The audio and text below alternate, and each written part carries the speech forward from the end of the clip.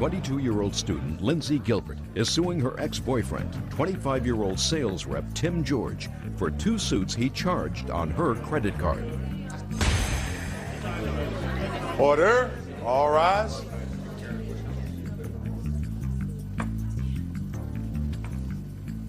Yes, this is case number 203 on the calendar in the matter of Gilbert versus George. Parties have been sworn in, Judge. You may be seated. Sir, have a seat, please. Miss Gilbert, it is your claim that the defendant, with whom you lived for a period of time, owes you some money for charges that you allowed him to put on your credit card. That's correct. When did you live with the defendant? We actually didn't live together. We were in a relationship for almost a year, beginning of September of last year. And you say you never lived together? No. Just a second. I'll get to you in a minute. Did he ever stay in your home? He did. Who else lives in your home? My daughter. How old is she? She's going to be 2 in October. And when he stayed over in your home, did he ever stay over in your home for more than a day or 2 at a time? Yes, he did. Sometimes it was, he was in and out of homes at the beginning of our relationship, so he stayed sometimes. So he didn't have another permanent apartment when you first met? That's correct. I stayed with his sister and me and some of his friends, different friends. Okay. Now, at what point did you allow him to use your credit card? After about 5 months of our relationship, we began talking seriously, and in February, the end of February of this year, he was working on a promotion and he needed to be more presentable, and because he has bad credit, he wasn't able to get any suits or anything, and I had good credit. And so he asked me to loan him some money so that he could buy suits. And you have a credit card? Yes, I do. You have the February or March bill from 2001 with his purchase on it? Yes, I do. I'd like to see it, please. Okay. Here's the February and March. Thank you.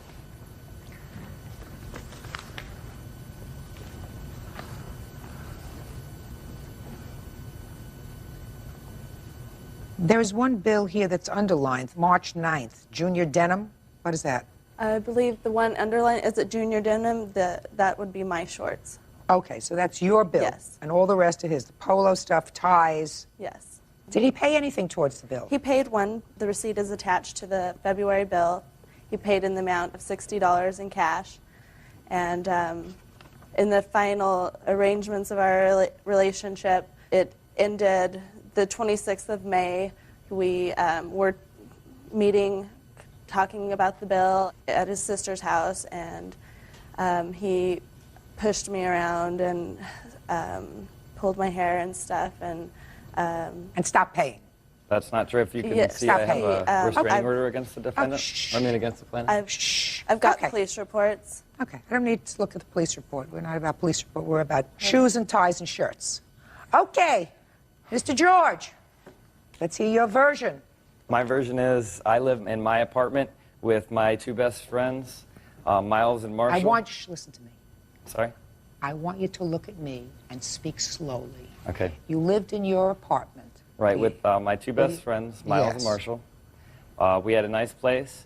When I met Lindsay, it was the first of, let me think, must have been right after we got back from Phoenix. We went to Phoenix for... I don't care why you went to Phoenix. For New Year's, so it was right after New Year's. I don't care. January. It was in January, okay? So we got back, we got a place together, okay? I moved out with them 2, you know, and we got a place together. You mean she moved out of her old apartment? No, she moved out of her mom or her grandma's house, and I moved out of Miles and Marshall's. You know, we all 3 lived together. They got another apartment. I went and moved in with her. I moved in with her. Yes. We lived together, and I work full-time, about 50, 60 hours a week sometimes. Yes. She would take me to and from work, drop me off, pick me up from work most every day. Okay. I would just sign my paychecks over to her because we were, you know, talking about, you know, being serious enough to get married. How much were your paychecks? My paychecks, I bring home about almost $2,000 every 2 weeks. That was also untrue. Just a second. So your defense to this action is that you paid for this by turning over your paychecks to her. Of course. Right? My thing is I let her take care of the bills. Show me. I can't.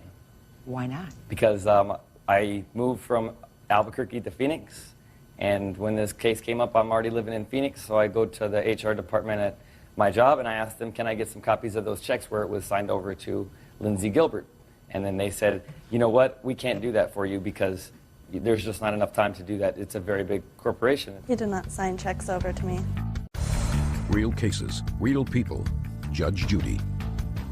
Lindsay Gilbert says ex-boyfriend Tim George charged clothes on her credit card. Lindsay says she wants to be repaid. You have the capability, Mr. George, only you, of getting proof of your defense, which is that you signed checks over to her. Right, and even if I believed you, sir, as of the time you separated in May, there was still an outstanding balance on this account. I can't tell you what to do with the money that I gave her. And it is clear that in... It's clear you have no idea. I'm speaking. I didn't hear what he said. Do I want to hear... I can say it again if you want. Do I want to hear what he said? Why don't you go have a talk with him first? Okay. Find out what kind of medication he's on. What kind are you on? Judgment for the plaintiff You know what in you the need to amount do, of man? $1,093.17. Okay? You understand? And you're just lucky, sir, that I'm not sending you out to be tested. Because either you are drunk, Look like I'm playing. high, or stupid. Pick one. That's all. Why is our excuse? You may step out. Whenever we were together, I moved out of her house because she was real violent. Not true. I've always wanted to get up there and tell Judge Judy what I thought, so today I got to do it. Never, ever trust a guy with my money. And now the next case. All parties on Terrell versus Marlowe. Step forward, please. 64-year-old Mildred Terrell is suing her ex-granddaughter-in-law, 24-year-old daycare worker Love Marlowe, for destroying her furniture. Ms. Terrell, according to your complaint, the defendant married your grandson. Is that right? Yes. And there came a time when they were having difficulty paying rent, so you all decided to rent a place together. And you moved in to the place with them. Yes. And when you moved into this new place, according to you, you brought some furniture with you. I brought everything. All your furniture. All my furniture, all the dishes, everything in the house was mine. And then there came a time when your grandson left the defendant. I moved out before then because of trouble that was going on. And as soon as he was able to take care, he had had surgery on his shoulder, and as soon as he was capable of taking care of the baby, I did move. They have a baby. Yes. How old is the baby? 18 months. And when you moved out, did you take your things with you? Only thing I took with me was my bed, an end table, and a chair, and my TV, and a few dishes, and a couple of pants. That's all I took. I didn't want to take everything and leave them with an empty house, because that's what it would have been. Sheets and everything were mine. And when did your grandson leave? They were having trouble with the house, not only the rent, but other personal problems they were having. They moved out into their apartment, and they were there, I'd say, Now, when 2 they months. moved out and went into this yet another rental property, did they take all the things with them? Yes, I told them they could borrow until they got their own. What did they take with them? They took my couch. I have a list here, Your Honor. Let me take a look Thank at the you. list.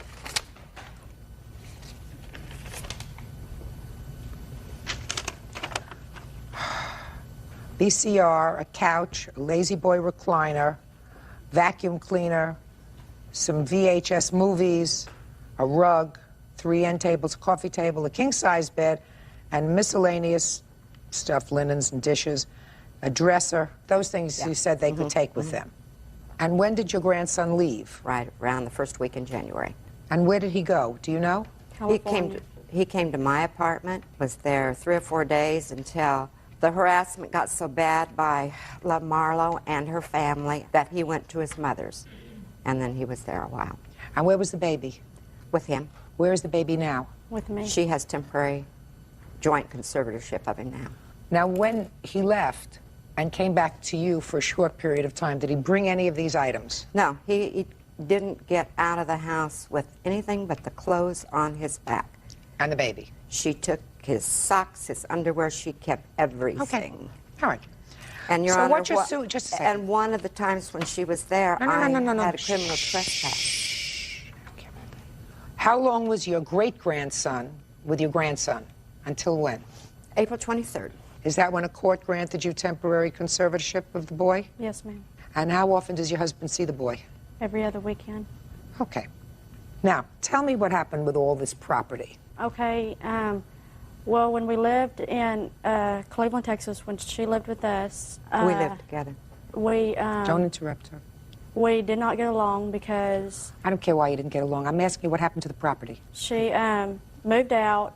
She left it all there. She said she didn't want it. You know, we could have it. Well, of course, you know, we took everything that was in the house to our apartment because it was given to us. It was ours. Then me and Andy were not getting along, so he went to his grandma's. Well, I went over there, and he told me he was going to take off with my son. I was never going to see my son again. So I went to go get a lawyer. I came back. He told me that I could come in to see Josh in her house. So I did. As soon as I went into the apartment to go see my son, she was standing out there and she waved the cops over as soon as I walked in. Well, the only thing that I wanted to do was get my son and get out of her apartment, go back to my apartment, which is just right across the way. Anyway, well then she told the police officer that I had hit her. I never laid a hand on her. Never. What'd you go there to take your son for? I thought you went there to visit with him. Well, I wanted to take my son out of her apartment and go into my apartment, and he wouldn't let me. He wouldn't let me leave the apartment and go back to my apartment. With your son? With my son, exactly. Well, but you had no right to him at that point. You had no more right to him than your husband had. Well, I mean, the only thing I wanted to do was just go into my apartment instead you of wanted stay to there take, with her. No, you wanted to take your son. Well, do you understand? You yes, went there under the pretext of coming to visit him, but it was your plan to go and take him, and then take him into your apartment. That's what you just said to me. No, ma'am. I just wanted. The only thing I asked Andy is that if I could visit him, that I wasn't going to go nowhere with him, that I could just visit with him in my apartment instead of being there in her apartment. Yeah, but you didn't intend to give him back. I wasn't going to take Josh nowhere. No, but you weren't going to give him back. You were going to keep him in your apartment. Well, Andy could have, come over there or whatever. I didn't care. I got it. Now, when you left, what arrangements did you make to get your things? As soon as I could replace it, I wanted my things back. What happens if she can't replace them? Well, I'm sure they could, one piece at a time. Your Honor, why would I, at my age, walk out of a house with a chair and a bed, you know, after I'd worked so hard to get all of it? I don't know. When you moved back to Texas, and I have copies of pawn tickets where she pawned my stuff. Did you pawn some of her property? The movies were mine and Andy's. The VCR Andy had before we got together, and it was Andy's. And the only reason that I had pawned anything because I had to get a lawyer so I could get my son back, because Andy took my son and was gone for 6 weeks and 5 days, and I had no idea if I was ever going to see my baby again. What does that have to do with my furniture? Okay. Where are the 3 end tables? I don't know what she's talking about there. I have no idea. Is there a king-size bed? There was, and when Andy come and got the kitchen table and his TV, he threw the bed in the dumpster. Because there were men's underpants laying on top of the bed and men's shirt on the floor. There were stains on the bed, and I said, I don't want the nasty thing. Throw it in the trash. You're talking about the mattress? Yes. So we threw it in the trash. Okay. Then you can't get reimbursed for it. Well, you threw it in the trash. It wasn't that way before, Your Honor. Who knows? You haven't seen it for a year. I saw it before Andy left, and I knew it wasn't that way. And I know there was men's underpants and his clothes laying on it that weren't my grandson's. You can't become emotional about that and expect to be reimbursed for it. That's fine. Ms. Terrell, the truth of the matter is, you said to both your grandson and his wife, take this furniture, use it for as long as you need it, as you can replace it. If you said that, as you can replace it, I would like it back. Yeah. But there is a strong likelihood that they could never replace it, and you are not going to see this furniture again. Well, I'm sure sooner or later they Well, sooner or later, it. then you get a mattress back that's a little bit stained. Not from other men. You don't know that. Did you do a DNA test on the mattress? No, it certainly wasn't Andy's underpants. So we don't on the know bed. that. So we don't know that. And I'm not testing your grandson's bed either. That's not my job. All right. You have her couch and you have her recliner. Is that right? Yes, ma'am. She has the rug. It was in Rhonda's house the last I heard. Who's Rhonda? This lady's standing right here. You have her rug? Yes, ma'am. What are you doing with her rug? Well, I thought it was Love's, and she told me I could borrow it. Is it in good shape? Yeah. Right. Fine. So we have your rug, your couch, and the Lazy Boy recliner. Those are really the big items here. Oh, Good. the movies, Your Honor. Oh, I'm not going to go into 104 movies. I don't know why you would leave them with 104 movies anyway. Well, because they didn't have cable. They Give didn't them have one, anything. give them one at a That's all time. they Give them could one do. at a time. I cannot be a divorce lawyer because he's not here, and I can't question him you as can to whether call or him. not. What? He sent a number if you'd like to call him. I'm not calling him. I'm not doing your evidence for you. No, his lawyer, really, Your Honor, his lawyer advised him not to be here. Well, that's fine. To So I not have to to take argue things with Love. So I have to find things here that everyone almost agrees on, and that is a couch, a recliner, and a rug. Those things I know about. Vacuum cleaner. You were without a vacuum cleaner for a year? Until I bought another one. Well, so you have one. It was a brand new one she took. No, you gave it to the kids to use. That's to use. not giving. I love No, it. you. I gotcha. Ms. Terrell, I'm following where you're coming from, madam. Well, I don't think ma'am, you're I didn't following give it where to I'm her. coming from. Yes, Where ma'am. I'm coming from is I have children and I have grandchildren, and if you have extra stuff, even if you have stuff that's not extra additional, you say, you don't have anything, kids, here, use this. If you can replace it one day, terrific, I would like it back. Because there's no bargaining But you with don't children. Let it go on forever. Till it's worn out, Sometimes then you they'll do. give it back. Sometimes you do. And Ms. Terrell, I'm going to tell you this. In my view, if your grandson left, set up an apartment, had been awarded permanent custody of his child, and needed the couch and the recliner and the rug and the vacuum cleaner, and brought it to his house, you would not be standing here today. Yes, ma'am, I would. No, you wouldn't. Yes, I would. No, Miss Terrell, you would not. What I'm doing is I'm directing you. Within 5 days, the couch, don't make any additional stains on the couch. Don't vandalize it in any way. The Lazy Boy recliner and the rug, which is to go back to her house, post haste. 5 days. The court will draft an order. How about my end tables and so forth? She doesn't have them. She doesn't know what you're talking about. Listen, you never know what's going to happen in the future. You have every confidence that your grandson is going to get custody of his child. That may happen. It may not happen. All I'm telling you is don't antagonize this situation any further, because it's nice to have a reasonable relationship with the custodial parent of your grandchild or your great-grandchild. And to make a big deal over 3 end tables at your stage in life is nothing short of being very short-sighted. That's all. Parties are excused. You may step. 34-year-old Piper Acetella is suing her ex-boyfriend's ex-wife, 40-year-old roofing assistant Paula Heyer, for ransacking her home and stealing her belongings. Order. All rise.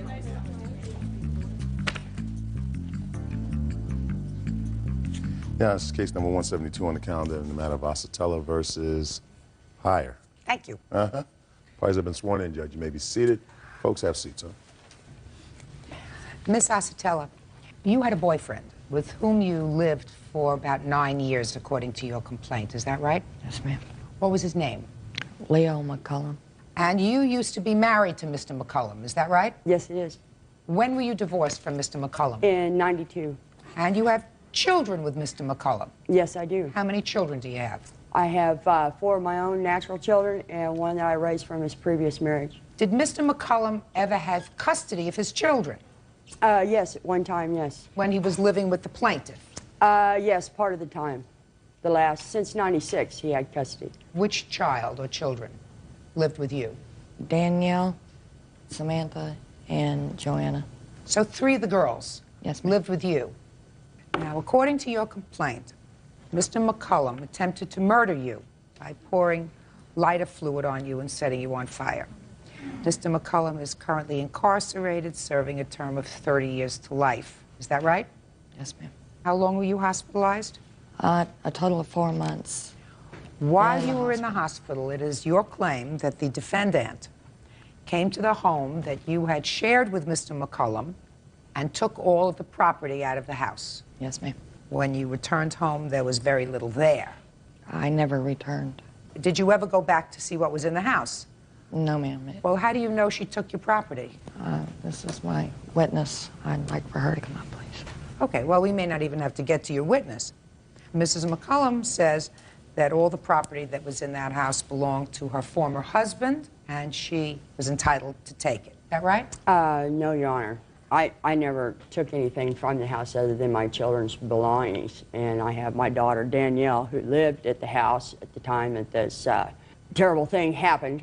And she can verify as to what Mrs.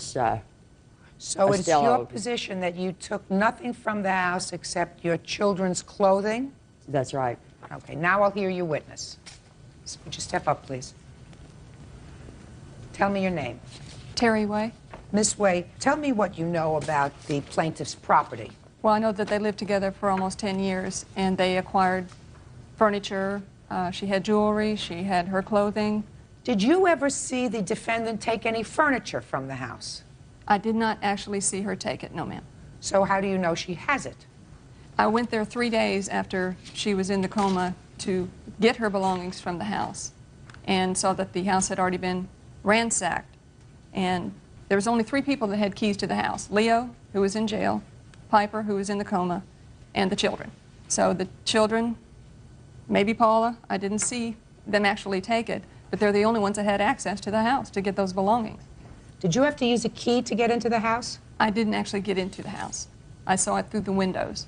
Did you try to get into the house? Yes, I did. Was the door locked? Yes, it was. What floors could you see from the window where you were looking? Mostly the living room and the kitchen. And had you been to the house before? Yes, I had.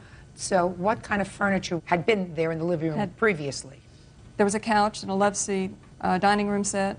That's all I can think of at the time. And all of that was gone? Yes, ma'am. Okay. I'm with you, Miss Heyer. Okay. First off, I'd like to call my daughter Danielle for a witness. The first time we were allowed into the home, I wasn't even allowed. It was still under crime scene by the police for at least a week. The second day of this, I had to go by the home to have my daughter go in, pick up some medicine. She was escorted in by the police. At that time, I wasn't able to even go into the home. And what about the third day? I have no idea on the third day. They were going to contact us. I forget the detective's name at the time where we could go in and remove the children's clothes. We've underlined the 2 sections that apply.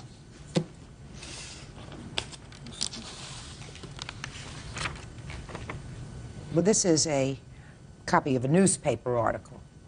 This indicates that Mr. McCullum at some point was free on bond of $300,000. So he was freed awaiting trial for a period of time? Yes, ma'am, almost a year.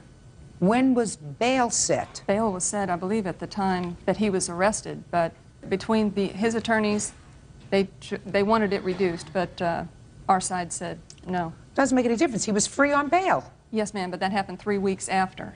He was in jail for 3 weeks before he was released on bond. And I have another article here that talks about the belongings. I'd like to read that, too.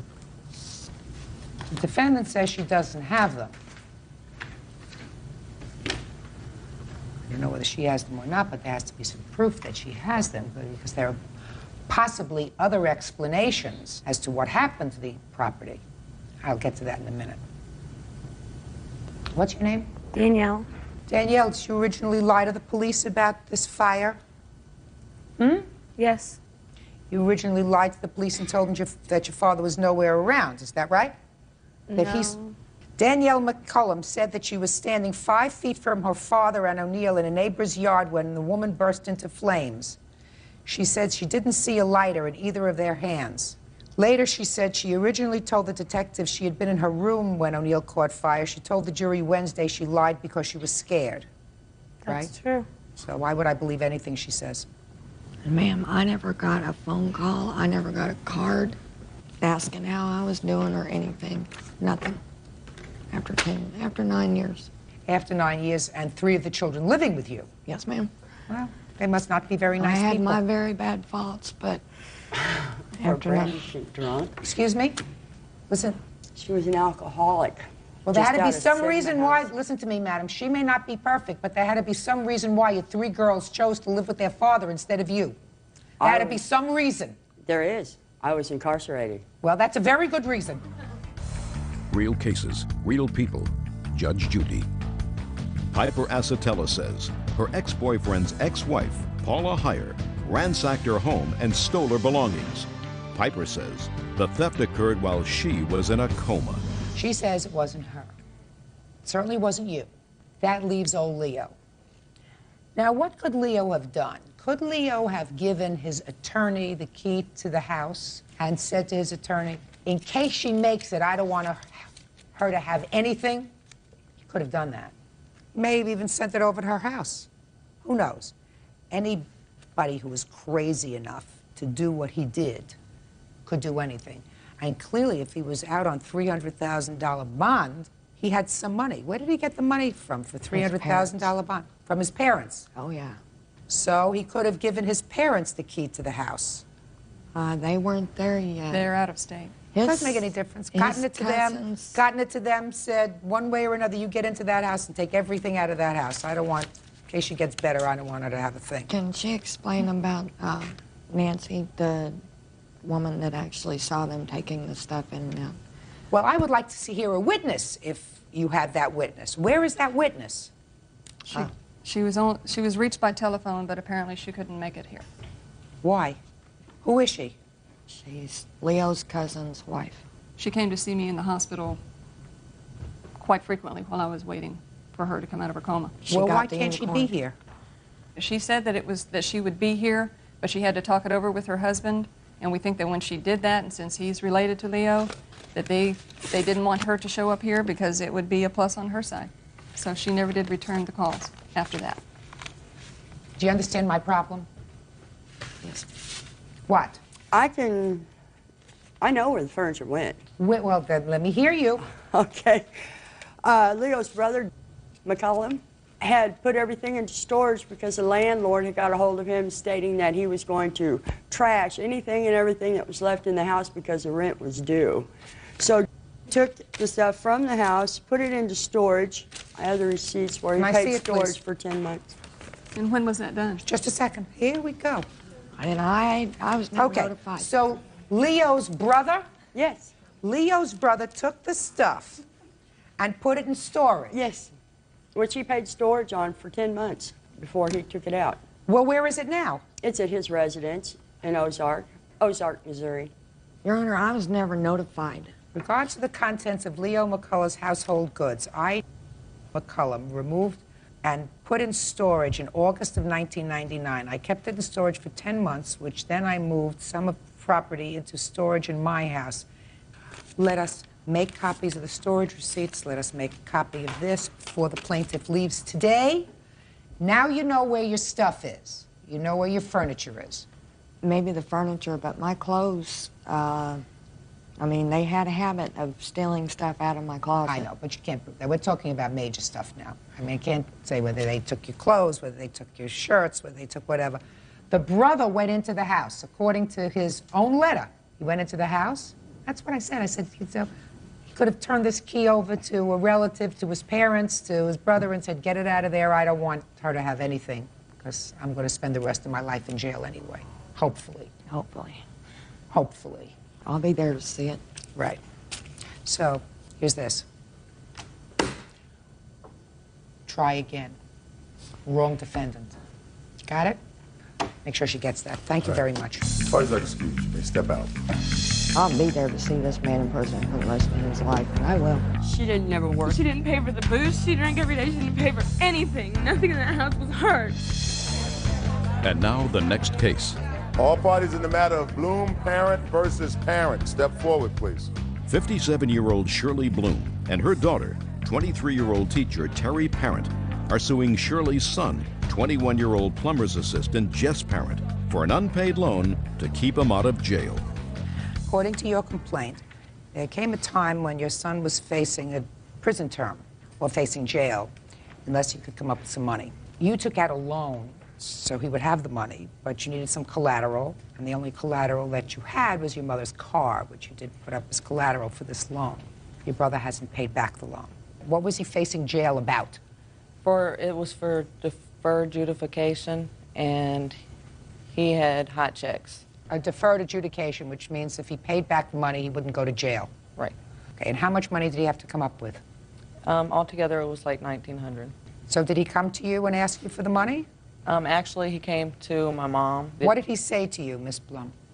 He told me that if he didn't have this money by this certain time, that his probation officer, when his probation was off, that they would automatically give him a year. And if he went to jail, then he would go automatically to prison. You then spoke to your daughter? Right. I used my mother's vehicle. It's a '97 Kia Sophia, and got the lease and the amount of money I needed. And what were the monthly payments on it? Every week it was $38.72.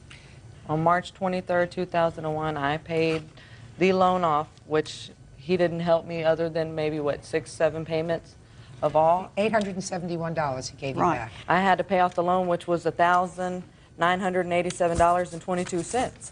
Okay, let's hear from you. I disagree with everything that was just said, because I'd give my mom money to the fact that if the baby, my sister's baby, needed something, I'd give them some money. Every time I got paid, I'd give them some money. That's not true. To help That's them out. not true, Jess. You know that. I mean, anytime they needed help, I would help them out. And I mean, it's just been going on like this since I was little. I mean, she's been wanting money. I mean, I had a job. Let's go back. Okay. You faced a term of imprisonment on a deferred adjudication. You had to come up with some money, all at one time. Did you ask your mother for the money? No, ma'am. It wasn't that much. Just a second. Okay. Did you discuss with your mother the fact that if you didn't come up with a bulk piece of money, you were going to go to jail? No, ma'am. I had a job, and it wasn't that much money. For deferred adjudication, I was not going to, it wasn't having to pay a fine. Is what you're telling me that your sister never gave you a check to give to the court for fines? No. Is that what you're telling me? Yes. And that was on or about August of 2000? Yes. I had a job. I was working. That's not what I asked you. Okay. Are you telling me that you would never, in August of 2000, needed a bulk sum of money to pay fines and other bad checks? Is that what you're telling me? Yes. What's the name of your probation officer? Dolores. What's her phone number? I have no idea. Oh, sure you do. You have to call and check in with your probation officer, sir. I went and seen her once a month. I never had a call and check or nothing. Does that name sound familiar to you? Yes, it does. Do you have the telephone number of the probation officer? No, I don't. I never got anything like that. He would never give it to me because he didn't want me to talk to her.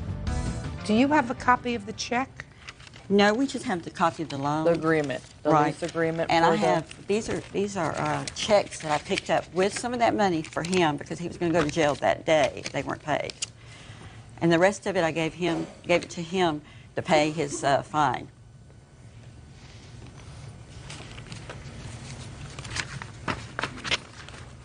Well, you certainly made restitution on that date, sir. So that takes care of your argument that you didn't need a bulk of money in August. I didn't. I had to pay a certain payment before that date. No, that's not true. Yes, it is. No. Your Honor, why would we get the loan if, I mean, I have my own responsibilities, What did more or you less. do with the check that you got for it? I cashed it and I gave him my mother went and paid off some of his hot checks, which we gave you the paperwork on that. And the rest of it we gave to him. How many bad checks did you write? I wrote, I'd say around 4 or 5. That's not true. Yeah. No, that's not true. I wrote about 4 or 5 hot checks because I had gotten kicked out of their house. So. What'd you get kicked out for? Well, she wanted more money from me, and I only had so much money. I was getting. That's not true, I gave Jess. her most That's of not- my check. No. Yes, that is true. Every week when I got paid, I got a certain amount. That's all I would get. I'd give her the rent. I didn't mind paying rent. I don't mind doing that. You know, Well, I how feel old are you? responsible. You know, How I'm old are you? 21. I don't mind paying rent at all. That's part of life. You know. But I mean, you shouldn't work all week for just like $50 When you have a that week many when you bills. give your whole check to your mom. I mean, that's supposed to be your mom, not your money taker. That's right. You And know? it's supposed to be your mom. Don't talk to him. Your Honor, I keep a diary because he accused me several times of taking his money. He'd give me money, right. By the end of the week, he would borrow it all back. And he'd say, Mom, why don't I have any money? So I kept a little calendar, and every time he got money from me, I wrote it down. And I made copies for you. You want to see them? Showing, since the time we had to get him out of jail the first time, which was like almost $700 that weekend, getting him out of jail when he got in trouble, that he never paid back. You been arrested since, sir? No, ma'am. How many times have you been arrested altogether? I'd say twice. Yes. I'd say twice. Yeah. I'd Well, say. it wasn't nothing besides traffic tickets. I mean, that's why. I mean, I And got. lying to a judge. Shh. That's why I got. Well, the second time I got thrown in jail for lying to an officer, and the officer came back and put me in jail for that. Oh, good. And what's next? And then the other one was for traffic tickets. And the other one was for bad checks. No, I never got thrown in jail for bad checks. No, because Mama helped and paid. No, because I worked and paid for them. No, You got didn't. arrested for bad. Just a second. You got arrested for bad checks, didn't you? No, he I never got arrested for Never bad got checks. arrested for the bad because I checks. paid them all. No, he came so to I us see. whining about I he was see. gonna He go to was jail. on probation for something else. Right. Oh. Oh, what? For lying to an officer. Right. Yeah. What'd you lie to him about? I told him a different name because I knew I had a traffic ticket out. Oh, so, and that wasn't hard to lie to the officer, was it? No, it wasn't. but it Good. was a Judgment for the class- plaintiff in the amount of $1,987. That's all. Parties are Handler Patty Marr is suing her ex-boyfriend, 37-year-old factory worker James Brown, for a series of unpaid loans. James says the money wasn't a loan until they broke up. Order. All rise.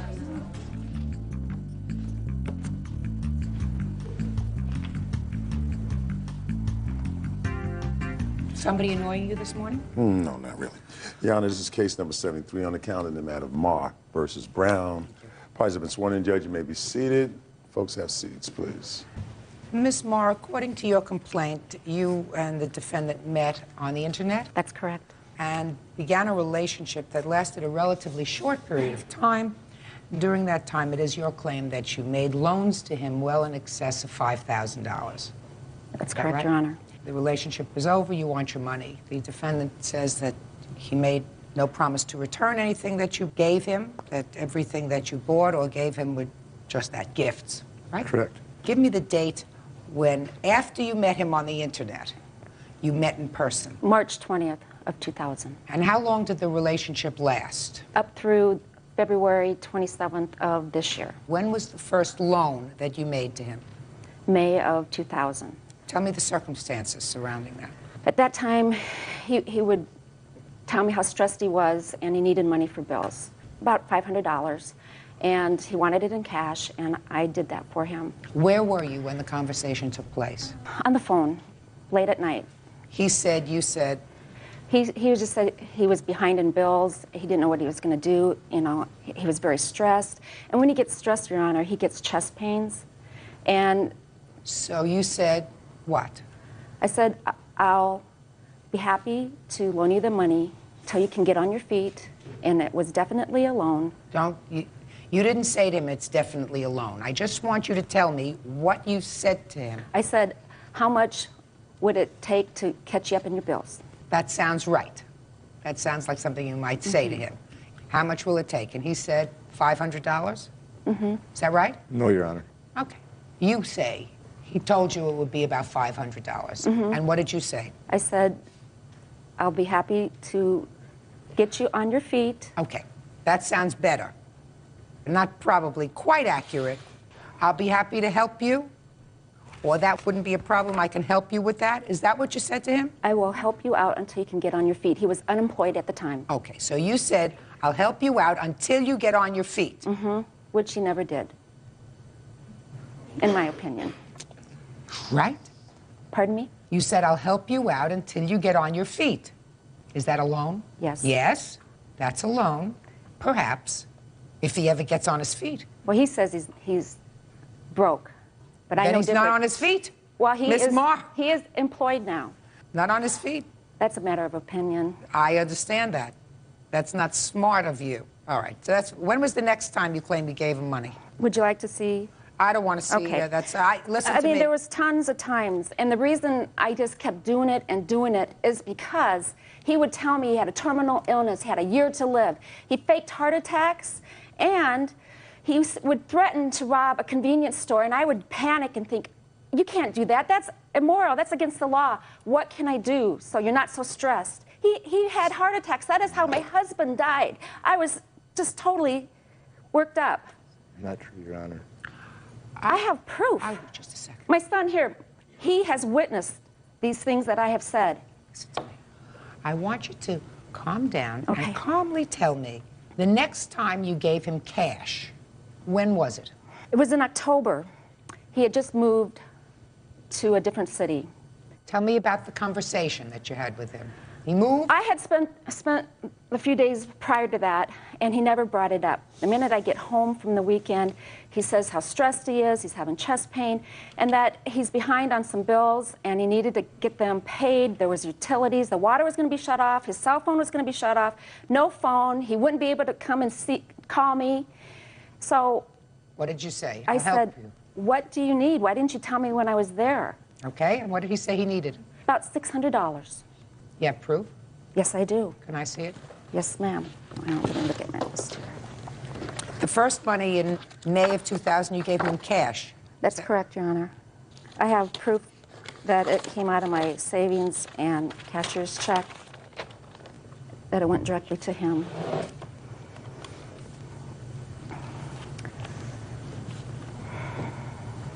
I want to know the next cash item that you gave to him. There was always something, prescriptions. No, cash. I made cash deposits right into his checking account. And I have 3 times I did that in July and August. It was right after his back surgery. He couldn't work. He gave me the same old sob story. And I have all that proof right here, Your Honor. Let me see it. And that totaled $1,400 in 3 deposits. I'd like to see proof of that. Thank you, Bert.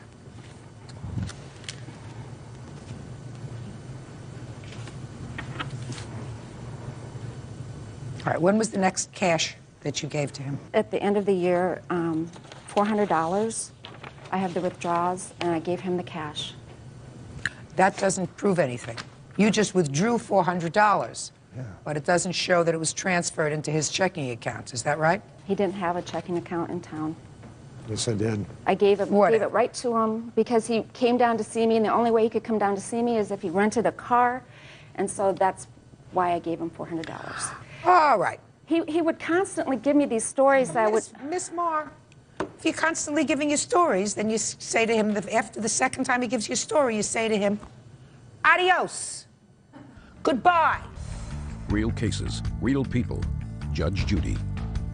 Hattie Marr claims ex-boyfriend James Brown conned her out of money by playing on her sympathy. Hattie says he faked a heart condition and a life-threatening illness. Your story is, and I read your complaint, that your husband had died of heart attack, that you met him, that you were very vulnerable, that he appeared very, very nice person, that he... But he manipulated me.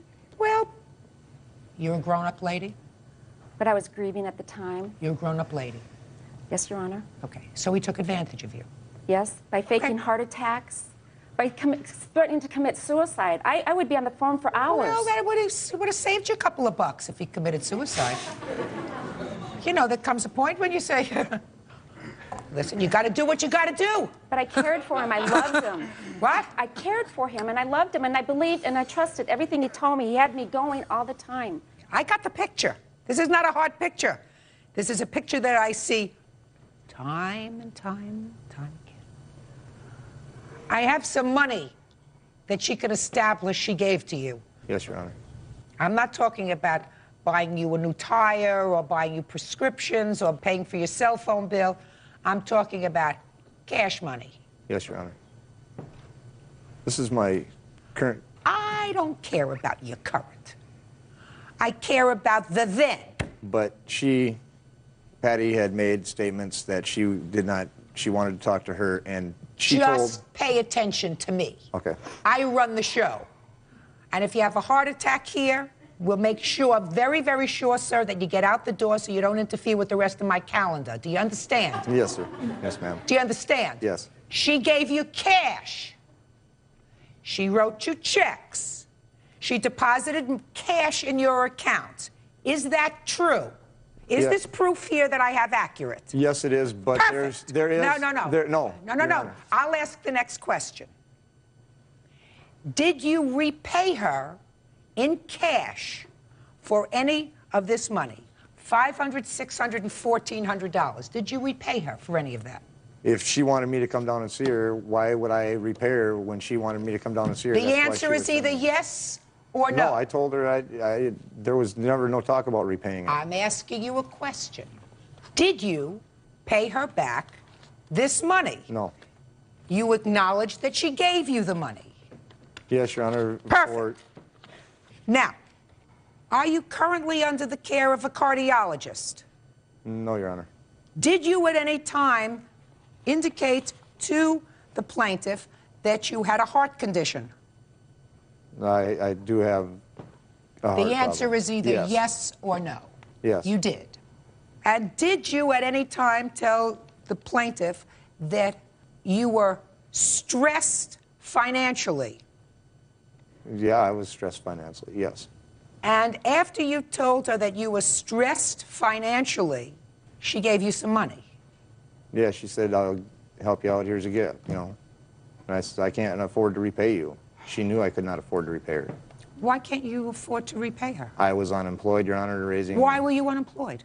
Because I had had back surgery and A lot of people surgery. have back surgery. When did you have back surgery? June of last year. Where had you been working before that time, sir? I was working part-time at Walmart. Part-time at Walmart? How old are you? 37.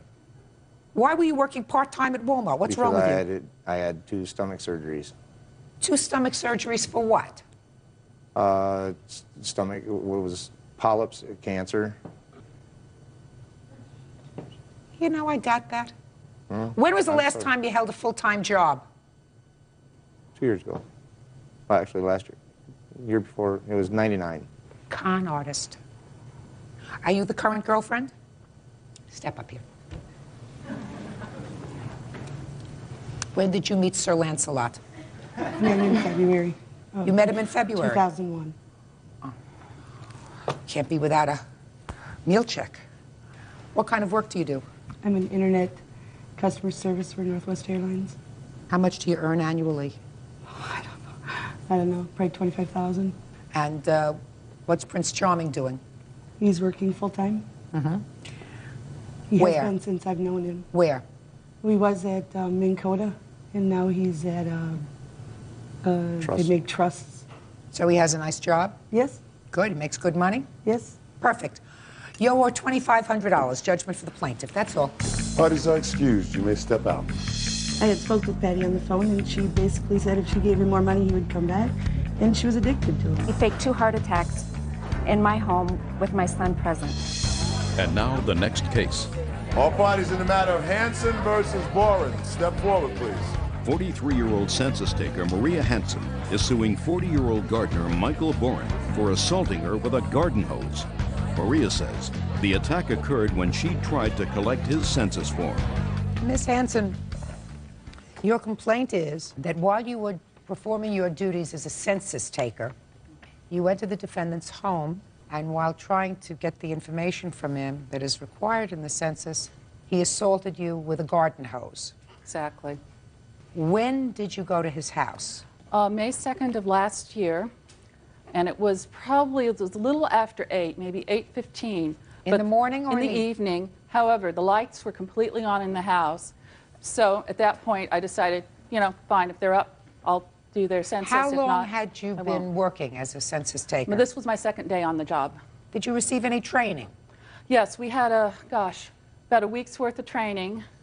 Were you told as part of your training that if someone decides that they don't want to give you the information, you just leave? No. What happens if someone does not wish to cooperate with the taking of the census? Well, if they slam the door, you just leave. However, by law, everybody, including everybody from the president on down in this country, has to complete a census form. Okay.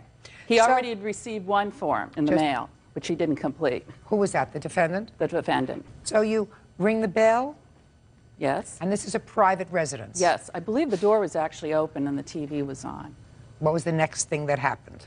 Well, the defendant got up and he said, and I will quote, well, maybe I shouldn't in court. No, you have to tell me exactly what he said. All right. See that sign? It says no soliciting. Get off my porch. Now, after he made that statement to you, what did you do? I said, my name is Maria Hansen. I'm here from the census. I'm here to help you complete your census form. And what did he say? Get off my porch. Okay, and so what did you do? Then, at that point, he walked out of the house. And you were standing, but you were standing... I was standing on the porch. And I started to fill out a form that we were given that explains, sorry we missed you. We're census, please call us back. We'll set up a time to interview you, blah, blah, blah, blah, blah. So he walked out the door, and what did he do? Well, as I was filling out my form that I intended to leave on the door, but I did not, he was gathering up his garden hose and turning it on. So and what did he still do? screaming obscenities. Just a minute. So he picked up his garden hose, so it was in the front yard? Right. And? Turned it on. And as I decided to get out of there fast, because it looked like he was going to hose me down, he did. If he, you, out.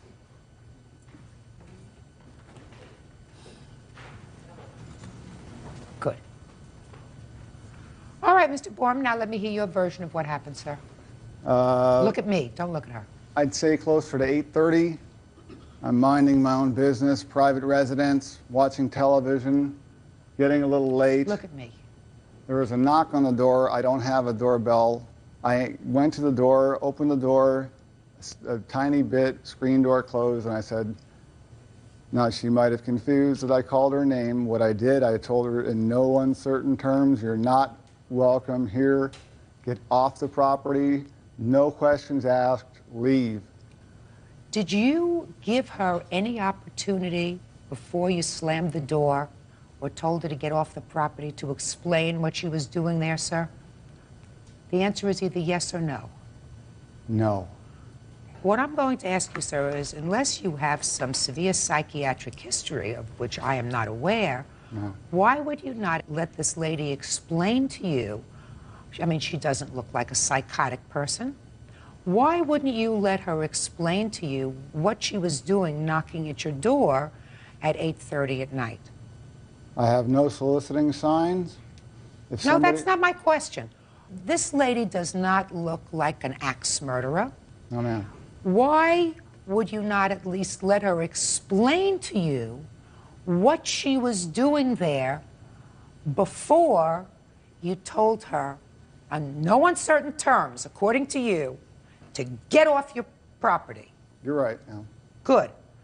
Then, since I am right, sir, I know I'm right, and I know that your actions on that day were totally inappropriate. The fact that you may have no solicitation signs on your property doesn't preclude you from being part of the human race. And lady came to your home. She could have just as easily come to your home for the purpose of requesting assistance because somebody was injured. She came to your home not to solicit to sell you a vacuum cleaner or a 36-piece set of Tupperware. She came to your home for the purpose of completing a census, which I am sure you received in the mail and threw away, at least once, because that's why she was responding to your location. Your response to that was to assault her. The law precludes you from doing that. Now, Ms. Hansen, you're suing the defendant for $5,000, and I think that that's an inappropriate amount. Okay. You weren't injured, you were humiliated, and you were frightened.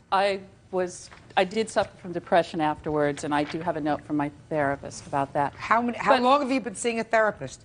A couple of years. I've been on antidepressants. Okay, so you were depressed before, you were depressed after. This certainly didn't help your depression, unless you go home afterwards and say, listen, I just ran into somebody who's even in worse shape than I am, right? You know, which is something that I would have said, yeah, the guy's even worse shape than I am because, you know, at least I can hold it together. Well, so you got to have a sense of humor about that. But I believe that your pride and the fact that he did act in an inappropriate way, there has to be a statement. Absolutely. Okay, judgment for the plaintiff in the amount of $1,000. Thank you very much. That's all. Parties are excused. Year-old family support officer Monica Mathias and her husband, 40-year-old aircraft mechanic Joseph Mathias, are suing 39-year-old roofing contractor Glenn Matheson. The Mathiases claim Glenn's workers tortured their dog during a job at their house. Order. All rise.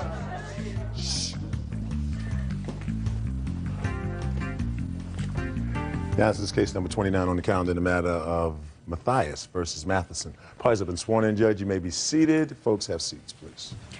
Mr. and Mrs. Mathias, you hired the defendant's firm to re-roof your home. Yes, ma'am. And you claim that in the process of working in your home, they tortured your dog. That's correct. They entered your home without your permission, or someone entered your home without your permission. Nothing was taken, but you were forced to put new locks on the doors and windows.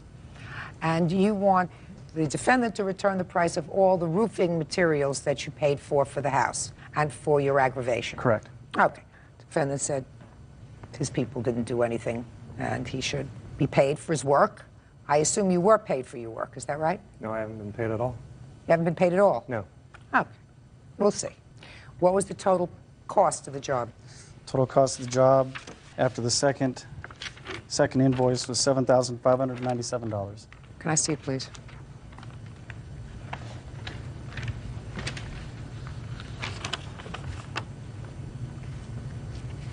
Did you give him any deposit?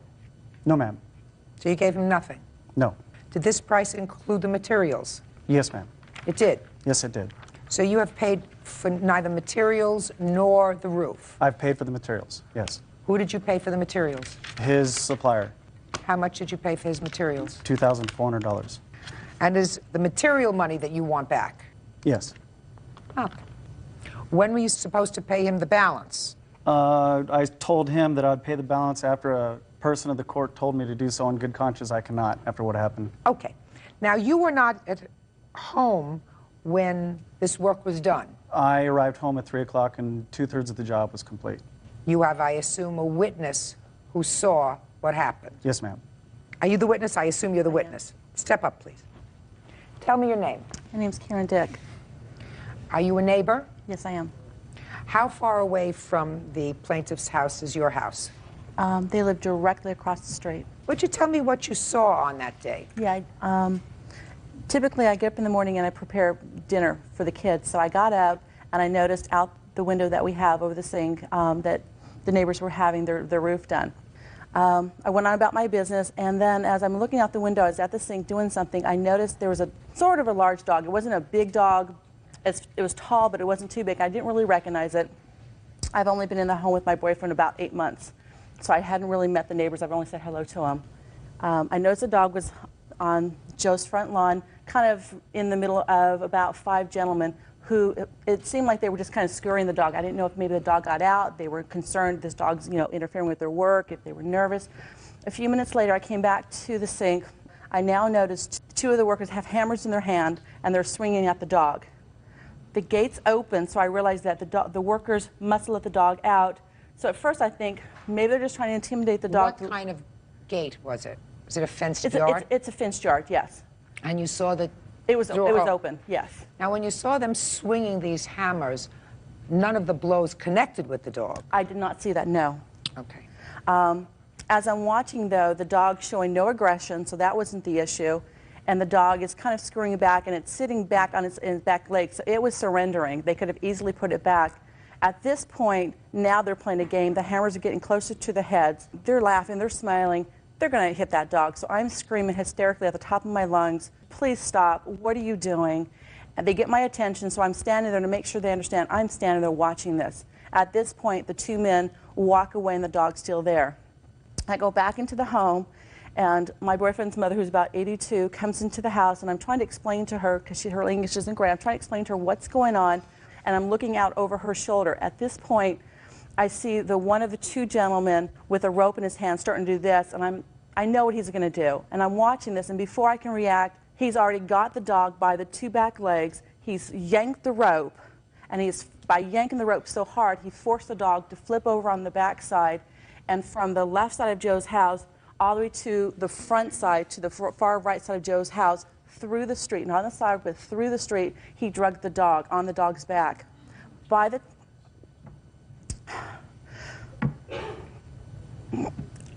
Okay, I'm take sorry. one. Okay, I'm fine. Was there any, when he did that to the dog, when he tied the dog's back legs, were they still right near the fenced-in yard? No. Thank you. The gentleman that had the rope was standing in the street when he picked up the rope because he's walking down. So the dog had moved? The dog really hadn't really moved. The dog was still in the grass, from what I recall. He's still kind of on the grass. He hasn't really gone anywhere. The gentleman takes the rope, and he's walking this way. So he had gone down, I don't know if it's truck, I couldn't see from my window, but he was coming back. And when he came into my view, that's when he had the rope in his hand, and that's where he took the rope to the dog's legs. As he dragged the dog through the street, that's when I ran back outside, and I wanted to make my presence completely known that I'm watching this and I'm seeing who's doing this. Because he's tugged the rope so tight, there was no way for the dog to break free for quite some time. How did the dog Just by wiggling and wiggling and wiggling. At this point, the dog was able to run up to the front porch, and as I'm walking, so I'm moving this way to see what's going on, the dog, I could see him burrow into the corner on the porch to just be left alone. The gentleman who had the rope walks up and kind of goes down and starts going, trying to get the dog to be nice. And I'm thinking, if you've done all this to the dog and you're not scared of the dog at this point, how could anyone evenly conceivably say that you were just intimidated by this dog and that's why you did any of this to get the dog back in the backyard?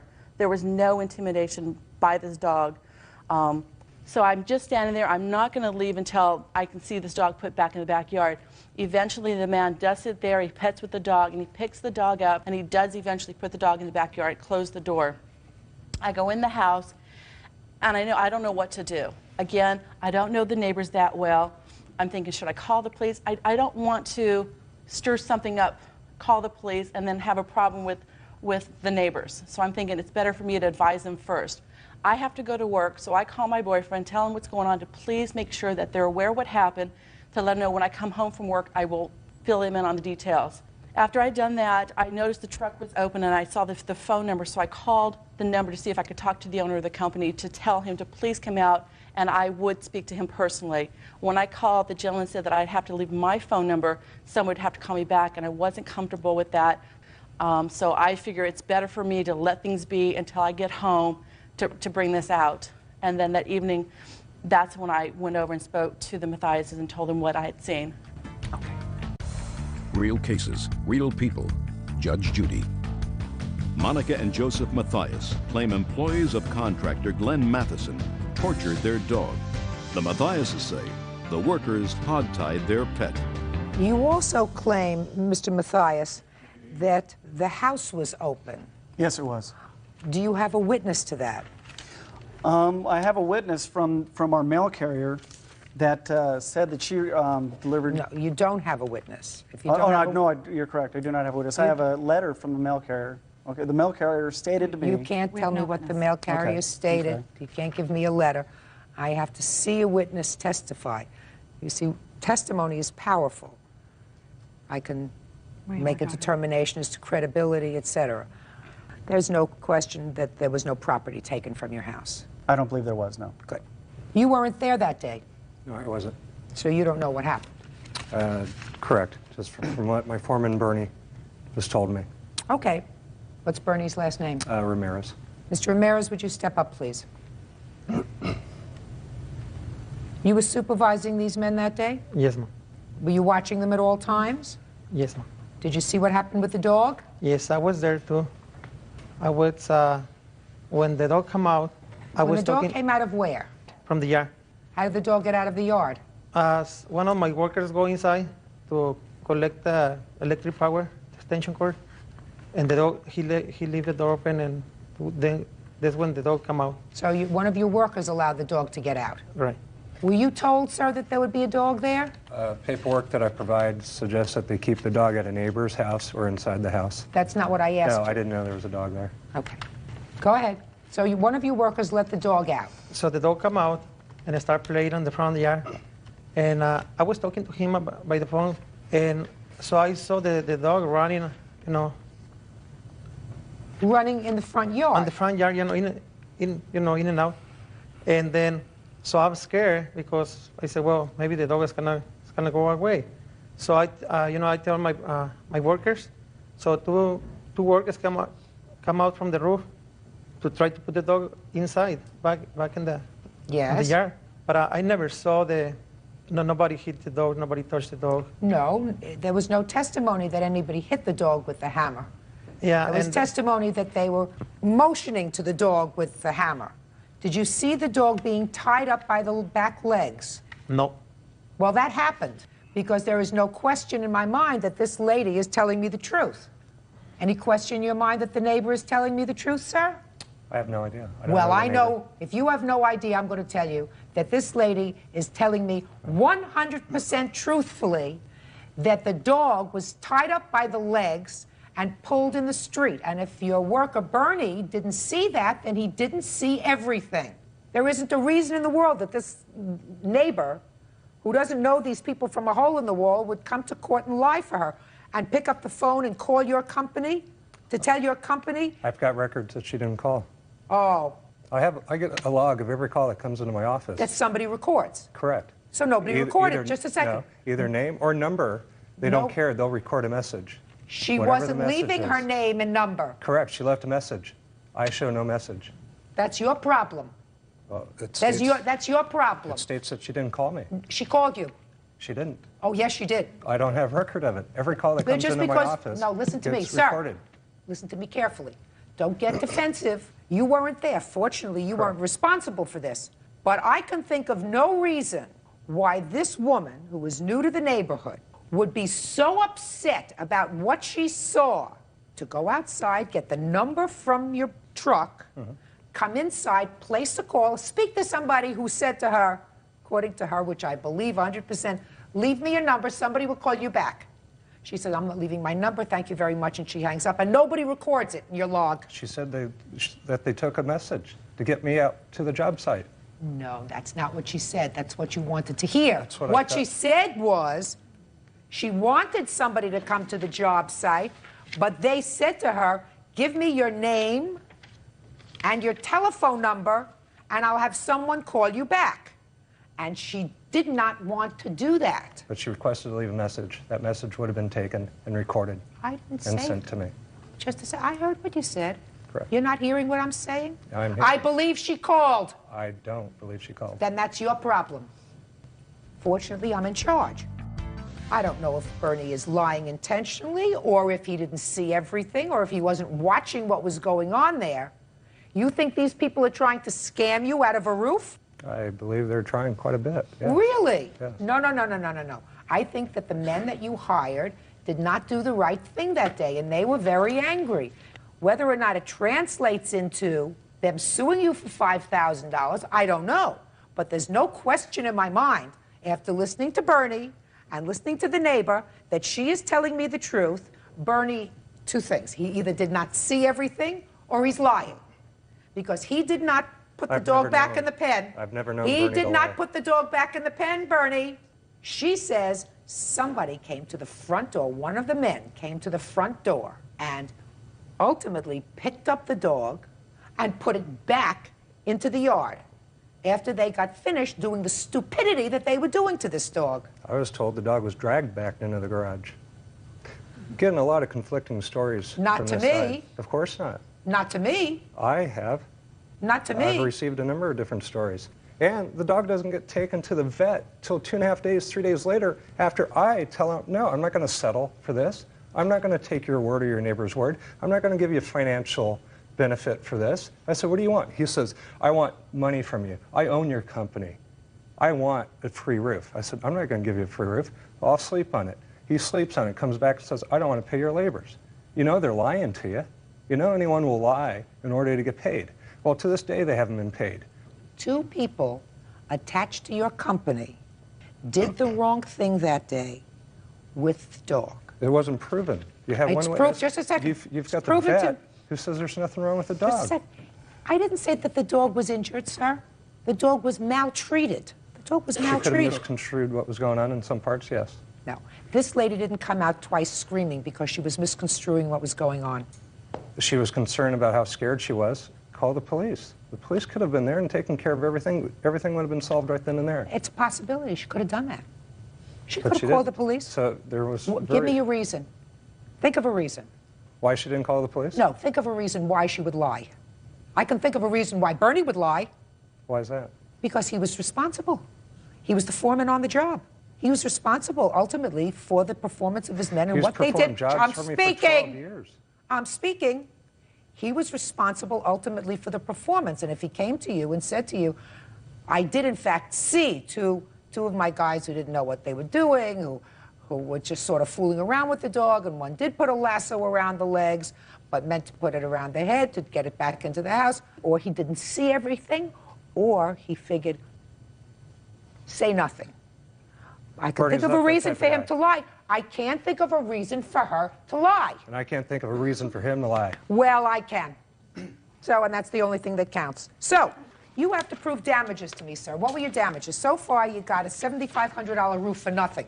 Yes, ma'am. The hardware replacement for the door locks and everything. Listen to me. I'm not entertaining your claim for any door locks. Okay.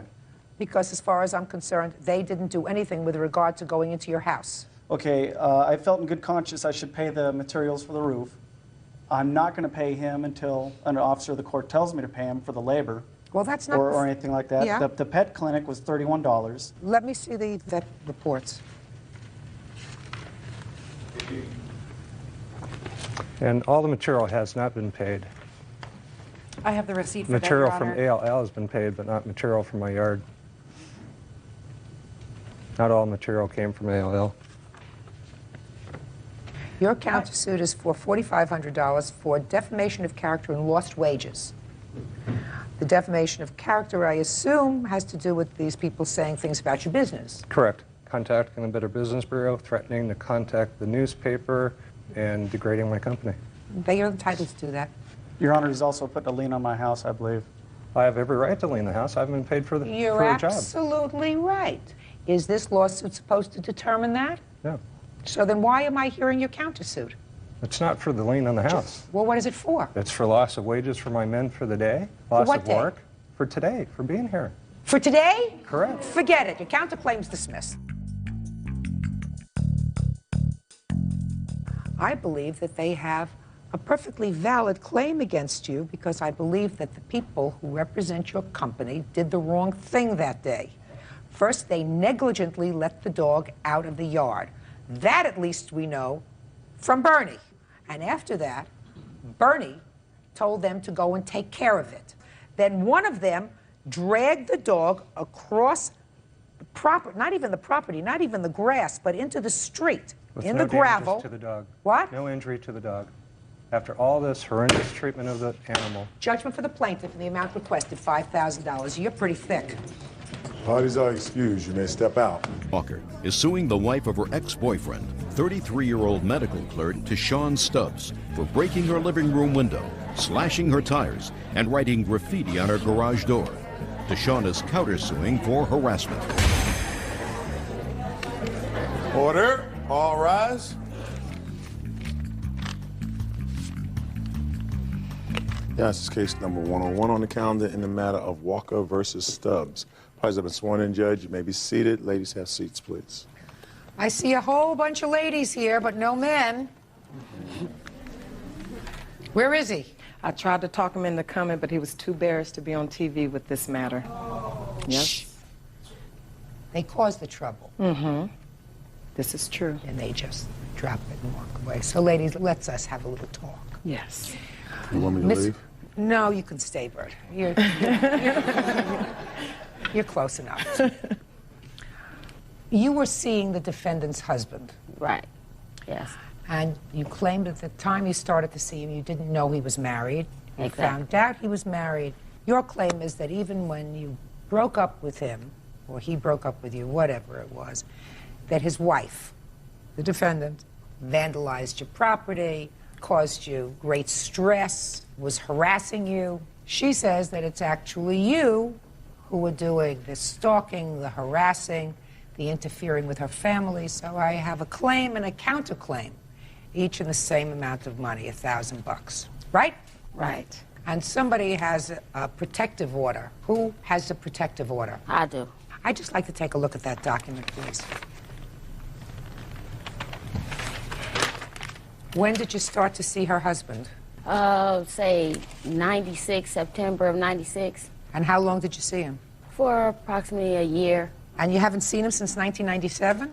Well, actually, I haven't seen him since like 99. Actually, I've seen him, but not as a relationship. I've seen him. Or is him fixing my car? He has a shop. He's a mechanic.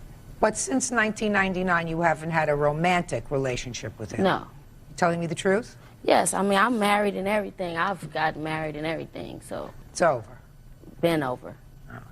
You have any information? Yes. They've been seeing each other since? She was just trying to convince me that she was still dating him just last month. How was that? She was calling my cell phone, and I have my cell phone bill. When she was in the hospital and she was so sick, but she had enough time to call me continuously.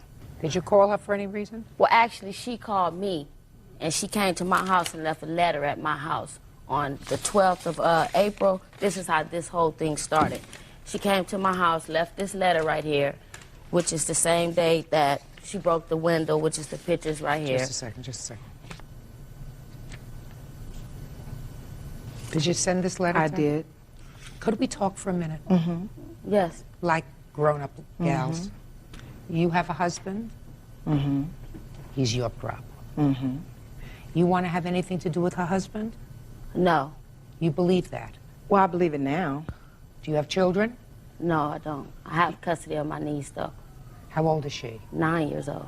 How long have you had custody of her? Well, like the last 6 years. She's been with me for about 6 years. And you have a husband? Yes. How long are you married? Since August 26th of 2000. Is he a nice man? Very. What kind of work does he do? In the oil refinery, the oil field. And do you work? No, I don't. So you stay home and take care of your niece? Exactly. Any reason you want to have grief with this lady? Well, no, I don't have a problem with her. How old are you? 32. Any reason why you should want to have grief with this lady? Well, grief in your life. No, but what I'm saying is, the answer can I is explain no. myself? The answer is no. Okay. Right? You don't want to have any grief in your life, right? No, I don't.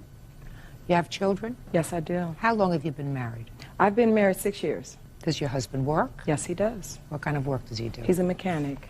You have to find someplace else, by the way, to have your car fixed. I know you haven't been back there in a while. Find someplace else. There are lots of mechanics. No problem, you're right. Because that just starts trouble. You know what I mean? Yes. You don't want to have any further dealings with her, do you? Never did. So why don't we come together, ladies, and come to terms with the fact that all of this trouble started because a guy was cheating on his wife, using two women at the same time. Because he didn't tell you he was married, right? No, he didn't. That's what you told me. And I'm sure he didn't tell you he was fooling around. Can I say something? Yes. When he was cheating with her and she found out he was married, she thought she should help him to destroy his marriage, and she started calling my job to tell me what color underwear my husband has on as if I didn't wash them. Just a minute. Let me tell you something. He was the user. Mm-hmm. Because if he conned her into thinking he was available, he allowed her emotions to run full circle. And all of a sudden, she finds out he's married. It's much easier to take things out on each other than it is to take things out on the person who's responsible, and that's the guy who was afraid to come to court today, right? Right. Why should you two ladies be dumb enough to suffer for what he did, which is really what you've been doing to each other? Both of you have been doing it to each other. Mm-hmm. Both of you. And that's ridiculous. He caused the trouble. You know, he makes a mess and he walks away, leaving two ladies to fight over him, and he's probably enjoying it, and he's probably not worth it. Very few of them are. Real cases, real people. Judge Judy. Natalie Walker says her ex-boyfriend's wife, Deshaun Stubbs, broke her living room window with a bottle of Snapple. Natalie also claims Deshawn slashed her tires and wrote defamatory statements on her garage door. Yeah, what do you want? Tell me. Yes, I would like to just say that's really not the problem, wanting him or nothing, or bothering her or nothing like this. My problem is this Easter I was in the hospital, and she came up to the hospital 2 days in a row, you know, to confront me and fight me. We had a fight. I have to report everything at the hospital. This is the problem I'm having with her coming to where I am, you know what I'm saying, as a patient in a hospital and create problems for me. I read that, and I read that you went to the hospital twice. She was in the hospital. She was. And I did not assault her, and if I did, I would have been arrested. Why did you go to the hospital? She asked me to, and here's my phone bill to prove it. She was calling me, and she was so sick, but yet she wasn't too sick to call me on 439, 442, 518, 519. Why, just a minute, why did you call her house? No, her cell phone after she called me. I never called her house. No, I didn't. Why did you call her cell phone? Because she had previously called me, and I star 69'd her back. That's how I called her back. What did you say when you got her on the phone? I called her and I asked her, I said, why would you call me every year on my birthday like this to create a problem for me? I told you I wasn't messing with your husband. We were just arguing like that over the phone. Tell me what else was said. Then she hung up, and then she called me back, and she was like, well, I don't want to cuss. Well, like she said, like I told you, I'm going to make sure you don't mess with my husband, and this is what I'm going to do to you. I'm going to come. I know where you at. You know I can find where you are. How many times did you call her on her cell phone that day? Twice. What'd you call the second time for? Well, because she hung up. She hung up in my face while we were arguing after she said something. So what'd you call her back for? To make my point. So what was your point that you made to her? That I wasn't messing with her husband, and I'm very tired of her coming around every so often. You told her that already? That was the point I was steadily making. So then she comes up to the hospital? Yes. And she came up to the hospital twice? Yes, to 2 see days. And the second time you had her arrested? No. Well, no, both. They just wrote it out. They didn't arrest her neither time. They escorted her out one night, and then the other night. It's all in this report. What Fine. happened. So if you would like to see The second time, no. The second time she came up, she also says it was a mistake. It was the mistake to go to the hospital to see her the first time, right? It was a mistake. And it was a mistake to go to see her the second time. It was a mistake. She baited me there. I don't care whether she baited you there. Come on. It was a mistake. It was a mistake. You got how many children? I have 3 stepkids and a child me and my husband have together, but we take care of all 4 kids. So you have 4 children to take care of. You got better things to do than to go to the hospital to visit somebody that you can't stand. Look, as a result of that, there's an order of protection against you. I filed one against her as well. But I don't have it. Well, that's because I just filed today. Well, but you filed today. Listen to me. She will She get it. has one And she'll against get it. you. She'll The get order hers. of protection, you have to stay 100 yards, 100 feet, 100 miles away from her. You're not supposed to go near her at all. Which was violated yesterday. I did not come within no 100 yards of you. Yesterday, she brought 2 of her friends to my house. They were at my house when I got home, and I was going home to take these pictures to bring to you of my window, so I had a camera with me. Let me see the window pictures. And so what I did was, while they tried to run off while I was calling the police, I took a picture of them leaving down the alley because I had the camera. And I got an incident report number that they took yesterday. That would not be a picture of me, Can Your you give Honor. her that? Because this is the report And that's not number. a picture of me. And I also have a picture Because of her you was window. in the car, that's why. But I wasn't You have a picture of a broken window here. When was your window broken? On the 12th of April. The same time she dropped the letter off. Okay. Did you see her break the window? Yes, I was there because I have bars all around, and I have a bar door. I can open my door without going out and see her and everything, the way my house How did she is. break the window? With a Snapple bottle, Snapple juice bottle. She threw it as she was leaving or whatever. She threw it into the window. After she put the note in your mailbox? Yeah, she came in the yard, put the note, banged on the door, of course. I yelled to her that I wasn't going to come out, be trying to fight with her. And she said what she had to say, cussed and did what she had to do, got in her car and pulled to the side because you see my gate right there next to the alley and just threw it. That's that side window by the alley right there. You have a bill for the window? Yes. Well, I have an estimate. Yes, I do. I'd like to see an estimate for the window. This for the window and the actual tires that she put on the flat. You'll tell me about that in a minute. Tell you about that? In a minute. Oh, I want to see the estimate from... Right. Now tell me about the tires. Okay, here's the picture, the estimate, and everything about that. Wow, this was like right after Valentine's, right? What year? This year. She came over once again, banging on the door, yelling, talking about come outside, what she would do to me. I tells her once again I'm not coming outside, so she takes a knife. This car was right here in front of the house, and just stabbed the tires. You have a police report on that?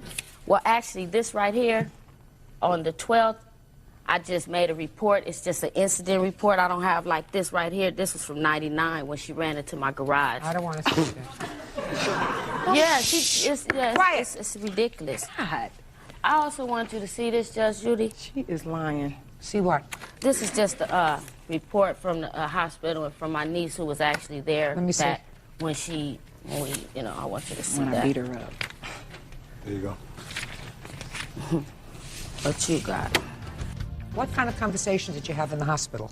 First time she came. On Saturday, when she approached me, it was at the nurse station, she said, I want to know what my husband brought you for your birthday, if you got anything. And I'm like, what? How you going to come to the hospital and ask me about what your husband got me for my birthday? And so she started cussing. She said, because that's my husband, and I told you to stop messing with my husband, and we got to verbally arguing, and she swung and hit me. This is how my IV came out that particular day, because I had to have surgery to put another one in. And 2 nurses came, the security came. My niece was standing right there with me because I was walking her to the elevator to leave. That's why I was out of my room, period. And they just broke it up. They detained me, put me into the supervisor's room or something, and they just escorted her out. Then that morning After that incident, I'll get to you in a minute. Okay. Mm-hmm. After that incident, did you call her again that night on her cell phone? Did you call her again? No, I don't believe I called her that night after that. You don't remember whether No, you I called her honestly that don't night? think that I called her that night. No, I don't. Okay, what time of the day did she leave the hospital? That night, this happened about 9:30 at night. At night? Yeah. Okay, do you have any phone record after 9 o'clock at night? I If wasn't she there at called you, 9. What time were you there? It was like 8 o'clock, 7 or 8. It was before 7, visiting 8, hours 9. are Do over. you have any After phone visiting record hours. after that she called you? Actually, Your Honor, I turned my phone off and she just the, left me. the answer is either yes or Okay, no. no. Okay. I don't have it Fine. here. Fine. Now, the next day she came back. Is that right? About 10 o'clock Easter morning. What happened when she came back at 10 o'clock in the morning? I was at the nurse station, and she approached me and the nurse. The nurse was right there, and she verbally threatened me again. And What did said, she "When say?" She said, I'm going to find you anywhere you at, and when you get out, I'm going to kick your still. And that's when the nurse immediately called security, so it wasn't no fight or nothing Sunday. Nothing happened. It was just verbal things, and Okay, they put her out. Stop. Between 8 o'clock Saturday evening and 10 o'clock Easter morning, do you have any record of the plaintiff making a telephone call to you? Yes, I do. What time?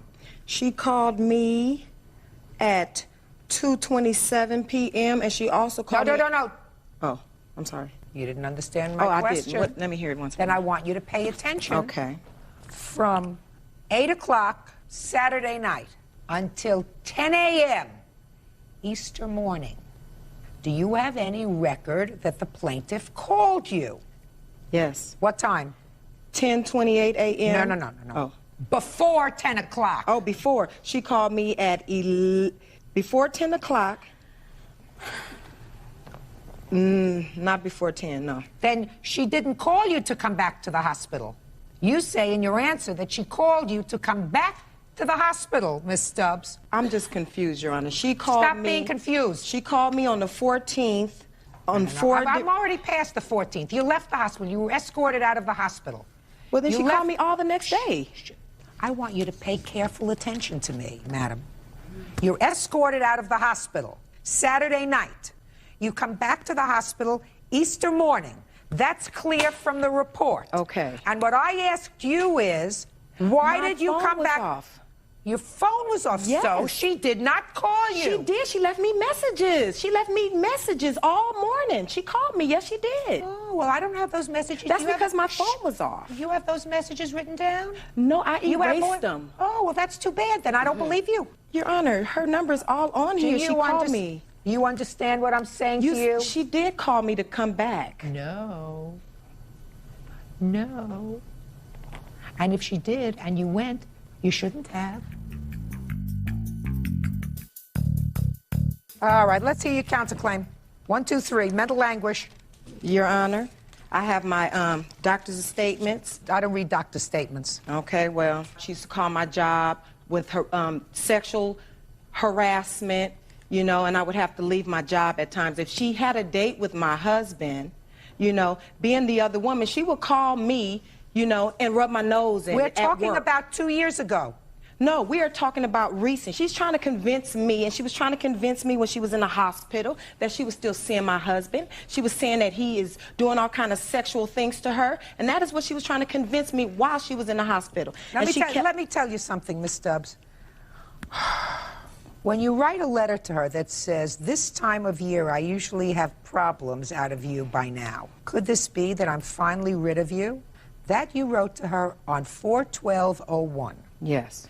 Which suggests to me that for a long period of time, you had not heard from her. You hadn't heard from her for a long time. What'd you start up with her again for? Because you had no reason to start up with her. And then you write something else. I bet you didn't get any something for your birthday. This time, did you? So you were giving her a little bit of a dig that she didn't have your husband for her birthday this time. You're a troublemaker. Get over it. Your counterclaim's dismissed. I believe that she slashed your tires. I believe that she broke your window. And I believe she came to the hospital to harass you. You're suing her for $1,000, and I'm going to grant you judgment for $1,000. But I'm telling you this, I tried to start out this case very clearly by saying, ladies, if you allow a man to make a fool out of you, you're a bigger fool. And if you allow your husband to make a big fool out of you, then that's what you are, a big fool. Get over it. She doesn't want anything to do with him anymore. Judgment for the plaintiff in the amount of $1,000. That's all. Thank you, Judge Judy. 6-year-old Andy Heath is suing her husband's former co-worker, electrical engineer S. Lyle Marple, for sexually assaulting her at a going-away party. S. Lyle denies the charge. Order. All rise. I'm getting better at this. Judge, this is case number 31 on the calendar in the matter of Heath versus Marple. Parties have been sworn in, Judge. You may be seated. Folks, have seats, please. You've had a lot of years of practice. Yeah. Miss Heath, it is your claim that the defendant at some sort of a water party sexually assaulted you while you were riding with him on one of those watercrafts called a sea-doo. Yes, Your Honor. When do you allege this happened? It was August 19th, about 4:30, 5 o'clock in the afternoon. Tell me about the party. It was a going-away party for one of my husband's coworkers. It was a going-away party. What kind of a party was it? A beach party barbecue. Was it on a lake? It was on the river, the Colorado River, by the casinos of Laughlin. Did you know the defendant before the party? Vaguely. I met him one time outside my garage, and then another. And he's a time. co-worker of your husband's? Yes, Your Honor. How long have they been working together? Approximately 4 months prior to this. And what time did you arrive at the party? About 3:30. And tell me, what precipitated your going for a ride with the defendant on this sea-doo? Well, he offered to take me for a ride, and I asked my husband. He said it was fine. Well, he offered, but he must have known that you wanted to go for a ride. Well, later I found out that my husband had asked him to take me for a ride, Your Honor. Is that correct? Yes, it is. Okay, about what time was that? That was approximately 4:30, 5 o'clock. And you said okay? Yes, Your Honor. Okay. So you both got on the sea-doo. Who was in the front? He was driving, I was the passenger. Okay. Where did you go? Well, I expected to go just, you know, down a ways and turn around and come back. And he kept attempting to pull off to the side, you know, and just shore the sea-doo. And he finally did, approximately 3 miles later, under the Laughlin Bullhead Sid Bridge. And then he shored it, and I thought he was doing, you know, what we do when we have people on our boat, just letting the passenger cool off.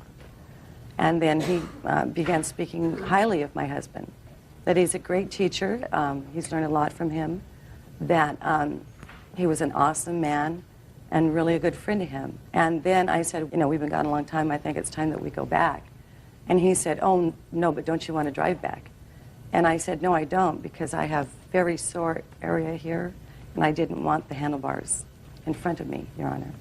And he insisted. When you say he insisted, He said, no, why don't you drive? No, he said, I want you to drive back. Why don't you just get on there and drive back? And I said, fine, I'm driving back, let's go. Okay, so?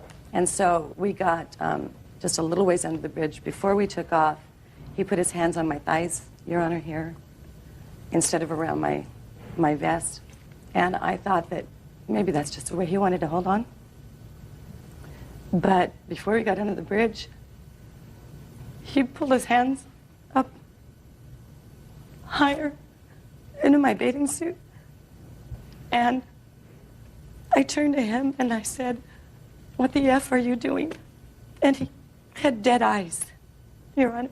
He didn't hear me. He wasn't there. And so I hit the wake of the ferry and I threw him in the water. But the Sea-Doo wouldn't go because he had the plug on his vest. And then he got back on the Sea-Doo, only got it started again. And just a few minutes later, he put his hands back inside me. And here's my bathing suit. And he, with his right hand, he forced himself inside me. And the harder we hit the bumps, the harder I was driving. He kept pushing himself under my butt. And I kept continuing to scream at him, what the hell are you doing? Knock that off. And then he fell over my back. And I looked up ahead and I saw a man standing on the dock. And I thought it was my husband. But it wasn't, Your Honor. It was the supervisor. And he helped me. And as soon as he put his hands on me, I just got out of the water. And I turned around and I looked at my husband and the man that was leaving. It was a go-away party. And they were having such a good time that I just crawled inside of myself. And I just swam in the river. When, for the first time, did you report this incident? I reported it to my husband Saturday night on the way going home. Did you contact the police? Yes, ma'am. When? On the 23rd. Why did you wait 3 days? Here's a police report. Why did you wait 3 days? I don't know, ma'am.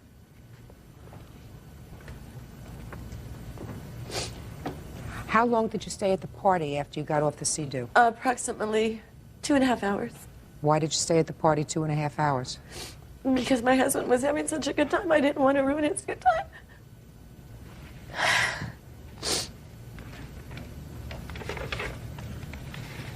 I'd also like to offer to the court detective statement. I'd like to see that too.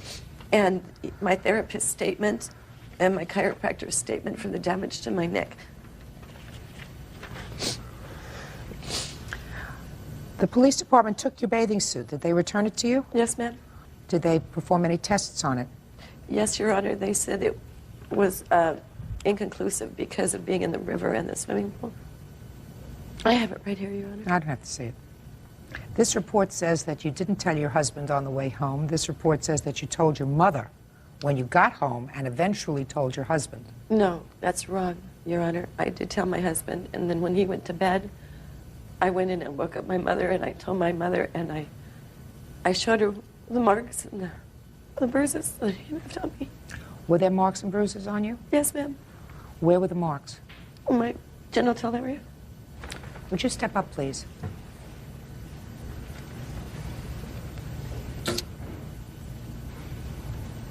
Tell me your last name. Rose. Miss Rose, do you live with your daughter and son-in-law? Yes, I do. Do you remember that evening of the 19th of August? Yes, I do. Can you tell me what you recall of the conversation you had with your daughter? After she told me what happened, I asked her, let's go in and let me look. I can only look and tell you what I think. What do you mean you only could tell her what you think? You know, how it looked and everything, because I'm not a doctor. And Did she complain of any discomfort? Yes, she did. What did she say to you about the discomfort? That it was burning and it was bleeding all around. All around? Yes. So what did you do? About 6 inches from her hip down, it looked like somebody had ground up meat. All red and dark and black. Did you see any marks in her vaginal area? Yes. There was plenty. It was red. It was definitely red. The whole thing was red. Both sides and down. Have a seat. real cases, real people. Judge Judy. Andy Heath says she was sexually assaulted by her husband's former co-worker, S. Lyle Marple. Andy says the attack occurred while S. Lyle was giving her a ride on his jet ski. All right, Mr. Marple, tell me about the ride that you and Miss Heath took. Well, the party started like at 3 o'clock. About 3:10, we went down to the pool area, and I started getting stuff out for the party. And then a few minutes later, her husband's yelling for me to give her a ride because she's down on the dock and she won't leave the dock until somebody gives her a ride on the Sea-Doo. So I went up and got the jackets, went down, gave her one. We put them on. We got on the Sea-Doo. When she first got on, she grabbed a hold of my shoulders. Then she grabbed my waist. And we took off up the river. Then her hands were down on my thighs. First, she just wanted to ride. Then when she got on it, she wanted to drive it. So I pulled into the beach. She got off. She jumped in the water, cooled down. And we sat, and she talked for a while, talking about her husband and stuff. And then she wanted to ride the jet ski, so I let her ride. She got on. I got on behind her. And she took off wide open. I told her to keep it slow, you know. And then she just zigzagged down through the water. At some point, did you fall off? No. At no point you fell off the Sea-Doo? No. As we were going down, she hit a big wave, and we jumped up in the air, which made the Sea-Doo unplug, and we came back down on the Sea-Doo. But you remained on it? Oh, yeah. If I would have fell off, it's hard to get back on. You say he fell off? Yes, Your Honor. How did he get back on? Very easily. He just crawled up on the back of it and got on the seat, plugged it in, started it up. All right. Got back to the party, and the plaintiff stayed at the party for a period of about 2.5 hours. Yes, Your Honor. Is that right? Yes. We pulled in, and that's when I helped her guide it back up to the dock because I didn't want her to run into the dock and hit the kill switch so we could get off. There was another young woman who you also gave a ride to on your Sea-Doo. Yes. Wanted a ride. How old is she? 13.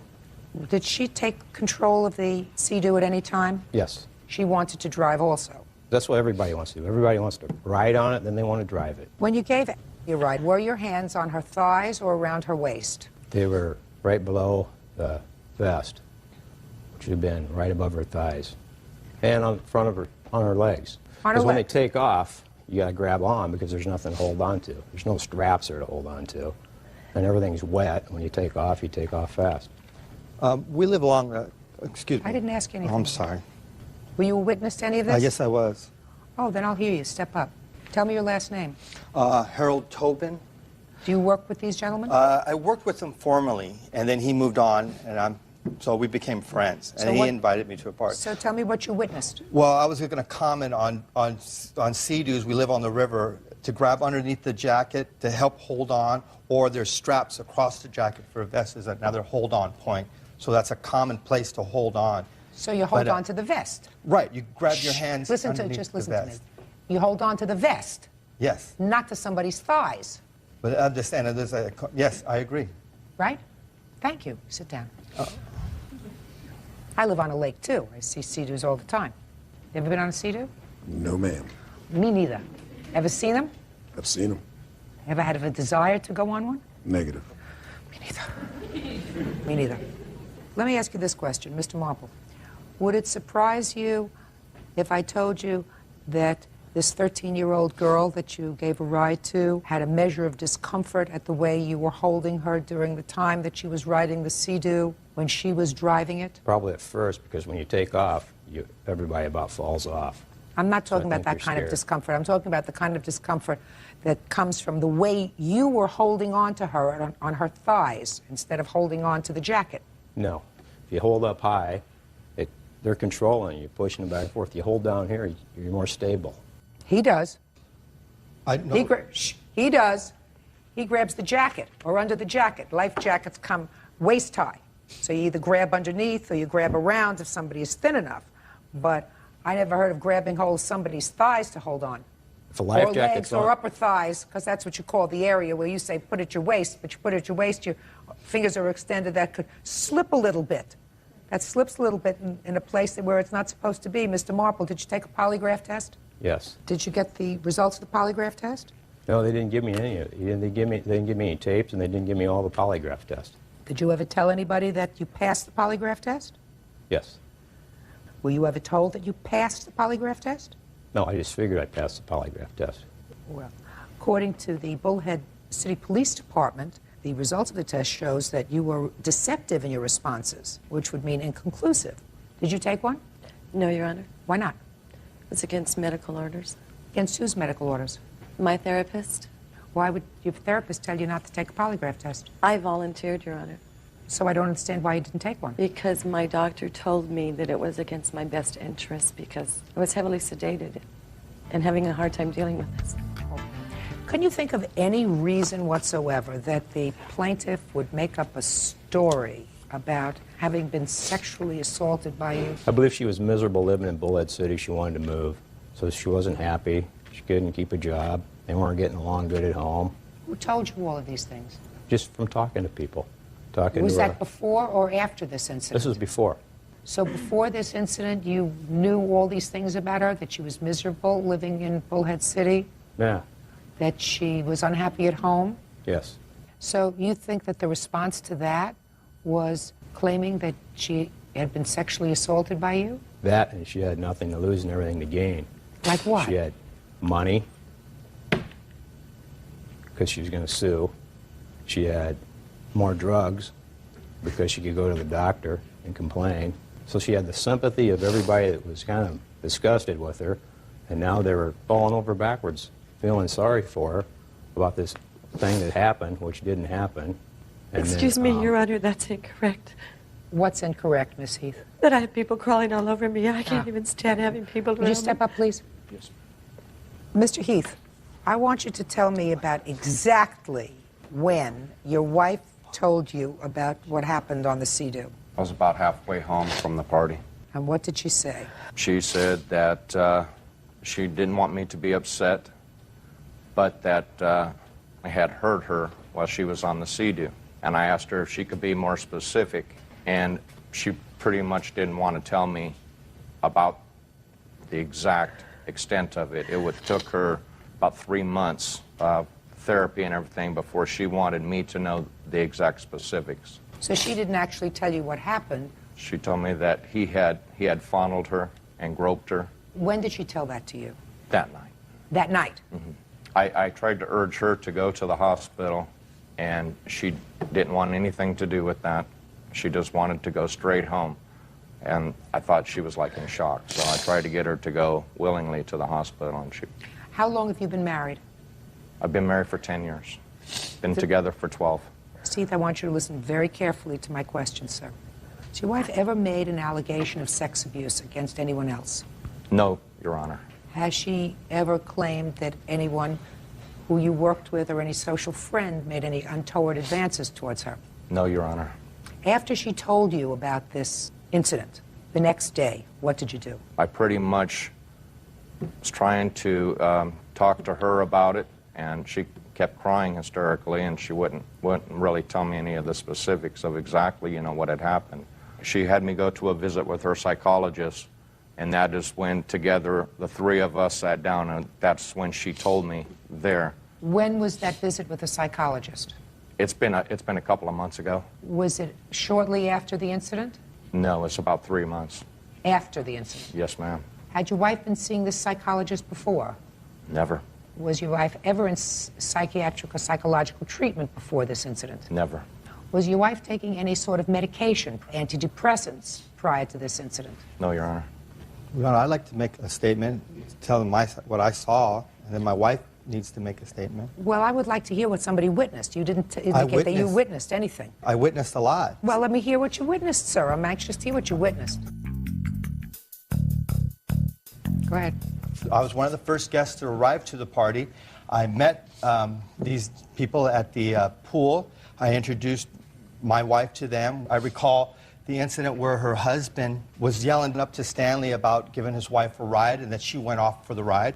I remember her coming back, but I remember her being happy when the vest saying that they hit a hard wake and it unplugged and it came off.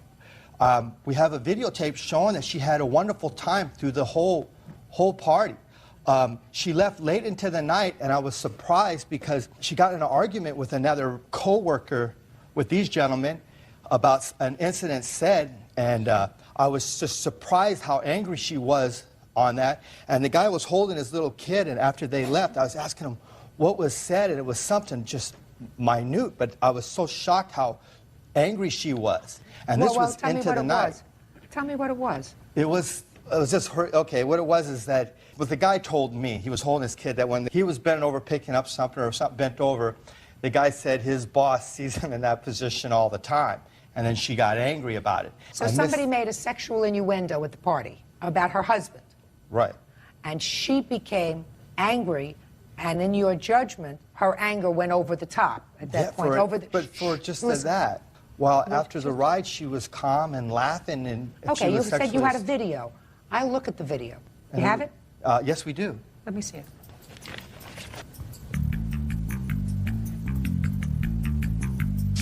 Plaintiff Andy Heath claims she was sexually assaulted by the defendant, S. Lyle Marple, while riding with him on his jet ski. Before we took off, he put his hands on my thighs, and I thought that maybe that's just the way he wanted to hold on. But he pulled his hands up higher into my bathing suit, and he forced himself inside me. The defendant denies the plaintiff's allegations. She had nothing to lose and everything to gain. Like what? Money, because she was going to sue. More drugs, because she could go to the doctor. So she had the sympathy of everybody feeling sorry for her about this thing that happened, which didn't happen. And his witness thinks he has the proof. We have a videotape showing that she had a wonderful time through the whole party. Now, the conclusion. I want to see the video. You have it? Yes, we do. Let me see it. I can explain scenes that I see. Are there scenes of the plaintiff? Yes. After this incident? Yes. All right, let me see after the ride. You're doing great. Oh, hi. Oh, hi. Come on, pose a little bit. This is good music, Rob. Oh, you like that, huh? Yeah. Little third world. It's the most beer I've ever seen Stanley drink. How you doing, Stan? You having a good Is this time before or after the ride? This is after the ride. If you can see Stanley where he had his vest on, his T-shirt still wet. It's dry where the vest covers his shirt. But this is after the ride. Now, is that, just a second, is that Stanley dancing around? That's Stanley dancing around. All right, that's Stanley dancing. And that was the defendant. Was that her dancing? She's floating in and out. Do the dancing, baby. Come on, do the dancing, baby. I'm talking to my husband, Your Honor. Do the dancing, baby. Come on, Pam, do it. If you notice what's going in the background, Your Honor, this gentleman's wife was attempting. You didn't do it. Hey, Pam. You know? Pam almost pulled Stan's pants down, but she chickened out at the last minute. Do the gorilla. Okay. Mr. Heath, it did appear that your wife was not, at least overtly, traumatized. This was after the incident. Yes, I believe she was in shock, Your Honor. You're not an expert. That's true. You are not a psychiatric expert. That's true, Your Honor. I've been with my wife for 12 years, and I know her very well. And I know the difference of how she was feeling before and after the ride. Well, you couldn't tell that she was feeling badly afterwards. I could tell that the people that we normally hang out with, she totally avoided. You couldn't tell from looking at that your wife had just suffered a traumatic event. That's true. Is that a fair statement? Yes, it is. I didn't want him to know, Your Honor. It may be, but you have the possibility of just withdrawing at the party and sitting down, sitting, having a drink, not saying anything, but you were participating at the party at this. Flying all over the place. You were Your flying Honor. all over the place. Had you had anything to drink before you went on the Sea-Doo? Yes, Your Honor. What did you have to drink? Snow Creek wine. What is that? It's like a Boone's Farm. And I was in the pool so much, I just come back and put ice in it. Okay, so how many drinks did you have? One. And also this gentleman's wife and I went to the store to buy a bottle of Malibu rum. And I had a little bit of Malibu rum in with that, but then again, I just kept putting ice in it. I'm not a drinker, Your Honor. Okay. And what about you, sir? How much did you have to drink? I had like a beer or two, and then later on I had a few more beers. Did you drink anything other than beer? No. Anything else you want to say? Yeah, at the end of the party, it was strange because I've really had an enjoyable time with these people.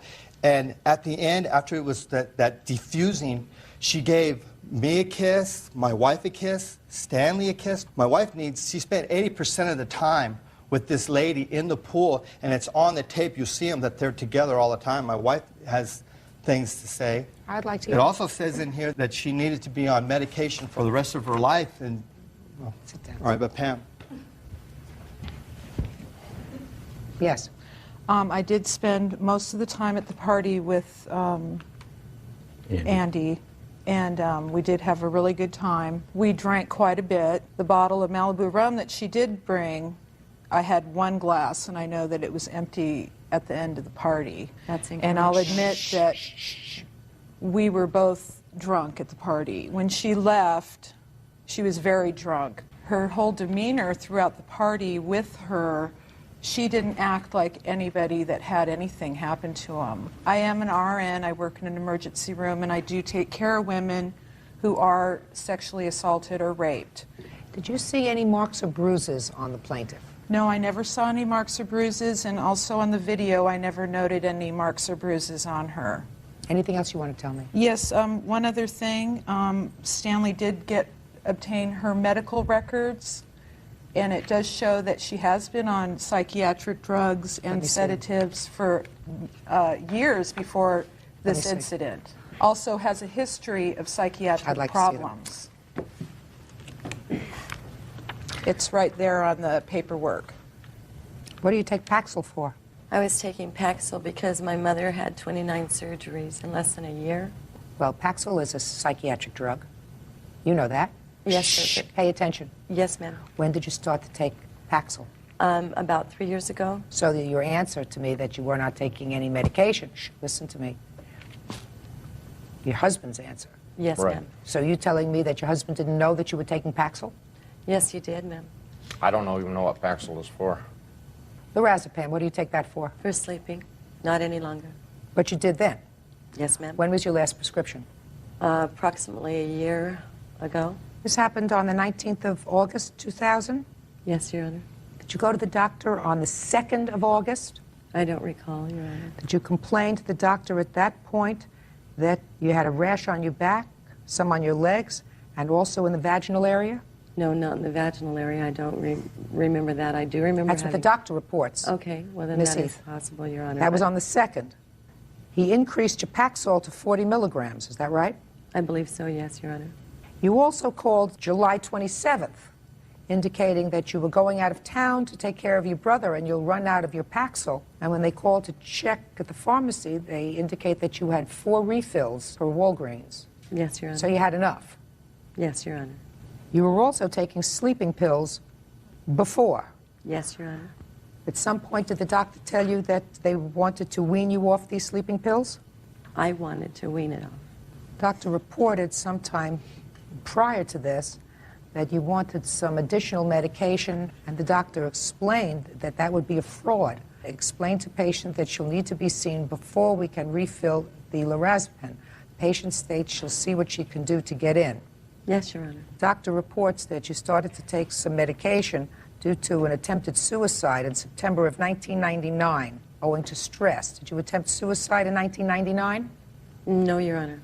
That was September of 2000, Your Honor. September of 1999. No, Your Honor. Is what this report indicates. You take a lot of Paxil and a lot of the other medication, according to this report. Not anymore, Your Honor. Wow. I'm on different medication. What kind of medication are you on?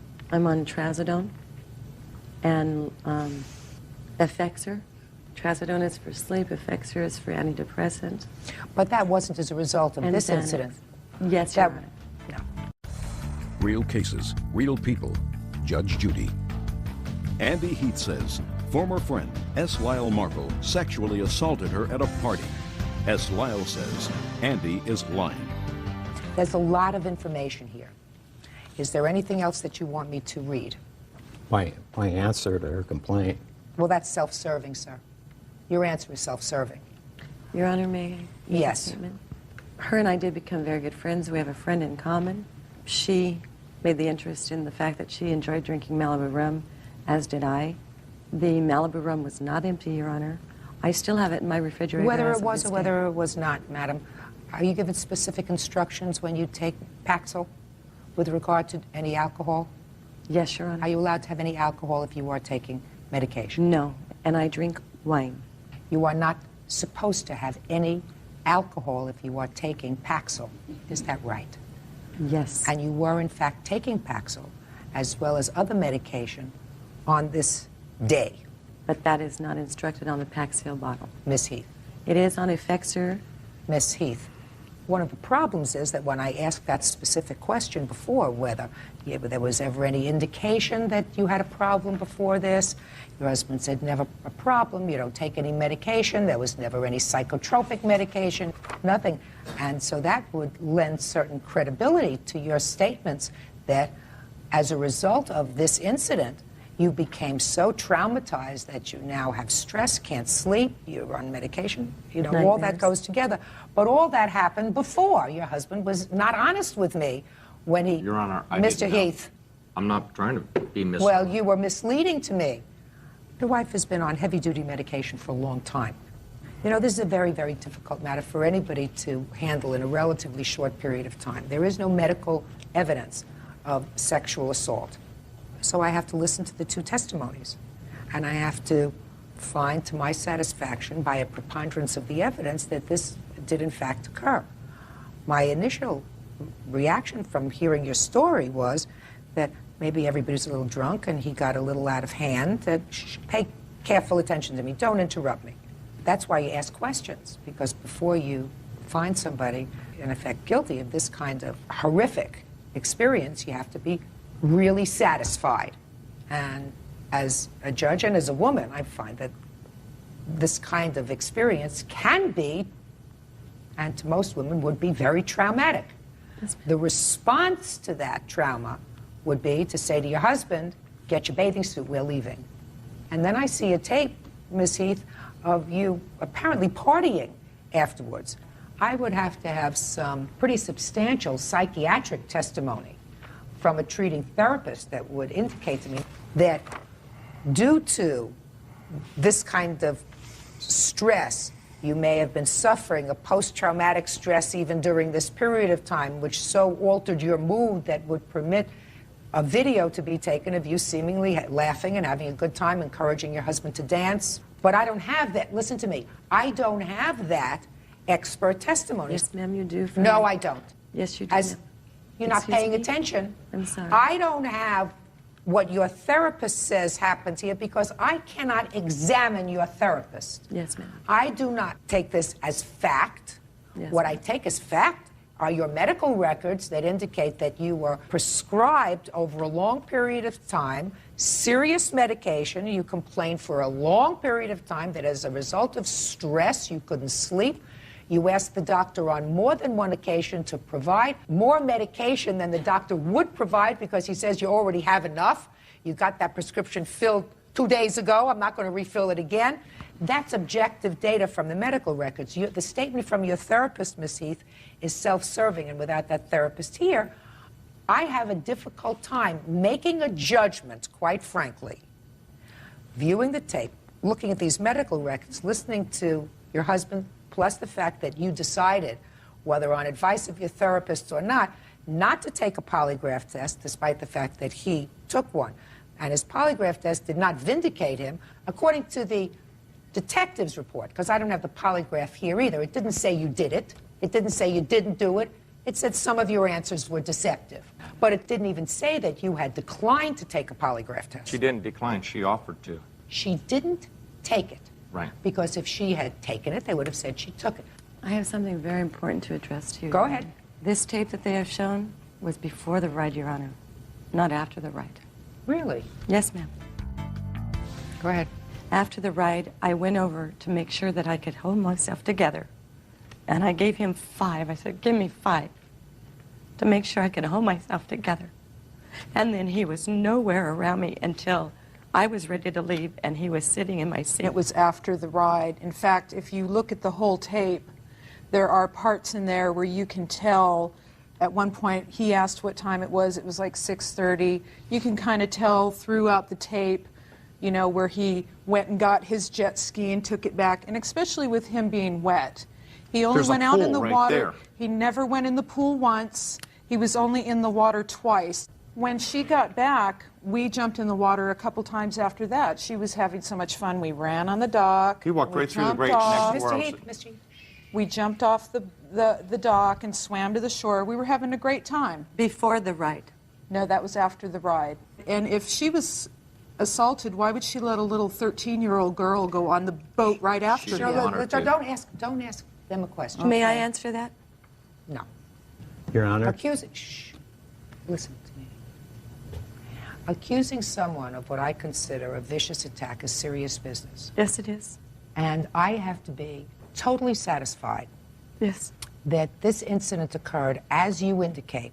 Yes, ma'am. Because we're not talking about the money judgment that you're requesting so No, much, ma'am. but we're talking about making a statement publicly that this man violated you. Yes, ma'am. Okay. In order for me to do that, I have to feel totally comfortable, Miss Heath. So what is the objective evidence that I have? The objective evidence is that you were taking very serious medication for a substantial period of time before this happened, medication that should not be taken in conjunction with alcohol. You decided, for whatever reason, not to get your husband, which would have been a totally reasonable response, immediately afterwards and say, let's get out of here. We're getting out of here. I'm just talking to you about objective data. Do you understand? The objective data is I have a report here that indicates that you started to take medication, and you've been taking medication for stress for a very long time, and in your own hand or in the hand of another professional, it does say that you did in fact attempt suicide, something that you didn't tell me. I have the defendant, who probably, based upon his own statements and based upon the statements of his witness, wasn't too bright, because if he takes women on his sea-doo, what he does is he either holds on to the back of the jacket, puts his hand around his waist, and not be stupid, and grab them onto their waist where you might put your hands in and around their thigh area. That isn't smart. Do you understand? Not smart. That does not necessarily make you a sexual deviant. Okay. He says he did not do this. Your mother says she observed certain bruising on your thighs. The medical records indicate that the doctor who you saw during the month of August noted redness. But not scratches. There is no medical evidence of scratches, madam. If you went to the doctor immediately after this incident, which you did not do, and the doctor had looked at you and saw nail scratches, nail marks, something. Ma'am, when I went to the doctor, he's known me so long, being so strong with my mom, that he didn't even look, he didn't even check. He just walked out of the room. That may be. But this is the objective data that I do not have, which is probably why the police department there chose not to prosecute him. Ma'am. There was a prosecutor that wanted to. The state. He kept having it postponed, and they put somebody else in there who dropped the case. It's been postponed and withdrawn for 7 months. What I'm telling you is, when you have this kind of an assault, especially if you have this kind of an assault, and there was some indication that there was another child, a 13-year-old, who was not a witness here today, so I don't know that, was also inappropriately touched, then the prosecutors proceed. You may be 100% truthful. I, as a judge, have to deal with objective data. And based upon what I have seen, I cannot in good conscience label this man a sexual deviant. I cannot. Only you folks and your consciences know what happened that day. That's all. Parties are excused. You may step out. Out the back door. 30-year-old administrative assistant Tara Burke is suing her former roommate, 30-year-old masseuse Rebecca Martins, for forcing her to move. Rebecca is countersuing, claiming Tara broke their lease. Order. All rise. Yeah, this is case number 191 on the calendar, the matter of Burke versus Martins. Thank you. Parties have been sworn in, Judge. You may be seated. Folks, have seats, please. Ms. Burke, according to your complaint, in July of this year, you moved in with the defendant, signing a 6-month lease with her. Correct. As a roommate. Correct. It was not a match made in heaven. No. It is your claim that 3 weeks later she forcibly evicted you from the premises. You are suing her for the expenses that you incurred as a result of that move. Correct. Okay. The defendant is counterclaiming, claiming that you breached your lease with her, you had no basis to move, and she claims that you did certain damage to the premises. Is that right? Correct. How did you find this roommate situation, Ms. Burke?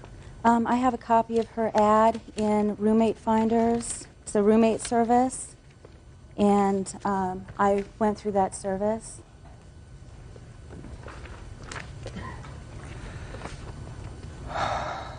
Did you find it online? Is that what you did? Yes. Okay. So when did you move in? On July 25th. And did you pay August's rent? Yes, I did. Which was $800? Yes, I have a copy of all of my canceled checks. I don't think that she denies that. No, And you I don't. paid an additional $400? Yes, I did. Is that right? Yes. All right, so what caused you to move? Well, when I moved in, and actually when I came to look at the place, Miss Martinson informed me that she was a massage therapist and that she worked from her home. I wanted to know what kind of massage she performed, and I asked her specifically, is it like sports injury massage? And she said, oh yeah, that's basically what I do. And I said, well, what hours do you perform massage out of the house? And she told me it was strictly during the day. And I was fine with that. She was what I thought was a struggling mother who just had a child, and anyway, I don't want to ramble. Anyway, 2 nights after I moved in, I was walking from my bedroom to the kitchen, and in the living room were 2 naked people. The naked man was lying on his back on the massage table, and the naked woman, not Mrs. Martin's, was massaging the naked man in the portion of his body that should be covered by a towel. Your Honor, this is not true. Just a minute. Go ahead. It is true. I informed Miss Martins what I had seen, and she told me that she didn't know what was going on, and that she was very upset with her friend, and that she would take care of it, and that wouldn't happen again. Someone else worked out of your house as well? No, I had a girlfriend. She was there. She's here in the building. She would like to testify, just not on camera. She will testify that that is an incorrect statement. Was she using your house at any time to give massages, whatever kind of massages they were? She was spending the night, her and her boyfriend. What they were doing that night, I don't know. She was, according to her, giving him a great massage. A couple nights later, I walked out, and the same naked woman was there with a different naked man. This time she was crawling on top of the naked man. In the living room? Yes. And I informed Mrs. Martinson again. She promised again it wouldn't happen. I just wanted to believe that it wouldn't happen again.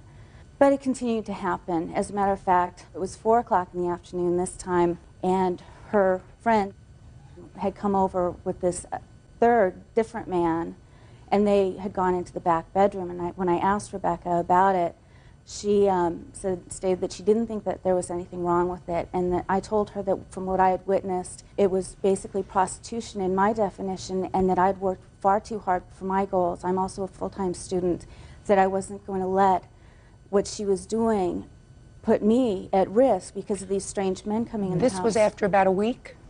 That was about 2 weeks. 2 weeks? 2 weeks. Okay, so you had this confrontation with her after 2 weeks, and Yes. whether she was correct as to what she saw, accurate as to what she's It's not reporting. accurate. Just listen to me. You didn't let me finish. Sorry.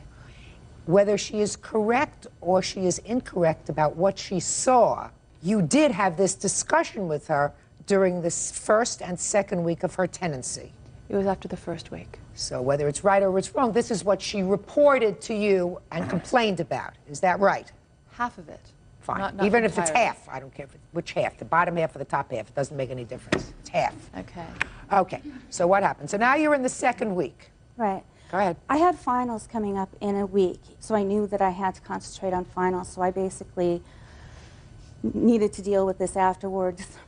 Did my studying mostly from my office, sometimes picked up the dogs and took them to the dog park and studied there, anything to keep from going home because of what was going on at the house. I didn't want to go home. After I finished my finals on August 12th, I got home at about 3:30 in the afternoon, and I went back, and my dog was out there with the muzzle on his nose. It was about 100 degrees out in the valley on that day, and he was sick and lethargic. I threw him in the pool and brought him inside to bring his body temperature down. and called the emergency vet. Because he couldn't pant. He couldn't pant, he couldn't drink. And I called the emergency vets, and they told me just to monitor him. And he got better, so I didn't end up taking him to the vet. But they did tell me that if he had been there longer, he would have Don't tell me died. what they told you. Muzzle was tight on his face. Couldn't pant, which means you can't get rid of the heat. Right. You couldn't drink. Okay. Did you discuss that with her? Yes, I was actually very upset when it happened, but I realized by the time she got home about 4 hours later, I didn't want any kind of confrontation, so I just calmly said, please don't do this. You know, it put him at danger, and I don't want to, you know, he could have died. Real cases, real people. Judge Judy. Tara Burke claims former roommate Rebecca Martins forced her to move. Tara says Rebecca is running an illegal massage business. So what happened next? I basically stayed in my room that night. The next day I went to work. It wasn't until 2 nights later. Miss Martinson was getting ready for bed, and I informed her that I didn't think the situation was going to work out and gave her my notice. Okay. The next night I got home at about 8 o'clock, and Miss Martinson was in a rage. And she asked me if I'd found a place yet. And I told her, no, of course I hadn't. We had just spoken about it the night before. And at that point, she started screaming at me and, you know, saying that I used the house as a hotel and I've been gone all day. And I said, I have a job. Of course I've been gone all day. And she said, well, you're off at 3. You know, it's 8 o'clock. Where have you been all this time? And I was actually shocked that she would even be questioning me on that. And she's just a roommate. So basically, she started getting more and more aggravated and informed me that if I left for work the next morning, she was going to throw my belongings out on the lawn and change the locks. At which point I told her that she couldn't do that, that wasn't legal. And she started, you know, saying, well, you can sue me, but that won't do you any good. And I said, well, you're out of control. And I reached for the phone to grab 911, and she came after me. No. So I ran out the side door of the house, and I ran to the neighbor's house and called 911 and waited at the neighbor's house for the police to show up. The police showed up, and they spoke to each one of us separately. They came out and told me that it was illegal for her to do that, and if she were to try to do that, that I should call them back, and they would come back and arrest her, and that I should try to get out as quickly as possible, and I told them that I would. So you moved out the next day? Yes. And the entire time I was moving out, she was behind me screaming and threatening me. And okay, so you moved out on the 16th? Correct. Okay.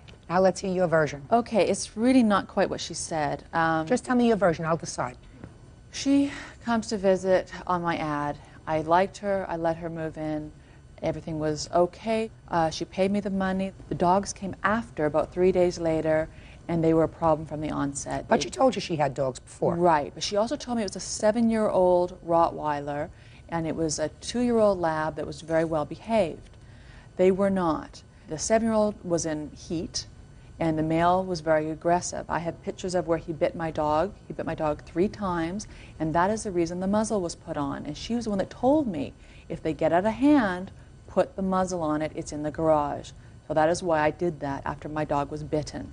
And the reason why I had the fight with her at all was because she wasn't looking after her dogs. They had escaped from the yard twice.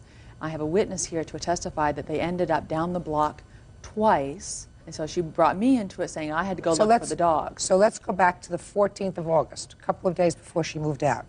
Actually, we need to go back up to the first week. After the first week, she got upset because of having a friend over, and she said she saw what she saw. I never saw it, denied it. That's incorrect. So that day, she said, I can't handle this. I'm giving you my 2-week notice. Okay. So then, on the 14th, Your Honor, she reiterated to me that she was moving out at the same point that we fought over the dogs. I said, your dog's in heat. The male dog is beating up my dog. You need to separate them. And then she did. She put them a few days earlier in the dog run, but then there's no shade there.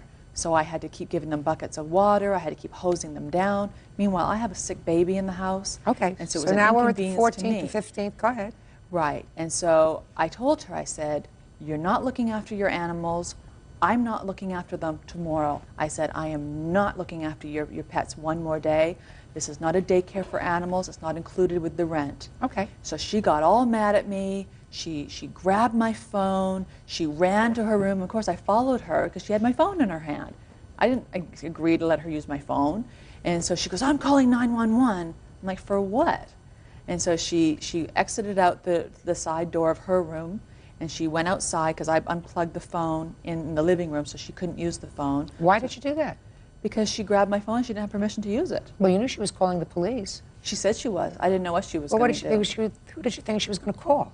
I don't know. I wasn't really sure, but I didn't want her using my phone. Go ahead. So I unplugged it, and so she couldn't use it. So then I guess she went to the neighbors. Right. The police She called came. the police. Right. Police told you couldn't evict her. And I said, well, she gave her 2-week notice, and it's up tomorrow. But she's already paid up till the end of the month. She gave her 2-week notice. She's paid up till the end of the month.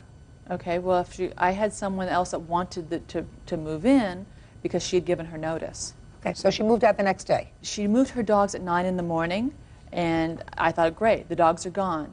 Then she came back a couple hours, and after her and her friend had berated me, and that's why the police were called again that day, and they came to keep the peace.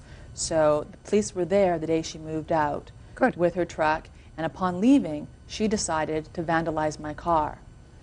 I have pictures here. She scratched to 3-foot scratch across my brand new car. Who saw her do that? The neighbor across the street. Where's the neighbor? They didn't want to be on camera. Everybody doesn't want to be on camera. You must have people who are wanted for something. Let me explain something to you. I take testimony. Right. I'll hear a witness. Yes, there is a witness here. Who? Carrie is a neighbor down the block that testified to her dogs being out. I'm not interested in the dogs being out. I'm interested in vandalizing your car. Oh, this is the picture. I'm not interested in the picture. I'm interested in somebody who saw her vandalize your car. Well, I didn't see her actually do it. Fine. But Let's she move was on. standing next to the car. Let's move on. I'm going to deal with your counterclaim first. Right. Damage to the car I've dealt with. I don't have anybody who saw her do it. What about a fence? Yes. The fence was destroyed by her dogs. Let me see.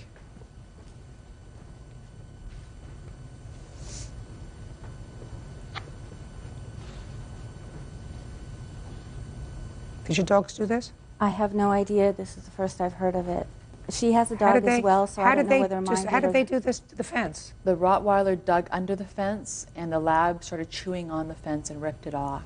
I made a police report the day that the police came to keep the peace, and they saw it, and they made a note of it in the Your report. Honor, I'm the one who called the police. Just a second. No, you didn't. Just a second. You have a police report? I this called fence? the police Do you that have a police day. report about the fence? They didn't say it in there, but they wanted to know about the car incident as well. I don't know about the car. I'm talking about the fence. It doesn't say anything about the fence, but it Fine. shows an investigation. Fine. I want to know about the fence. Right. You said this is the whole incident. Is there anything in there about the fence? The answer It is doesn't yes say the or word no. fence. Now, reimbursements of cleaning costs. What are the cleaning costs? Yes, $70 per hour, 2-hour minimum. For what? For cleaning up the state of the room that she left it. I have pictures of the way she left the room. Can I see it, please? You have to look closely on the floor. There's about 1 inch thick of dog hair.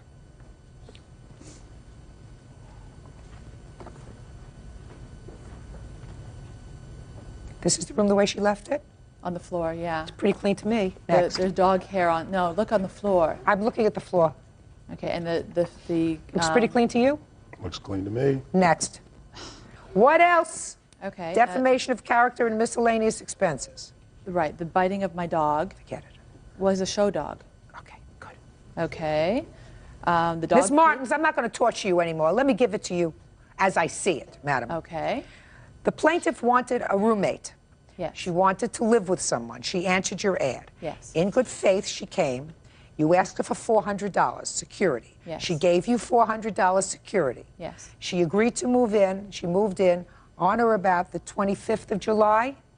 She paid you the entire amount of rent. Yes. So that she was all paid up through the end of August. She was so uncomfortable with the situation there that she saw, so uncomfortable that according to you, she was so upset that your friend was doing business out of your house that after 1 week, she said, I can't stay here anymore. You know, this is not good for me. You know, I'm not going to jeopardize my life by staying here. We'll have a police raid here, and I'm going to get caught in the middle of this thing. So, according to you, after 1 week, she said, I'm moving. Right. Now, she's all paid up till the end of August. You can't throw her out. I didn't throw her. I just wanted her dogs to behave. But how did you expect to do that? She bought a barking collars for them, but she didn't put the batteries in. She refused to put batteries in. So my question to you is, you were both unhappy with this arrangement. Yes. Clearly. She was unhappy with the kind of business being conducted out of your home, and you were unhappy with her barking dogs. So clearly this was a situation that should just go away by her moving out. Right? Yes. Perfect. What monies do you think you are owed? Listen to me carefully, because her counterclaim is gone. I'm dismissing it. She has no counterclaim. Right. But what about her scratching my car? I mean, that's a $400 damage. I don't believe she did it. I didn't. Since I don't believe very much else of what you tell me, Miss Martins, I don't believe that she scratched your car. She scratched my car. Okay, good. Where did you go after you left her house? A good friend of mine, when he actually heard what was happening in the house, had been telling me, get out, I have a three-bedroom house, you can stay with me. I felt my duty as a tenant was to give notice, so I didn't, okay. Just answer my question. My friend's house. Are you still there? No, I found a place. You found a place in a roommate situation? Very nice roommate, though. Okay. And she has a normal job. Your Honor, was not working out of my house. She was there with a boyfriend. I mean, you're claiming that she was working out of my house. She's not Listen. at work. She's a flight attendant. Let me tell you this. Whatever she was doing in your house when you weren't there, I was according to you, listen to me. You're not getting it. Are you thick? I tried to explain it. I will do it one more time. She came, she gave you money. According to you, she gave you notice within 1 week that because of the things that she was observing in your house and she was so distressed, she was giving you notice. That's according to you. Well, she could see Now, just through a second. walls? Just a second. What I'm telling you is, based upon what you told me, after 1 week of living in your house. She was complaining, yes. No, is very attractive and very thin, and she was calling her a crack because of her thinness and her wanting to swim in my pool naked. Miss Martins, there is no question in my mind that the She was plaintiff... jealous of her. Judgment for the plaintiff in the amount of $1,100. That's all. Parties are excused. Perhaps we can finally put this unfortunate incident to rest. According to what I read, you were crossing the street. Yes, ma'am. And you allege that the defendant came into an intersection she shouldn't have been and hit you with her car. Yes, ma'am. She didn't severely injure you with her car. You jumped back. She hit you on your knee. Something. Where? Right. Brushed me about here. She brushed you. But you weren't hurt. No, ma'am. But you were angry. And then an interaction took place between the two of you that was most unfortunate on both of your parts, which resulted in you being arrested. No, I was never arrested. Taken into custody at some point, charged with an assault. Charged, yes. with an assault. All right. Strong arm robbery. Charged with something. Okay.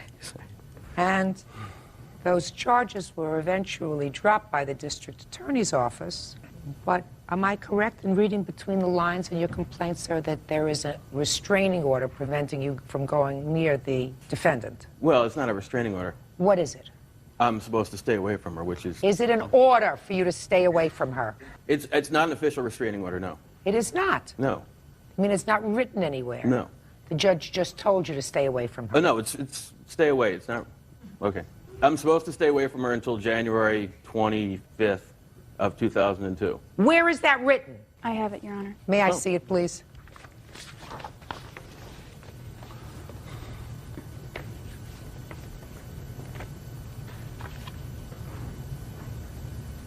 Those are the trial transcripts, Your Honor. I'm just looking at the order because he's not sure it was an order. So after this case is over, Mr. Bevilacqua, you are directed to attend 3 hours of anger management classes by the 15th of March of 2001 and stay away from the victim. Yes. That was the order, signed by a judge. Right. Right. I mean, did you think I was just a fake person here that they picked out of, that they picked out of a supermarket? Didn't you think that I had any legal experience at all, sir? Of course. All right. So, Mr. Bevilacqua, what you want is all kinds of damages from the defendant because you were put through a court process, you were embarrassed, whatever. You want damages in the amount of $5,000. The defendant is cross-claiming. She says that you did, in fact, assault her. And she is counterclaiming for the exact same amount, $5,000. So we've reached a point where you were brushed by defendant's car. Pick it up from there, Mr. Bevilacqua. Okay, I fell back, I yelled, yo. I looked up to see the driver of the car flash her middle finger at me and take off. Okay. Continued walking home, got up the street, and saw a car that looked just like the one that had just sideswiped me, frantically trying to get into this parking spot. And I just went up and said, excuse me, was that you who just turned on to 3rd off of Rose? And she said, yes.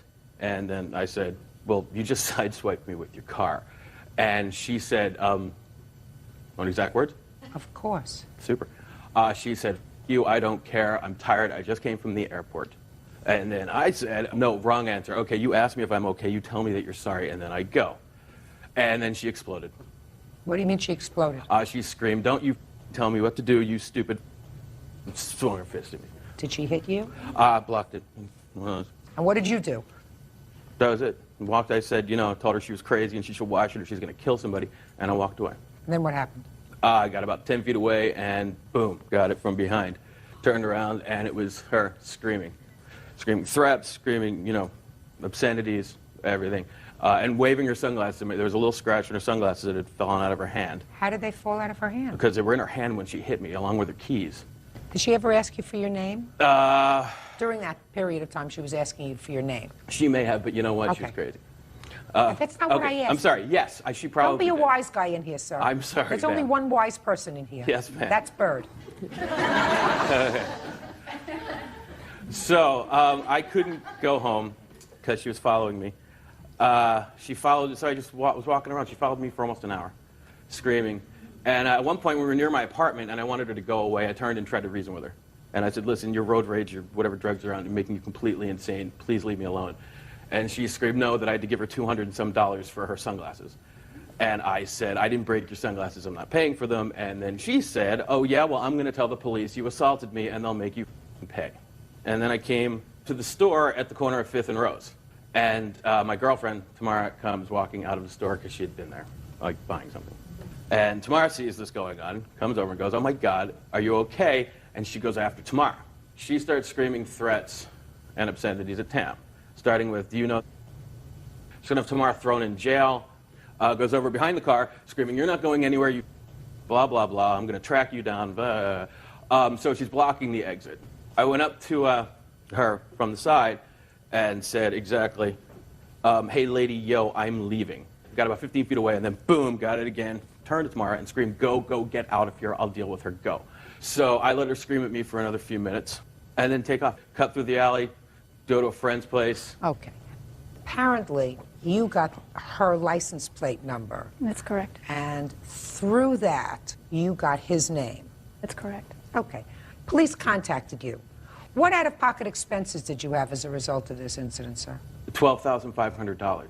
For what? Legal fees. You have a bill for that? Oh, sure. Okay. Okay. And I'd like to see that. Then I have a couple of pointed questions because I let you tell your story. Here you go, thanks.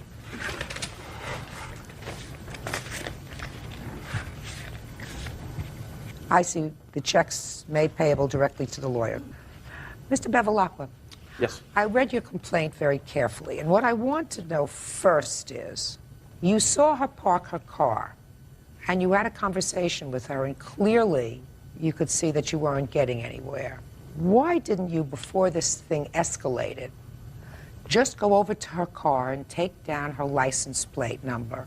Go over to a phone booth, take out your cell phone, call the police and say, license plate number so-and-so just hit me and took off. I was a pedestrian.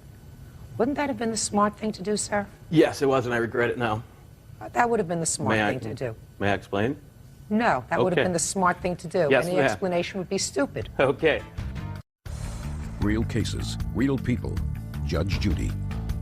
Stephen Bevilacqua says he was falsely arrested for assault because Ann Bonnet lied to police. Stephen claims it all started when Ann nearly ran him over. Now, why don't you tell me, you're going through the intersection and you were in the intersection at that point illegally? I made a right-hand turn from a busy street onto a residential street. While I was going through the crosswalk, I saw a gentleman step off the far side of the crosswalk. I continued down the road and then heard this screaming and looked in my rearview mirror, and I saw a gentleman screaming at me and giving me the finger. That was this gentleman?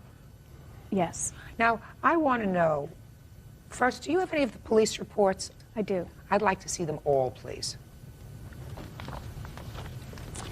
It's the LAPD. Where had you been coming from, Dr. Bonnet? Coming from the airport.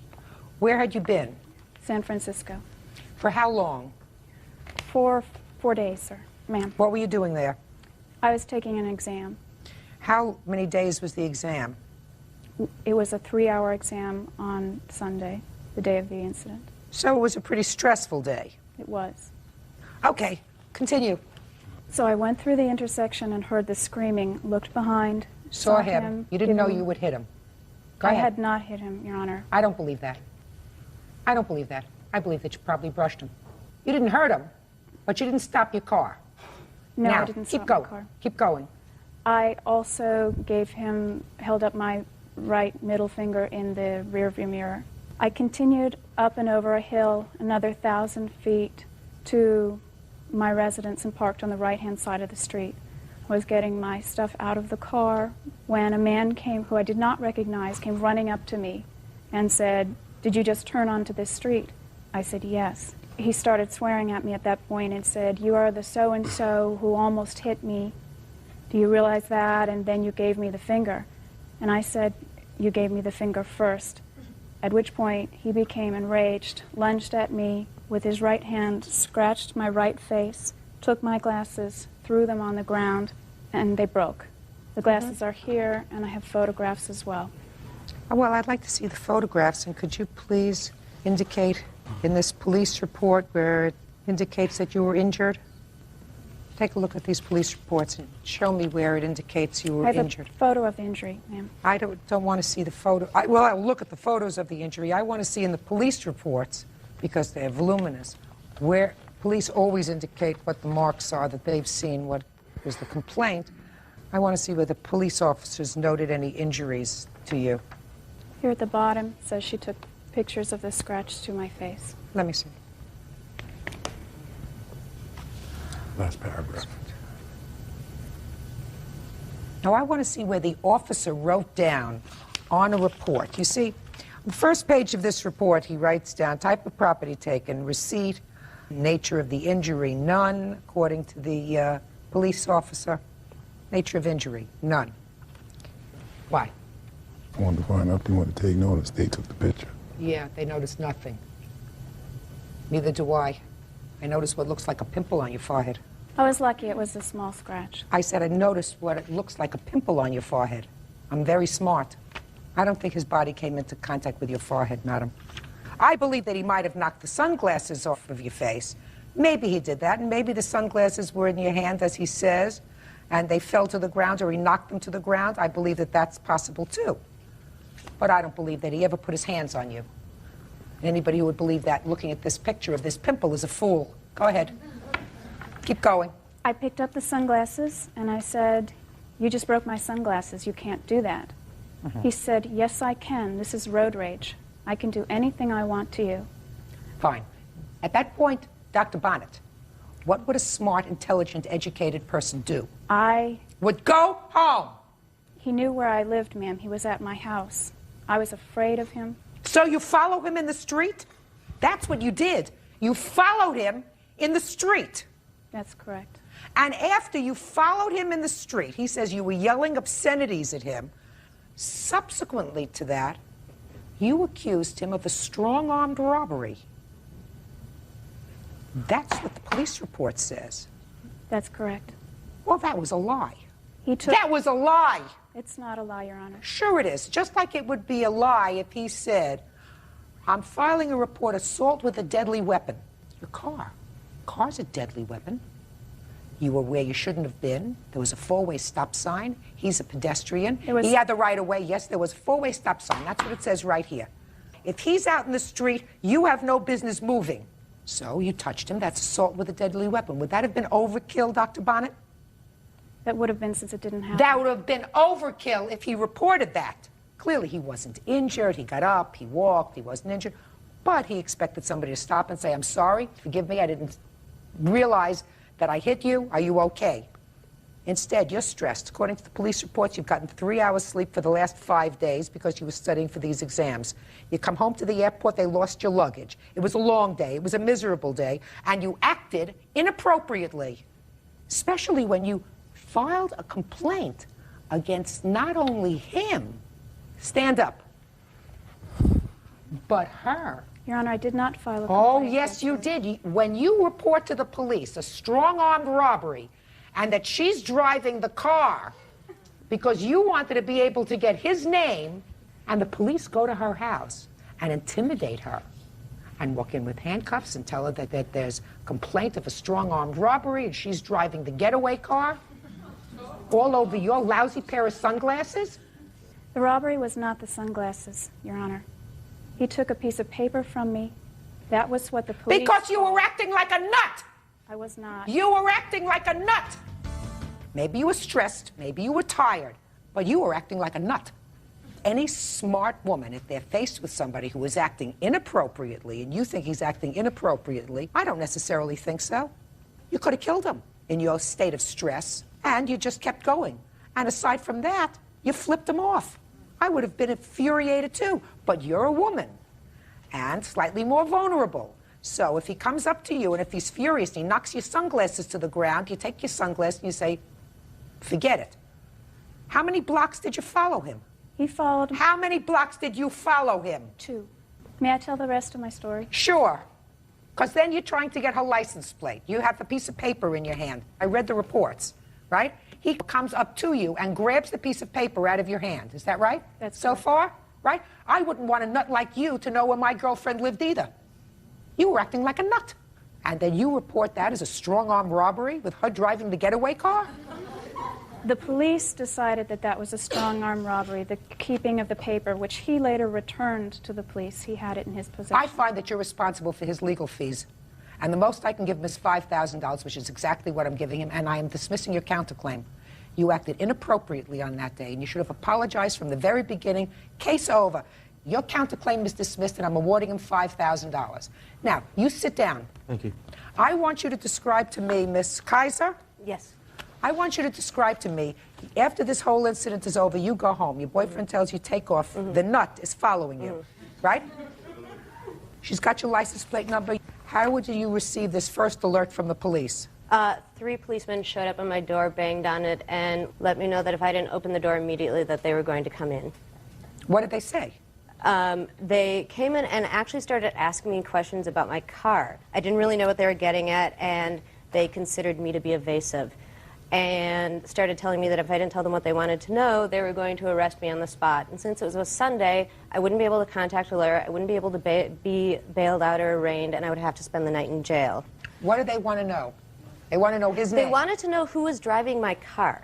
They basically were backing into asking me his name, and I honestly didn't know what they wanted at the beginning. When they did, I told them, actually fairly early in the conversation, but once it started getting this detailed, that I would much prefer to speak to them after I spoke to an attorney. And once again, we were back to, you're going into prison, now put your hands out, we've got cuffs. So how long did they stay in your house? About 2.5 hours. They kept me in my house. After the hour of questioning, I had to wait an hour and a half until she came down, looked at my car, identified it, and left. So the next day it was over? Actually, it was over in terms of my experiences with the police, and that was frightening, but it was not over in that both the police that we talked to and the Santa Monica City Attorney's Office were still considering pressing charges against me. As being a co-conspirator in a strong-armed robbery? The driver of the getaway car in a strong-arm robbery. You see how ridiculous things got? I never accused her of anything, Your Honor. Judgment for the plaintiff in the case of Kaiser v. Bonnet in the amount of $2,500. Fair enough. Step up. Yes. A couple of things to say. Could you have behaved better that day? Yes, ma'am. Okay. Certainly did nothing criminal that day. I find that based upon what little I've heard, and from looking at these photographs and listening to the story, you did nothing criminal that day. Certainly nothing that would have required you to spend $12,500 for a lawyer. I find, however, that despite the fact that he could have behaved differently that day, I'm merely taking down your license plate, you were the precipitating factor in all of this trouble. Because stressed out as you may be, you didn't have the right of way. You brushed him with your car. He doesn't look like a nut to me that he would follow you if you hadn't even tapped him with your car. See, all he was looking for was an apology. But you kept going and were rude besides. You precipitated it. You pay. That's all. Parties are excused. You may step. Delivery driver Bobby Boone is suing the mother of his son, 18-year-old student Teresa Rose, for the cost of car speakers. Teresa is countersuing for attorney's fees. Order. All rise.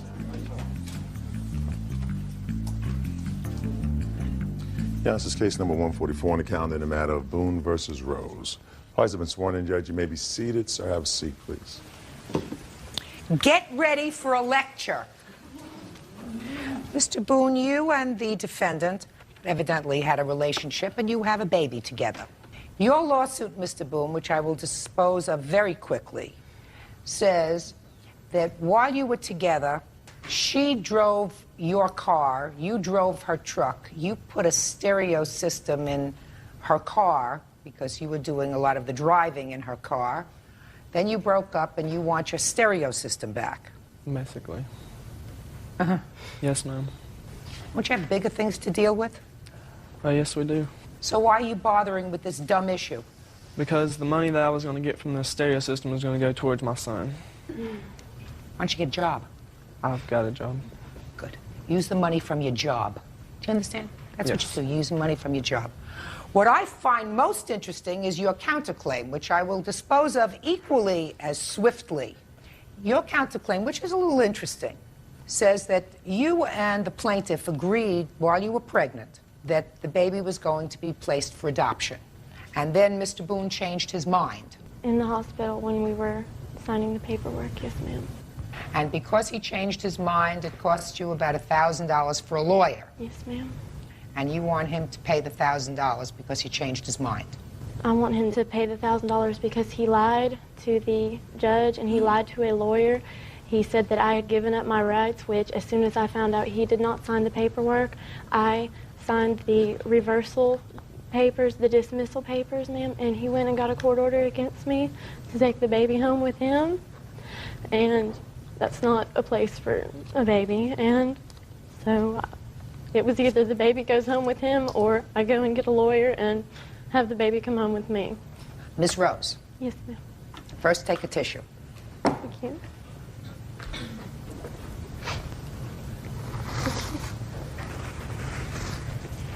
So let me understand. You're in the hospital. You had signed a release for the baby. Yes, ma'am. He changed his mind. Yes, ma'am. And then he went to court and said, she's given up her rights to the baby, so I want to take my son home with me. Yes, ma'am. Had you ever discussed placing the baby for adoption, Mr. Boone? We had. We went to a few meetings with the lady of Lifeline. The first meeting we went to, I told her I did not want to do it. I did not want to give the baby up for adoption. And did you change your mind? Well, you're allowed to tell me that I did change my mind. Well, I did, but I mean, I never wanted to give him up for adoption to begin with. I understand that, but I want you to be very honest with me. You Yes. had, in fact, discussed it with her. Yeah, we had discussed it. We were And- making an option. And you did see your son and then change your mind. I watched him be born. That was, you know, probably one of the happiest days of my life. So far? So far. How old are you? I'm 18. It's a very short life so far. Yes. Miss Rose. Yes, ma'am. I'm going to try to explain it to you in a way you'll understand it. Yes.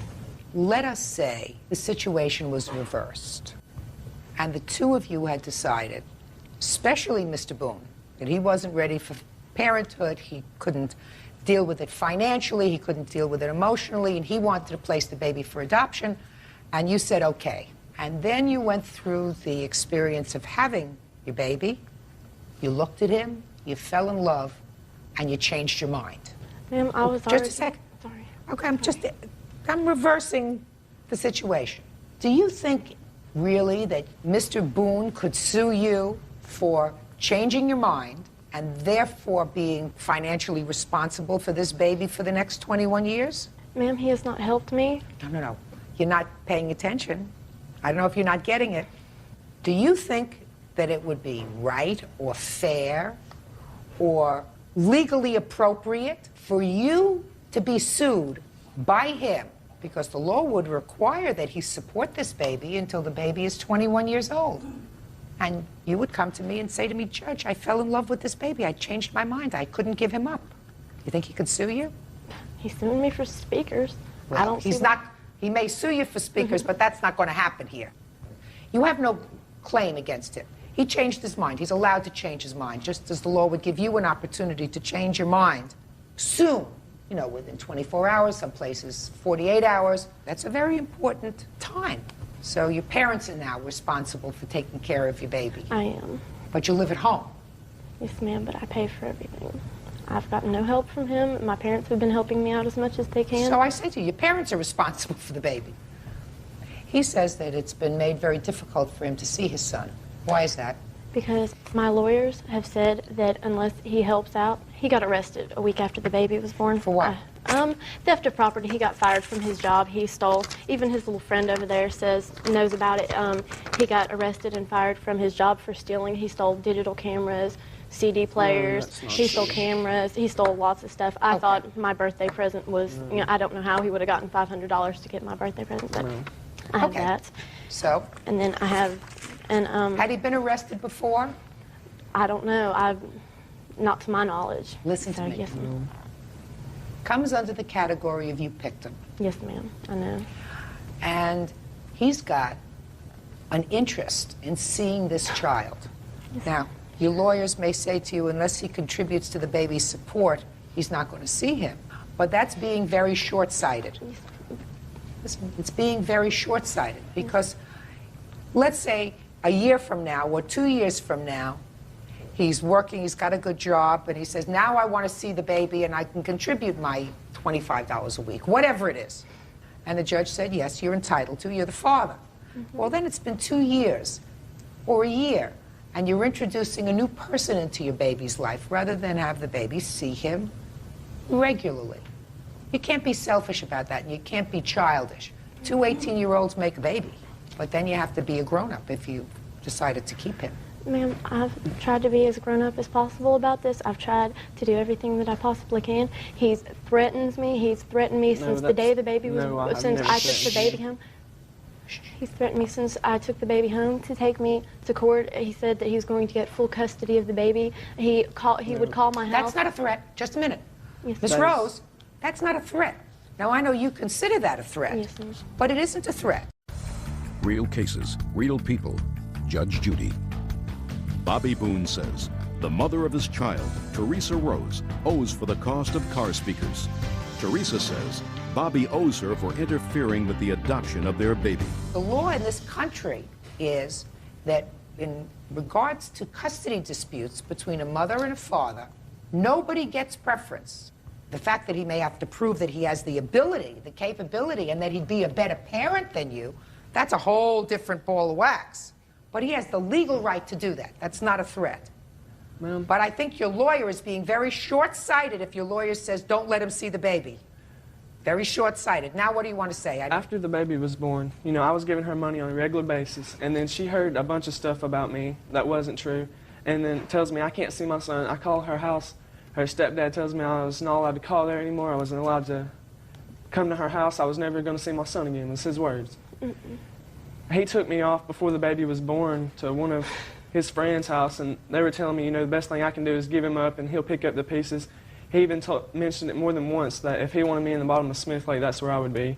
And up to the point where they told me I wasn't allowed to call or go over there anymore. I was giving her money on a regular basis. Just 1 second. Have you gone to court with regard to custody and visitation? Not yet. Well, why don't you, sir? Well, that's what I'm working on. What do you mean working on it? You don't have to work on it. You have the right to go into your local family court or juvenile court, file a petition asking to legally be declared the father of this child, and asking for either custody, if you feel as if you're the better parent, or visitation, regular court-ordered visitation, and they will also fix a support schedule for you. The problem, Mr. Boone, is, and I don't want you to feel so angry at her parents, because her parents know that an 18-year-old who is now saddled with an infant, that changes her life forever, as it may change your life forever. Her parents clearly understand that If she were prepared to do that, that would probably be in her best interest to do it. If she were prepared to do that, if she felt as if it were in her best interest. So you are really affecting her, her family, her parents, the baby, and you have a job doing what? Well, right now I'm working delivering pizza. You're a pizza delivery person. And just pay attention. You're a pizza delivery person.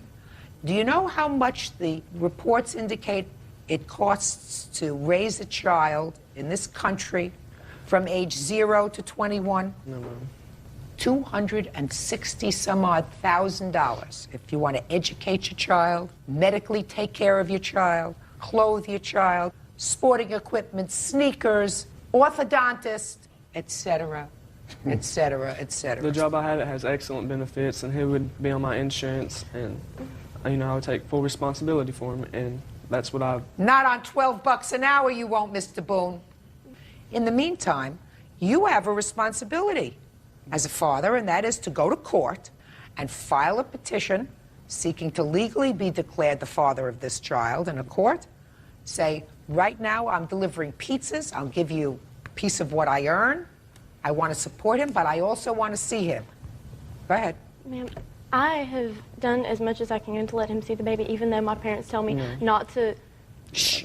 Even though my parents tell me not to talk to him and stuff, I will still call him. He never even asks about the baby. I'll sit there, I'll talk to him, he'll ask me how I am, he'll ask. Mr. Boone, don't interrupt her. He will never even ask how the baby is. He has not helped me, yes, the first month or so before he started saying, oh, I want my speakers back, because I made it perfectly clear to him that we were not going to get back together because he hurt me so badly. I'm sorry, that just is a very emotional thing. I was in the hospital, just had my baby, and I found out it was going to go home with him. His home is not a safe, I don't feel it is a... That's not emotionally hurting you. Listen to me. You said, I am giving this baby up. He said, I don't want to. I am going to fight to keep the baby so that I will have him in my life. That's not a trick. I went to... Shh. He had a choice. Just as I said to you, Miss Rose, you could have the same change of heart. You could have had the same change of heart. Fact is, you didn't. And it's going to be very difficult for you. But it's a big mistake not to let him see this baby in a comfortable circumstance so that he and the child develop a relationship now without acrimony, without fighting. Anyway, your lawsuit's dismissed, and Miss Rose, so is yours. That's all. Parties are excused. You may step out. Oh my God, he lives in a nasty little trailer. They have roaches, they have 5 people living in a little single wide trailer. She's let me see him 3 times in over a month. He got fired for stealing a week after the baby was born. You know, I've made some mistakes, but you know, I've paid for my mistakes. He only wanted to keep me, and that's just that. And now the next case. All parties on Choka versus Chavez. Step forward, please. 26-year-old hairstylist Diane Choka is suing her sister's ex-fiancé, 26-year-old dock worker Shane Chavez, for the deposit on a wedding reception.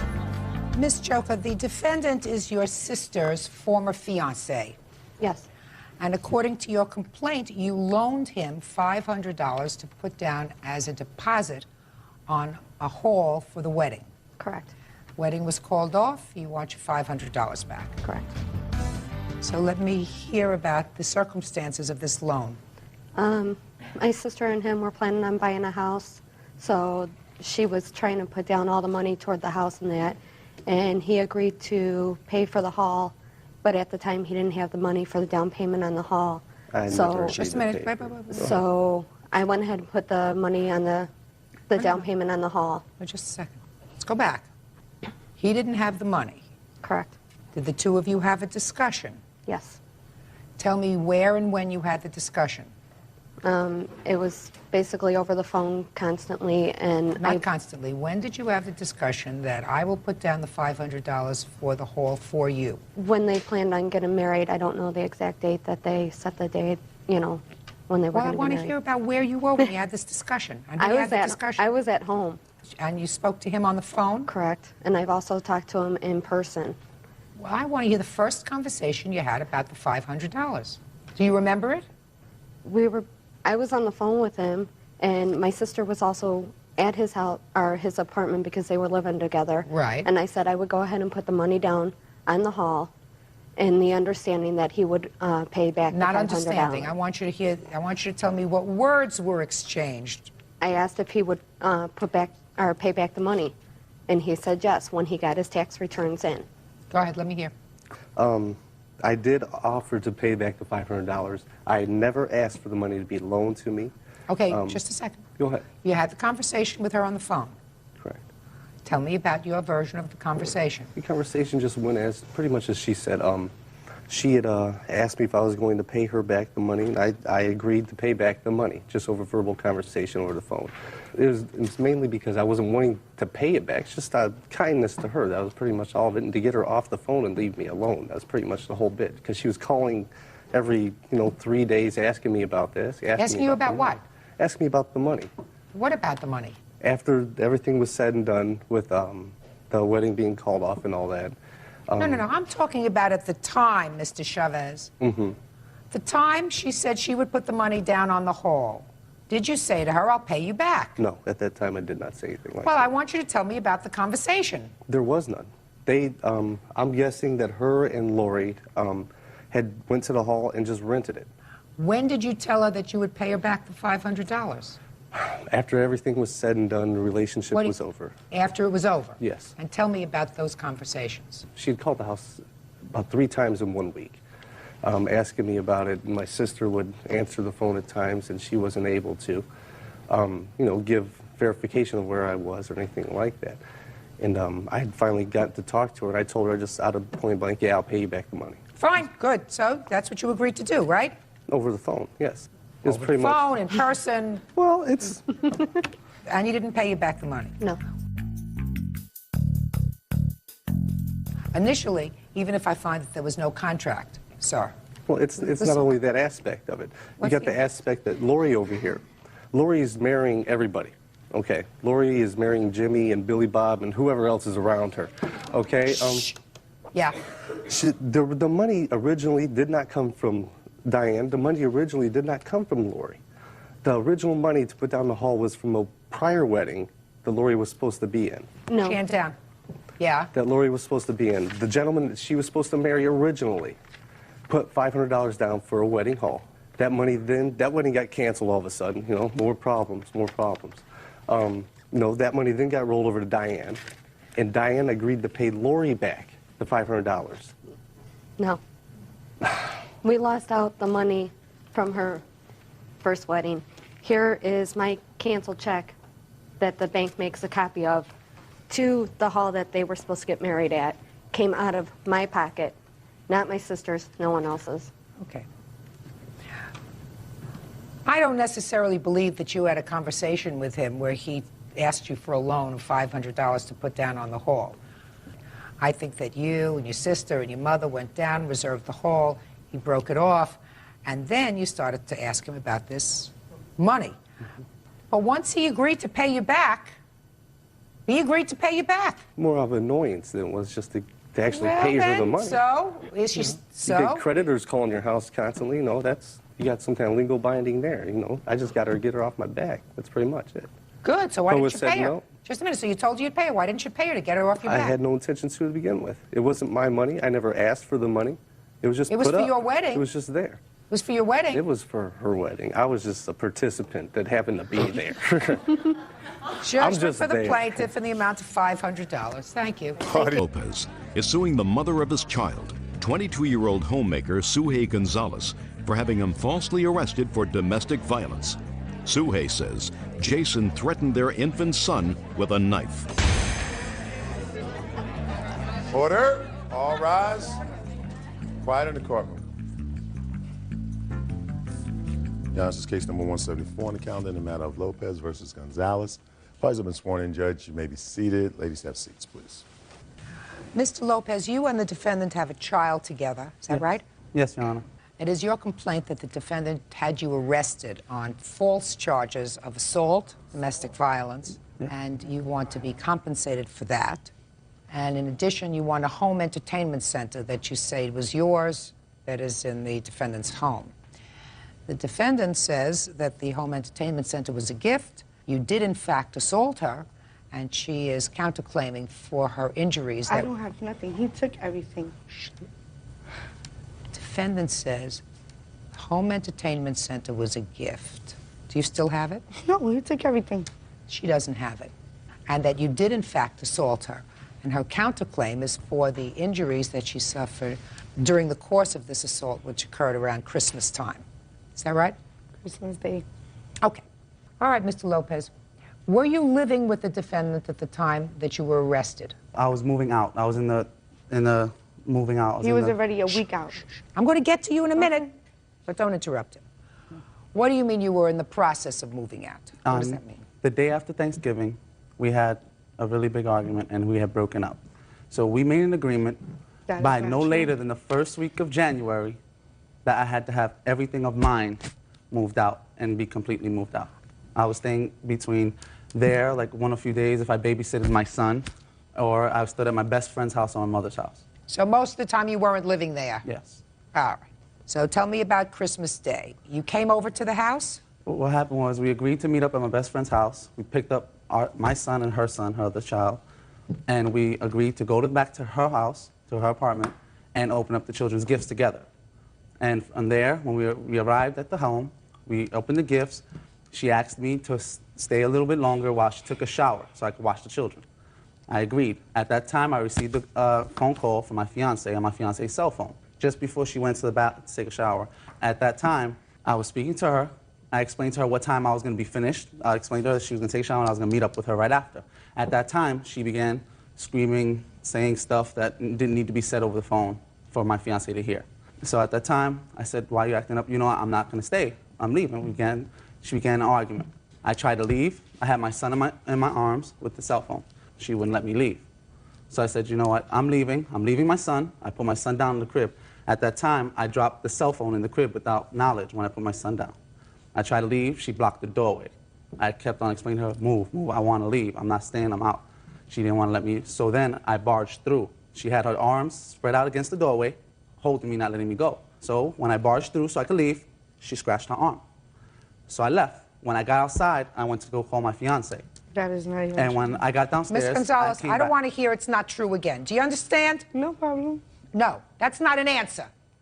The answer is yes, Your Honor, I understand. I will not interrupt again. Yes, Your Honor, I understand. I will not interrupt again. That's right. Go ahead. So outside, I went to make an attempt to call my fiance, and I noticed I didn't have the phone. So when I went back upstairs... That was stupid. Because the phone was upstairs. That was stupid. I went and I looked for the phone. Say yes, that was stupid. Yes, it was stupid. So I asked her if she had the you cell just phone. gotten out of the house, you pushed her, she scratched her arm, according to you. You leave the cell phone and you go. You don't go back into a confrontational area, sir. That's stupid, Mr. Lopez. Yes, Your Honor. All right, so you go back upstairs. What happened when you went back upstairs? When I got upstairs, I asked her, did she have the cell phone? She says, I don't have it. So as I looked through the house, I remembered I had it in my hand when I put my son down. When I looked into the crib, my son wasn't in the crib. I went and found my cell phone under the sheet. Again, I attempted to leave. Again, she blocked my way. I said, just move, then move. At that time, she told me she had called the cops and I was going to be arrested. I said, well, I'm leaving. And outside the door, a lady, which I had never seen before in this building for the whole year I was living there, had my son. As I attempted to take my son from the lady, 2 female officers were coming upstairs. What were you taking your son from the lady for? I didn't know the lady. If I don't know the person, I don't want nobody I don't know having my son in my hands. I don't know what they'll do. So the 2 officers were downstairs. They came, and they brought us all into the apartment, me, her, and the 2 kids. While we were in the apartment, the officers explained because this domestic problem, they were going to arrest both of us. At that time, they would take both children and put them in child custody. I said, I'm not pressing no charges. I don't want nothing. I just want to go home. My son can stay. I have no problem. At that time, the female officer told me to stand by the door, don't move. So at that time, there was a knock at the door. 2 more officers came, 2 male officers now. We go back inside. She's in there screaming. Next thing you know, all I hear is her mother screaming at me. Jason, I wouldn't do this to you. And she said, why are you doing this? I said, what's going on? The officer said, turn around, and they handcuffed me. Later, when I was taken down to central booking for arrest, I was informed of the charges. It was assault with weapon, child endangerment. They said I put a knife to my son's back. At no time did I ever touch a knife to grab against my son. Because of that, I had charges of an ACS for attempted on my child, and All right, you were held in jail for 2 days, is that right? for, yeah, almost 2 days. 2 days. I called my fiance. All right, the charges were subsequently dismissed when you decided to drop all charges against each other, is that right? Yeah. Do you see your son now so regularly? No. Why not? I still can't because she won't let me see my son. Uh-huh. It's a struggle for me to see my son. All right. And every time we went to family court for me to get a chance to see my son, she made false charges, knowing I was going to get visitation of my son. Then I'm arrested. Okay. I'd like to see first the medical bills that you have as a result of this incident on Christmas Day. I didn't get to get the medical bills because this happened so quick that I didn't get a chance to get them. So I have my pictures. Let me see all the papers you have. All the papers. Your Honor, Judy. Shh, just a minute. I have a scar on my left hand. Just a minute. And the lady that Just a called- second. These scratches are what you're talking about? Yeah, I had a scratch. All right. I had a hairline fracture in my left hand. Don't tell me you had a hairline fracture without any medical bills, without reports. Don't tell me about a hairline fracture. Excuse me, Judge. I'll get to you in a minute. Thank you. I have a few questions for Ms. Gonzalez. The police officer who took this report took your statement, is that right? Yes, and on the statement. I'm speaking. The police officer who took the report took your statement and he read the statement to you, is that right? Yes, he did. And after he read the statement, he asked you if it was accurate, is that right? Yes, he did. And you said it was accurate, is that right? That's right. And you signed it. Yes. And you wouldn't have left out anything vitally important, is that right? No. So I'm going to read what you wrote in the statement. I didn't write that. The officer. What the I don't care whether you wrote it or the officer wrote it. I just asked you whether he read it to you and whether you signed it. You said yes. Real cases, real people. Judge Judy. Jason Lopez says ex-girlfriend Suhey Gonzalez had him falsely arrested for domestic abuse. Suhey claims Jason slammed her hand in a door and held a knife to their son's throat. All right, Ms. Gonzalez, I'm going to read what you wrote in this police report. It says, at the time and place listed above, the perpetrator, that's him, who was the victim's common-law husband, did grab the victim by her throat, choked her, at which time he forced her left hand between the door and the wall and repeatedly slammed the door on the victim's hand, causing substantial pain and swelling to the victim's left hand.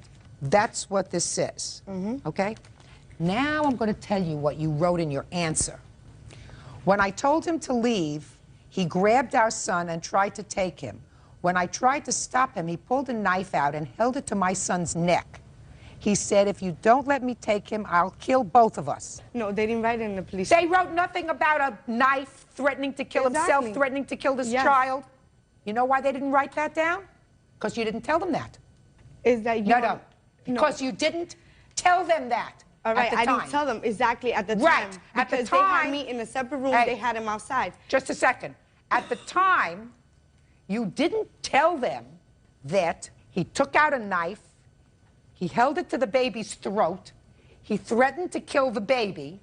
You told them that he hurt your hand and your hand was in pain, not that he threatened to kill your child. You made that up later. No, I did not. Oh, yes, you did. Oh, no, I did not. Oh, yes, you did. They knew that he was the one. Can I say something now? Yeah. In that police report, the lady signed, she's the one who signed right next to the statement, not me. Because I didn't call the cops because he broke my phone, and that's why.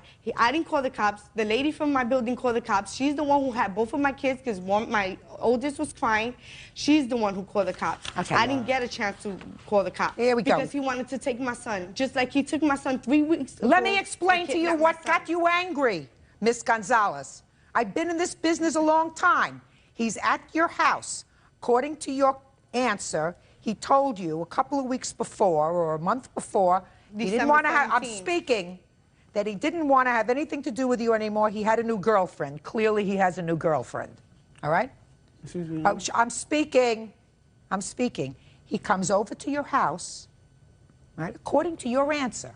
You open up the Christmas presents together. It's all a nice family situation. You ask him to watch the kids while you go take a shower. This is what you write here. When you come out of the shower, you hear him on the phone with his girlfriend. I'm not saying that that's what happened to her. I'm saying that that's what she wrote in her answer. That makes one very angry. Of course. Of course. Of course that makes you very angry, because there you're here with him, with a new baby. He's taking care of the baby's presents. He's in your house Christmas time, and he's going to say goodbye to you, and he's going to go to girlfriend number... And it was just a week that we had broken up. Fine. So you're really angry. The knife was a nice touch. He wasn't arrested with a knife. He wasn't arrested with a knife. All right. You know what I'm talking about. And you know what I'm talking about. And I know what happened. Yeah, And I know exactly what happened. Because he tried to take my son. He tried to take my son. Just a second. What do you mean? That's how... Who called my Hey, mother? Miss Who called my Gonzalez. mother? The lady? Miss Gonzalez. That called the cops? Miss Gonzalez. Is he the father? Yes, he's the father. And I'm not saying that he's not. I'm speaking. Is he the father? Yes. Then you have no greater right to this child than he does. But Duh. he kidnapped my son for Duh. 3 weeks. He can't. You can't kidnap your own child unless there's an order of custody. This is recently. We've been going through this. I just want to go on with my life. I'm I want him telling to go on with his life. If he wants to see his son, he's more than welcome to see his son. Miss I have nothing Gonzalez, wrong with that. But I'm he cannot speaking. see his son I'm because going he to say has 1, order 2, 3. protection. Then they're going to put you out. When you claim that you were severely assaulted, and the best picture that you can come up with is a picture showing me 2 scratches on your arm. 2 scratches. That's what they are. No hairline fracture, no hospital records, no... Well, all right. This was an argument. And unfortunately, because the police take domestic violence seriously, as they should, they got to arrest somebody. And I lost my securities license. Mr. Lopez, you do not get an A+ for smarts. Do you understand? Yes, ma'am. Ah, you don't get an A+ for going back for a $39.99 cell phone after you have already had an altercation with her, and you are out of the problem. You were outside. Because he never went outside. Excuse me? Because he never went outside. Because you wouldn't let him go outside, Miss No, Gonzalez, because he was you trying were to kidnap so my angry. son. He was trying to take my son. And he's devious like that, that he would take my son and leave. Just like he did 3 weeks ago. And that's why he was going to get rearrested. I had to get the cops to come get my son from his house. You keep saying my son. Because he's my son. Because he don't pay no child support. He doesn't do nothing. What do you do for a living? He hasn't done nothing. What do you do for a living? I was working. What do you do for a living now? Nothing. Who supports the child? I do. No, not if you're not working. You get welfare? Yes, I do. If you get welfare, then I support your son. You think I should take him? Yeah, but I was working. Just a second. Do you understand what I'm saying to you? He doesn't support his child, and you don't support your child. I support your child. So that means that I should get custody? Don't be ridiculous. Pardon, Miss Gonzalez. You keep saying, it's my child. He's taking my child. He's entitled to see his child. It doesn't sound to me like he's too bright.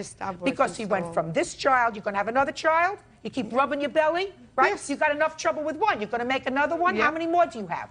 That's the only one. The only one I'm coming. In any event, I read the police report. I read the police report that doesn't talk about a knife to the throat, threatened to kill the child, threatened to kill anybody, and I see 2 scratches on your arm. You also, sir, yeah, you want to play that for me? Yes, I even have an Go audio tape ahead, of let her me hear it. saying- But I still can't get over the fact why you had me arrested. Because I was just upset. Things were going through my mind. I'm admitting I'm sorry.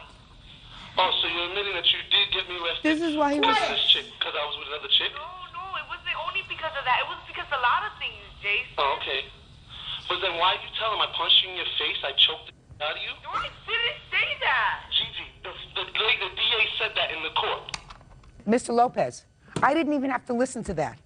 I mean, I've heard this, I've been around this business now for 27 years, right? Yes. And I know, when I read your papers, I see her affect, right? Yes. And I know exactly what happened. That doesn't mean that you were smart, A, as I said, to go back to the cell phone, B, to get a telephone call from your girlfriend. Tell your girlfriend, don't call me until I call you. I don't want to create any more problems with her. I'm going to open presents with the children. Don't call me. That creates a problem. We had already opened the gifts. This was around the time I was getting ready to leave. She shouldn't have called you. And you shouldn't have spoken to her. Say, this is a tacky problem. I don't want there to be any problem with her. Don't call me. I'll be there. I'll be home when I'm home. And the reason she called is because it's a little territorial. She's not so happy either. You're going over to visit mother number 1. She's going to be mother number 2. You know, you got to be smart. She wasn't pregnant at the time. 2 months later. Wow, Now big she difference. is. Now she is. right? And on your security job, you can hardly afford to pay for yourself. I don't have work. Listen to me, sir. When you had a security job, you could hardly afford to pay for one child. Now you're going to have two. Did you pay for a lawyer? No. They gave you a free lawyer. Yes. You spent a couple of days in jail. Yes. You shouldn't have. And so did I, because he falsely arrested me. For what? He said that I made phone harassment. On June 30th, he called me. I have the phone records for that. He called me with my own phone card that he rung up. He falsely arrested me on June 31st. I got arrested. I made the report on June 30th. As soon as the time right after he called me and called them and let them know that he was calling me and harassing me. And he called me with my own phone card. And right after that, he calls his girlfriend and his mother. No. No. Ms. Gonzalez, your counterclaim is for the assault that you claim he perpetrated on you And on forced Christmas arrest. Day. It says it on the paper. And according to your complaint, you are filing for injuries and damages due to the alleged assault. Okay? You do say somewhere in your answer that he filed false charges, but the damages you are requesting are for the assault, and I don't find that he assaulted you, so your counterclaim is dismissed. The only thing that I have to consider now is whether there was an argument and whether, as a result of false statements that you made and continue to make and continue to embellish to the police. Not me, Betty, because I'm I wanna go on with my speaking. life. He's the one who brings me here. For what? He brought you here For because what? you... He keeps calling me and harassing me. Listen to me. He's known you a long time. I've met you now for about 15 minutes, and I don't think he's crazy. And I wouldn't precipitate phone calls and contact with you because I think that you're an angry lady. I think that you feel as if he jilted you, that he left you high and dry with your baby, and now he's got somebody else. All of those things, doesn't pay child support, you're not working, but that doesn't give you the right to have him arrested and make false allegations, which I believe that you did, and I'm awarding him $1,000 on his claim. That's all. By the way, she doesn't have your entertainment center. Yes, she That's does. all. Your Honor, when we went there, the officers Goodbye. explained. World office clerk Karina Roy is suing former landlord, 52-year-old daycare provider Nicole Zimius for the return of rent. Karina says Nicole assaulted her with Tupperware and then kicked her out. Order. All rise. Yeah, this is case number 184 on the calendar in the matter of Roy versus Zimius. Party, you're welcome. Parties have been sworn in, Judge. You may be seated. Ladies, have seats, please. Miss Roy, according to your complaint, you rented a room in defendant's home. Yes. When did you rent the room? From January until May. And what was your monthly rent? $500. According to your complaint, there came a time sometime in, was it May that you had an argument? Early June. So you stayed there till June? Yeah, well, yeah, I was to You stay. stayed there till June? Mm-hmm. You had an argument over Tupperware. Yes. As a result of that argument, you say you were assaulted, given an eviction notice, forced to move. You want the defendant to pay you for the assault, pro rata for the rent, because you had already paid June's rent, I assume. Mm-hmm. Your moving expenses, told you wanted to pay $1,543. So let's take it from. When in June did you have this argument? June 6th. Tell me about the argument. Well, the morning of June 6th, I woke up and I had been looking for my Tupperware throughout that week. And What Tupperware? This Tupperware right here. Those two pieces? Yes. So throughout the week and in the morning before work and everything, that's when I had time to ask her. So on June 6th, I knocked on her door and she said, you know, come on in. And I said, hey, Nicole, you know, have you seen my Tupperware? And she said, no, you know, and went on into, you know, Karina, I need to stop condensing your food down into smaller containers in the refrigerator.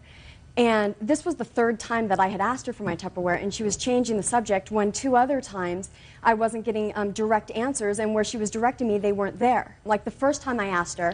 I'm not interested. Okay. Just get to the So point. I said, look, if I don't get my Tupperware back, I'll just take it off my rent. And she said, well, don't you dare! And she threw her blankets off her, with which every morning. Just a second, are you telling me you went into her bedroom Yes. to ask? Let me finish my question. You went into her bedroom to ask for those 2 pieces of Tupperware? Yes, for the And third- she was in bed? Yes. Go ahead. So she threw her blankets off. Mhm. Go ahead. But, you know, every other morning... Just answer the question. Tell me, she threw her blankets off and said what? Don't you dare, you know, and she threw her blankets off and she ran to the door and slammed it open. She said, I ate it! And she stormed into the kitchen. And I followed her. And she opened her Tupperware cupboard and forced all of her Tupperware on me like that. Let me explain something to you. Don't get dramatic with me. Okay, go ahead. So she... And threw all of her Tupperware on me. She didn't throw all of her Tupperware on Yes, you. she did. Yes, How did she did. Miss Roy, you're standing there, so what you're telling me, she took out each piece of Tupperware from the cupboard and threw it at you? No, she has a Tupperware cupboard, and she put her arm on one end of that Tupperware cupboard, and with all of her force, threw it on me, and I was standing behind her, and it landed on me. Is that the assault you're talking about? No, and there was one other. No. Is that the assault that you're talking about? That's one of them, yes. And when was the other one? Then she kept standing there and screaming, you know, how dare you, and don't you dare, don't you even dare, Karina, shame on you, shame on you. Listen to me. Like this. I hear you. Okay. Go ahead. Well, this is what she was yelling at me. Go ahead.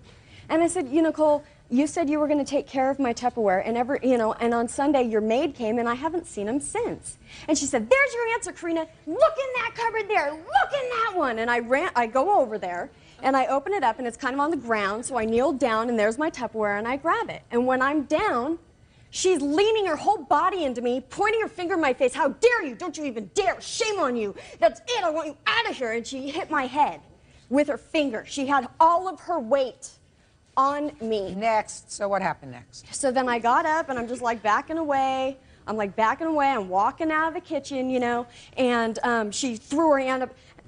Damn you, how can you do this? And that's it, Karina, I want you out of here in 30 days. And I'm standing there, and we're standing in front of Anna now, okay? And I said, good. And Anna stood up and said, hey, and looking directly at me, and said, hey, the babies, as she's looking at me. And I had not said anything through this whole entire time. What did she say? The babies. The babies. Hey! Quiet. What happened next? Well, you went to work. As Anna was You saying, went to work? Yeah, I went to work. And what happened when you came home from work? There was a letter in my room. And what did the letter say? It said, because of your histrionics and verbal assault this morning, Anna and I agreed that for the sake of the daycare children, you are to leave the premises as soon as possible. I am hereby giving you a 14-day notice. Okay. You don't deny writing that note? No. Good. Okay. Where did you come to a 14-day notice? In my contract, Your Honor, I have it's a month-to-month lease. Yeah, so there's usually a 30-day notice. Right. And because of the daycare, should there be any behavioral or safety issue, I exercise the right to use the 14-day. And also the tenant. Is there a notice in your agreement giving you the right for a 14-day notice? Yes. Let me see it. Yes, it's right here. And, can I see it, please? Yes. Good. There's also a 48-hour, but that's for something more serious like underage drinking. Let me just see. In my home. Okay. With at least 14 days' notice given and acknowledged in writing by both parties. Okay, so you gave her a 14-day notice. My assistant and I decided. Okay. So that's on the 6th? Mm-hmm. When did you move out? Moved out on the 9th. 30 days hath September, April, June, and November. So what we're talking about is 21 days. Is that right? No, so I had paid June's rent on May 21st to stay till June 21st. Oh, okay. So that means that you're only entitled to 12 days. Yes. You have a problem with giving her her prorated rent? I do, Your Honor, because I gave her the 14-day notice. She moved out before.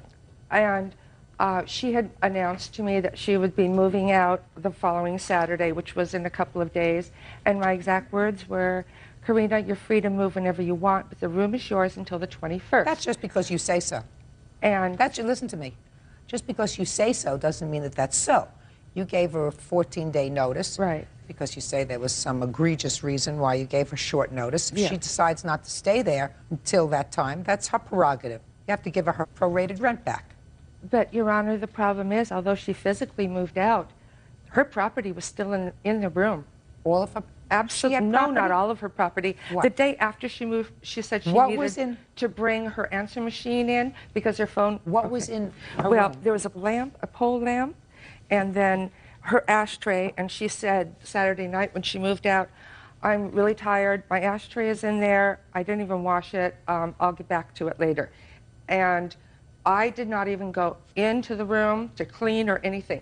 When I did go after the 20th, when she got her security deposit back, then I went in there, and these two items were in the closet still.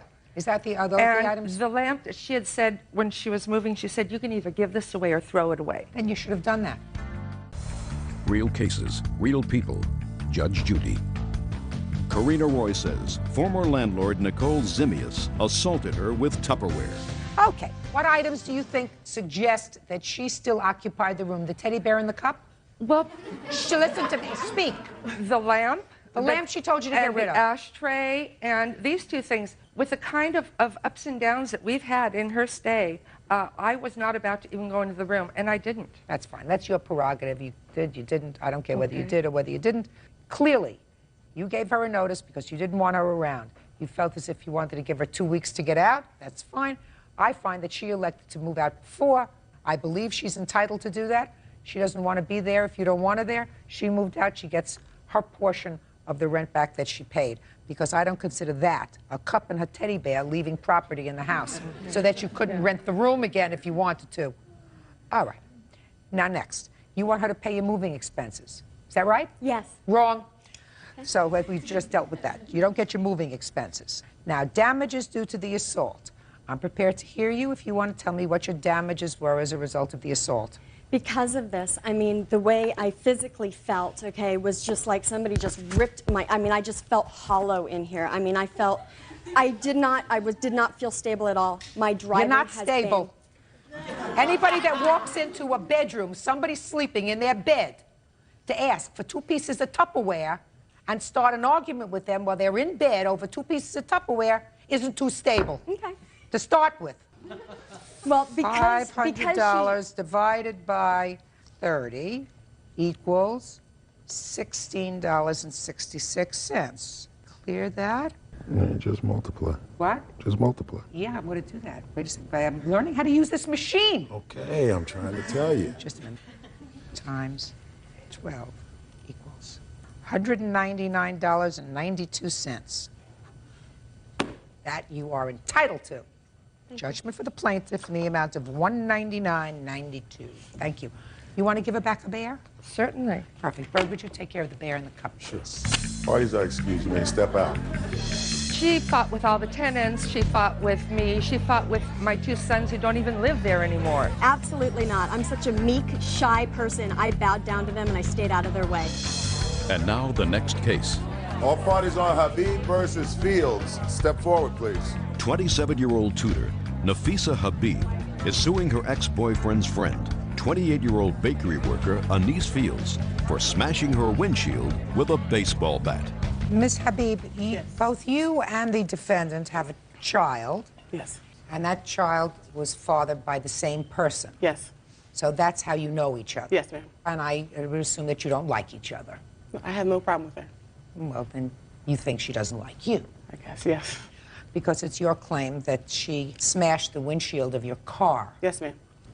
When did this take place? January 12, 2001. Where? His uncle's house, where he was staying there at the time. This is the father? Yes. Of both children? Yes, ma'am. You have any other children? Yes, I do. How many? 4. 4 other ones? 4 children altogether. Altogether. How old is your child? My child is 3. And yours? He's 3. My child's 1 month older than her son. Tell me how it happened that you happened to be in the same location. January 12th, he called me and asked me to bring over my daughter. He doesn't see her a lot, so I brought her over. To where he was staying? Yes. While we were there, I was downstairs in like the lounge area in the basement, and he was upstairs. And I heard some banging on the door. I thought he had locked himself outside the house. So I called upstairs, Rue Boy, did you lock yourself outside? What's his name? Rue Boy. By that time, he came downstairs. He said, Anise is outside. Anise? Yes. That's you? Me, yeah. I said, are you gonna let her in? He said, no, she's upset. She's gonna wanna fight. I said, fight who? That's when she busted the basement window. She had a bat in her hand, and I saw her. Rude boy ran upstairs. I stayed downstairs. They were outside. I heard her yelling, "What do you think, I'm stupid? Is she in there? Is she in there?" I heard him yelling. He said, "I'm going to call the police." He came in the house. Apparently she left. He came downstairs. He didn't call the police. We started cleaning up the glass. At that time, I said, "Rude boy, let me drop you off at work." When I went to my car, opened my door, I saw the glass on my seat and saw she bust my windshield. I switched cars with my father and I went to her house. She invited me in. We talked for a while. The end result of the conversation was that Anise said she was going to pay for my windshield when she got her school money because she didn't have any money at the time. The very next day, after Anise busted my windshield, she called me and she apologized continuously. Nafisa, I'm sorry, this is not me. I don't go around busting girls' windshields. I felt sorry for Anise because I know how it is for a brother to allow you to believe that it's all about you and it's not all about you. So I felt sorry for her. I said, no problem, Anise, when you get the money.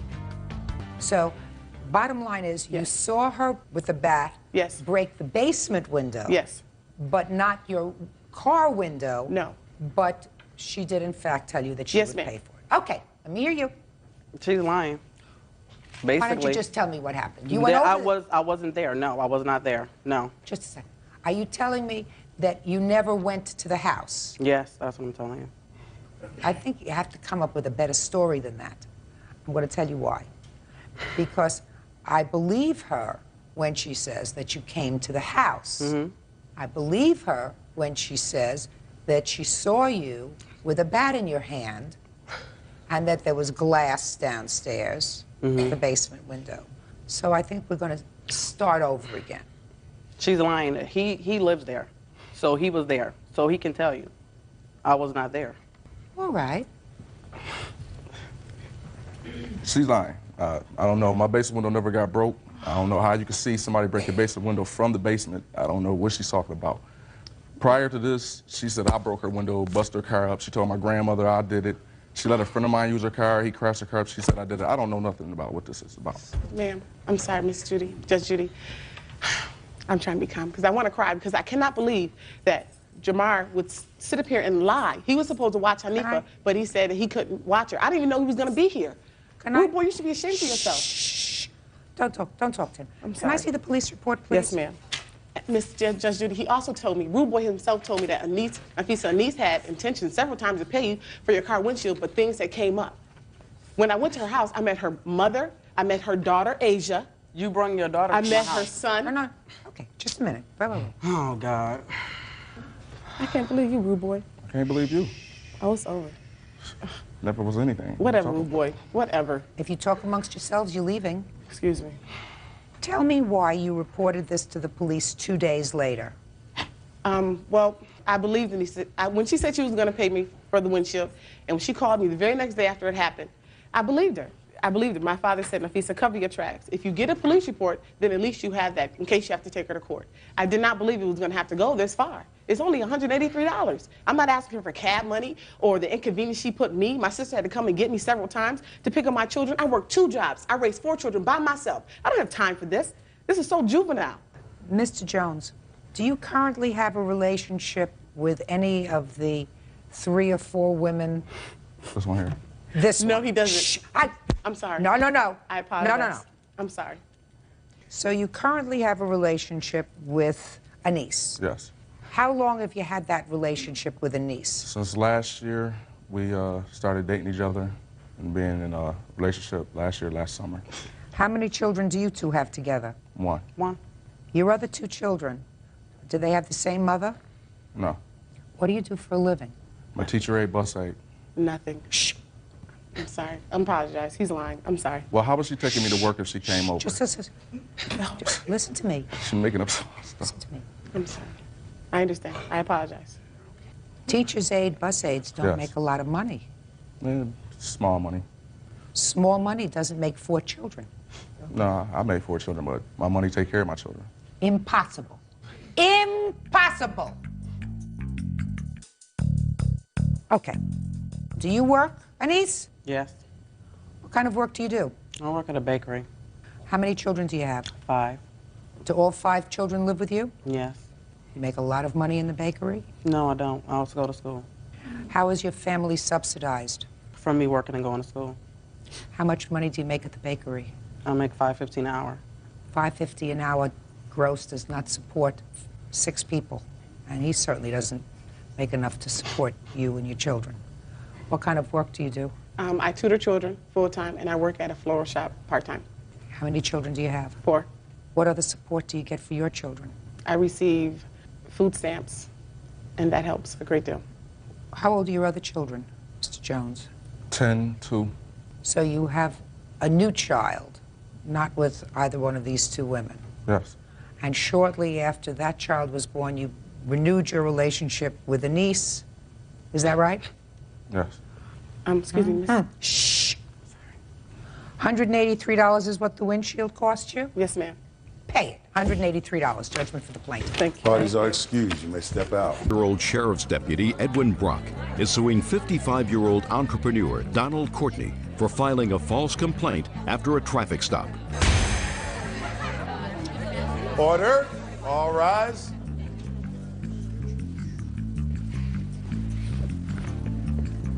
Now, this is case number 154 on the calendar in the matter of Brock versus Courtney. Parties have been sworn in, Judge. You may be seated. Ma'am, have a seat, please. Mr. Brock, you are a peace officer, is that correct? That's correct, Judge. Your complaint is that you made a traffic stop of the defendant for speeding, and that subsequent to giving him a ticket, he filed a complaint against you, which was patently false, with Internal Affairs causing an investigation. And while you were cleared of all charges, that report will remain on your file permanently, and you want him to pay you damages. That's correct. That's what the case is about. So I have a couple of questions, then I'm going to go to Mr. Courtney. How long have you been a peace officer? I've been a peace officer, Your Honor, for approximately 9 years. And what is your assignment, sir? I'm assigned to the traffic division as a motor officer and an accident investigator. When did this incident happen? The incident occurred on September 2nd of 2000. What time of day? Approximately 8:30 in the morning. And what was the reason that you stopped the defendant's car? On that date and time, Your Honor, I was in uniform working speed enforcement in my jurisdiction when my attention was drawn to a vehicle traveling at a high rate of speed on a street named El Camino Real. My visual estimation of the vehicle's speed was approximately 50 miles an hour, which is about 15 miles an hour over what's posted for that roadway. And that roadway in itself has numerous driveways and businesses in this particular area, which restricts a sight distance for vehicles traveling. Whatever. So you thought he was going about 15 miles over the posted speed limit? That's correct. You pulled him over? Yes. When you pulled him over, you identified yourself as a peace officer? Yes, I did, and I was in uniform. Mr. Courtney, I'm going to come to you next, and I want you to tell me your version of what happened after you were pulled over. The officer came up to my window, and I inquired of him as to why Well, just tell me what you said. I inquired of him. Tell me what you said to him. He came up to your window. Did he say anything to you, or did you say something first? He asked me for my identification. Did he say, can I have your identification Yes. or your driver's license and registration? Exactly. Yes, he No. did. Which one? He asked me for my driver's license and for registration. Did you give it to him? I looked for it, and then I suddenly remembered that all of my identification, along with my passport, was in my briefcase, which was sitting at home in another vehicle with my driver waiting to take me to LAX. I was on my way to Europe. And you told him you didn't have Yes, I did. driver's license nor the registration for the car. Yes. What did he say to you then? He asked me for my particulars, my age, my date of birth, my address, my height, my weight, color of my eyes, and I gave him that information. Okay. Go ahead. And he then returned to his motorcycle, which was probably 5 to 10 yards parked behind my car, and he was there for quite some time. And then? Then he returned to the car, and he presented me with a ticket to sign. Mm-hmm. And I signed it. And then? And then he tore the ticket off, and he left. So that all sounds very nice. And then what did you do? Well, there was a lot that transpired in between Well, because I'm of his asking actions. you. I mean, we're not going to play I've got a secret in 20 questions, Mr. Courtney. So far, you told me what happens when you make a routine traffic stop, license, registration you don't have, checks your ID, gives you a ticket, and you both go on your way. That sounds all the very gentleman nice. here, while he's composed today, was quite... No, just tell me what happened, He was Mr. agitated. Courtney. He was very agitated. Tell me, sir. He comes and he asks for your license and registration. You don't have it. I want you to tell me, point by point, which I thought you did, what it was that caused you to file a complaint against him. When he approached me, Your Honor, he appeared agitated. How did he appear agitated? When someone looks at a person and they're not composed, possibly he had a bad start to his day, I don't know, and he did. So he appeared agitated? Yes, he did. Okay. Go ahead. Then, when I told him that I didn't have my identification with me, he just didn't seem to believe me, and he became more agitated. No, don't tell me agitated. What did he say to you, sir? He told me he was going to take me to magistrate's court. Okay, go ahead. And that was after I had informed him that I was on my way to LAX to fly to Europe, so I assumed he was going to take me to magistrate's court. I was going to miss my flight. So what did you say to him? I just basically cooperated with him and gave him the information that he wanted to. I don't recall exactly what I said to him at that moment, but what I did do is I got on the phone and I dialed 911 right away. Why? Because of how he was conducting himself. So far, I haven't heard anything, sir. Well, untoward. I'm about to share it with you. He was, well, please, he was very animated. How animated? He was animated to the point whereby he was in my face, in my car. How was he in your car? His face was literally 12 to 18 inches from my face, and I'm sitting in the driver's seat, rather than having a good 3-foot distance where people can just communicate with one another. He was in the car, so to speak. He was in my face. He was not happy. He was in a bad mood. He was agitated. Your Honor, this man is perjuring himself. Just a second. Now, after he left, according to you, there were no words that he said to you. It was his affect. Is that right? No, he threatened to take me to magistrate's court, and I couldn't understand why. That is his right to take you to magistrate's court, sir. So that's not a threat. There were no words that he said to you that were threatening. It was his affect. And his hand on his gun, Your Honor.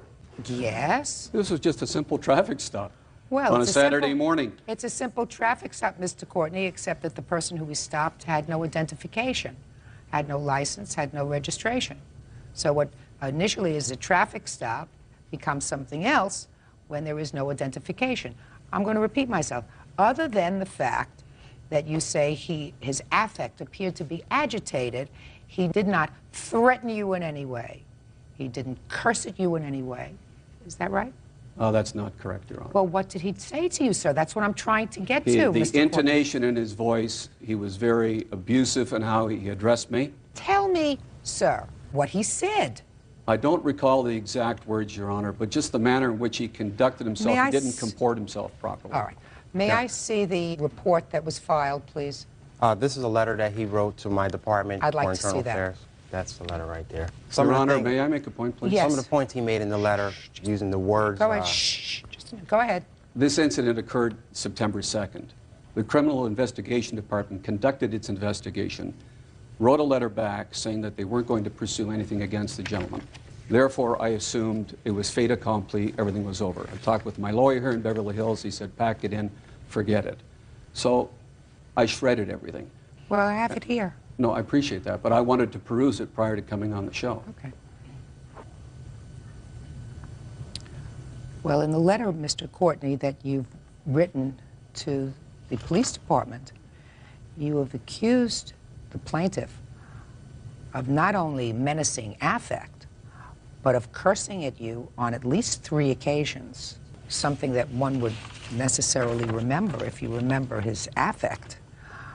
I'm going to make a mark. Your Honor, while you were Just a looking second. Just a second, sir. Would you show this to the defendant, please? Thank you.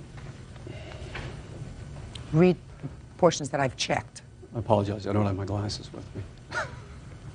Is it strong Are enough we in for the same anybody? age? We're in the same age range? I'm younger than you are. Real cases, real people. Judge Judy.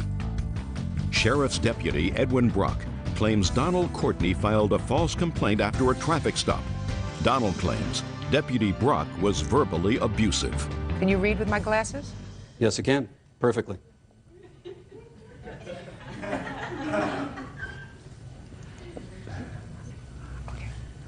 Now, I'll take them back. And the paper. Thank you. Without going into graphic detail, Well, I'd best go into graphic detail because we have a record here. When I was signing the ticket, in shrieking tones, according to you, he said, sign the ticket or you're going to court now. That I would remember. Then, you say, he said to you, with his finger, you and your limousine. And then you say he said to you, when you said, please just give me the ticket. And at this point, he erupted and said, I've had enough from you. Those are things that I would remember if I were telling a story, Mr. Courtney. Mr. Brock, according to your complaint, sir, you made this stop. And the time you made the stop, you took out a recording device. Is that right? Essentially, Your Honor, yes. Not essentially. That's what you said here. You said, I got off my bike and turned on my tape recorder. Yes. It's a device that I wear on my belt. It's not something that I have to remove from a stored place. I understand that. Okay. And you take that off because it's protocol to turn on the tape recorder so that you can memorialize the stop. Is that right? That's correct. Where is it? I have a copy of the tape right here. I'd like to hear it. Okay. Bird. It was difficult to hear, Your Honor, because of the background noise of traffic, but you absolutely will not hear foul language from either party on that tape. Please copy me for me. What's the speed limit? 35 where? Escalated Boulevard to Garden Gate. Are you serious? I'm very serious. Jesus Christ, I lived here for years. I never knew it. I thought it was 50. Are you serious? From where? Where's it 35? From where to where? Encinitas Boulevard to Garden View Road. Okay, which is Garden View? Just past. Oh. Are you serious? No, that street's been there for 35 years. No, I know, but I thought it was 50 the whole way down. Wow. I'll be damned. Well, let me start with your registration and insurance. How about that? I can't believe it. I'm flying to Zurich right now. I'm trying to get to the airport. How do you go to the airport without identification? Because I'm going home. The limo's picking me up. I see. There you go. Have your vehicle insurance with you? Nope. Right. That's the only one you have? No, I have one. Okay. Bring the insurance report with you. Not admitting guilt to the charge of being cited here for the speed violation. You have to appear in court for the charge of not admitting guilt to anything. Okay, the court date starts November 13th, 8 o'clock. Okay? You said I'm not admitting guilt. Well, it's constitutional right, though. Even if you agree to... What are you charging me for? Speed violation, or proof of insurance in the vehicle. Well, what is the speed violation? What do you mean, what is it? Well, what was I doing? Well, you're overspeeding 48 miles an hour.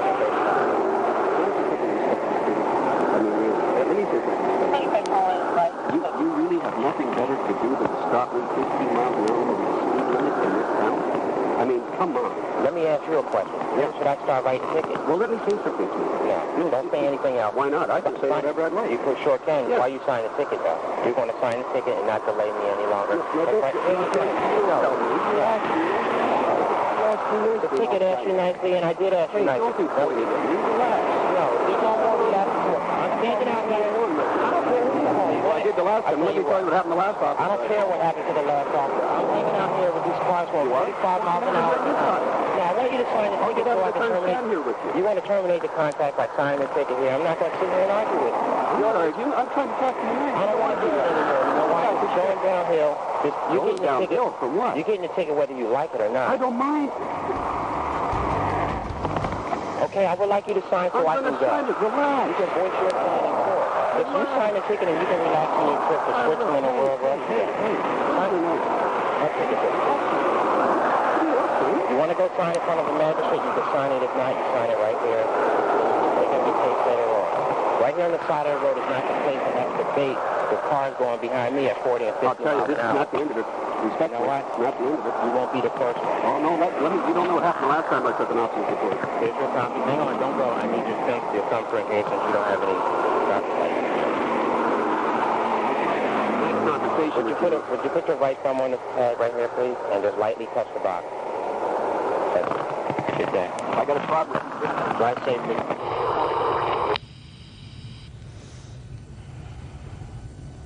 You're way out of line, Mr. Courtney.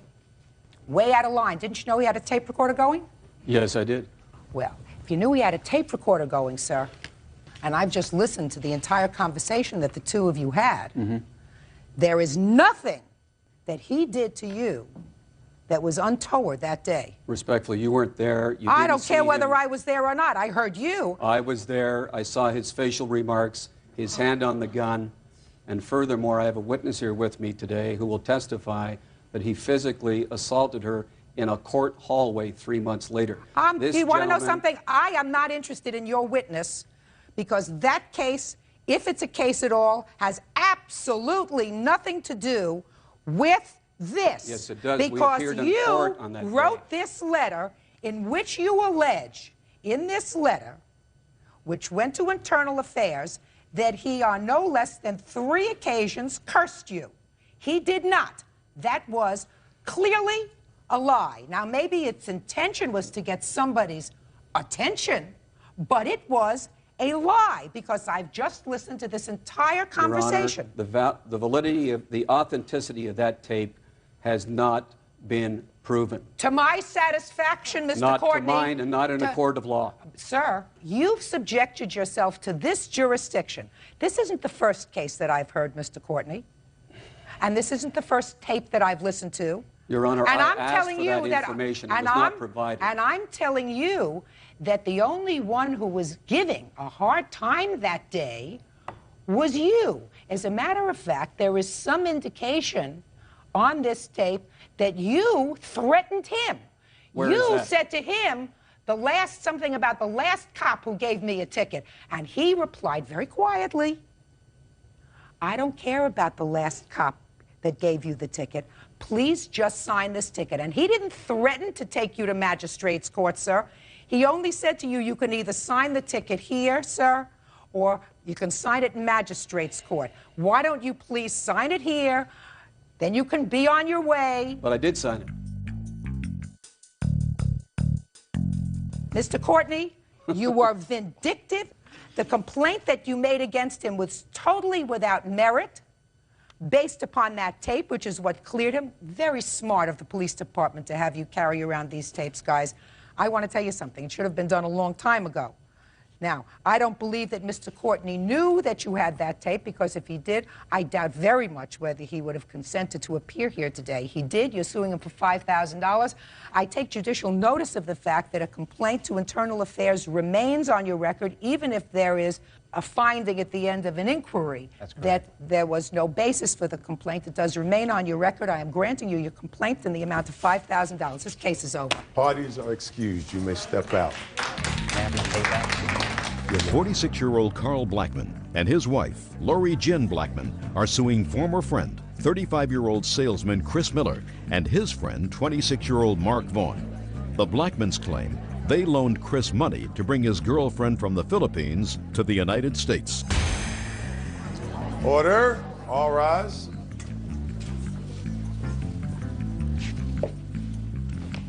Yeah, this is case number 227 on the calendar in the matter of Blackman versus Miller Vaughn. Parties have been sworn in, Judge. You may be seated. Who is Mr. Miller? I am. Would you sit down, Mr. Vaughn, please? And is this your wife? Yes, ma'am. Why don't you have a seat? Thank you. Mr. Blackman, this is an interesting case. I don't think I've ever tried one like this before. You knew the defendant. I met him first time at our wedding, actually. He was a friend of a guest. And according to your complaint, there came a time when you and the defendant arranged to have a young woman from the Philippines, who was, I believe, a cousin of your wife's, Distant cousin, yes. come to New York for the purposes of marrying him. Yes, ma'am. She came to the United States. Yes, ma'am. He didn't marry her. No, ma'am, he did not. And you want him to pay for all of the expenses that you incurred, which you say that he had agreed to pay. In addition, at some point, a check was given to you for $1,500, and then payment was stopped on that check, but that check was written by Mr. Vaughn at the defendant's request. So that's why he is a co-defendant. But he's really a nominal co-defendant. Okay, so when was your wedding, and when did you meet the defendant? In February of '99, the defendant was at our wedding. A few days later, he came to a Valentine's dance party, and that's where I spoke to him about our site, FilipinoGirlsTours.com. I said, No. Speak slowly, because we're missing. You had a website? Yes, ma'am, a small business. I met my wife through Pen Pal Club, And when she came over, she goes, I have many friends that would like to come too, so we put up a free pen pal site where people could get free addresses and phone numbers, stuff like that, and correspond. I don't know if he first saw that site, or I really don't know, but he came to our wedding, and then at the party he was there. And I said, well, you know, we do have a cousin of hers that's real cute on our site. Would you like to meet her? And he says, well, I'd be interested. So I gave him the contact information, the address, the phone number. She did not have email at the time. And from there, it progressed. They got to know each other well. They got to know each other via mail. Mail and phone, yes. And many, phone. Many phone calls. Okay. And he went over there on his own. He went to the Philippines? Yes. And visited. That is correct. When did you go to the Philippines, sir? It was April or May. I don't remember exactly what the date was. Of 1999? Yes. Okay. And you went and you met this young lady. Go ahead. Yes, when he returned, he relayed to me how happy he was, how he would treat her so nicely, that he really loved her. And he was very frustrated that they were never left alone this whole time. And in the Philippines, most girls are very chaperoned. This particular woman had never dated really in her life. Very, very sheltered. And I helped him with his paperwork to bring her over because we had just started our site and I wanted to get more experience in the fiancé visa part and what have you, so I did all his paperwork for him. What's a fiancé visa? In order to bring a girlfriend, fiancé, to the United States from another country, you must file paperwork with our government saying that you met her, prove that you met her, and that it's a legitimate relationship and you want to marry her. And you bring her over, you do all this paperwork. Do you have a copy of that application? I do not have a copy of his, per se. I need a copy of his. I do not. I have the form, but I have all the financial responsibility forms that he signed. Can I see that? Yes, ma'am. Saying that he would be responsible for her as long as she was here. Okay. I've highlighted the...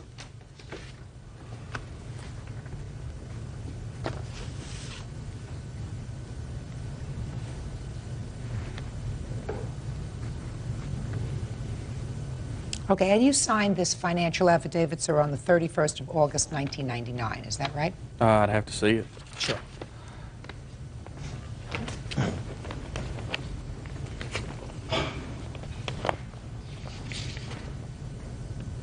Yes. Good. So you signed the financial affidavit in August of 1999, agreeing to be financially responsible for this young lady when she came to this country. Right. It said that I would be responsible so that she wouldn't be a burden upon our state. That's correct, but that's only one of the affidavits that you signed. That's why I read the second one very carefully, which is, the first one says that you agree that she will never become a public charge while she's here.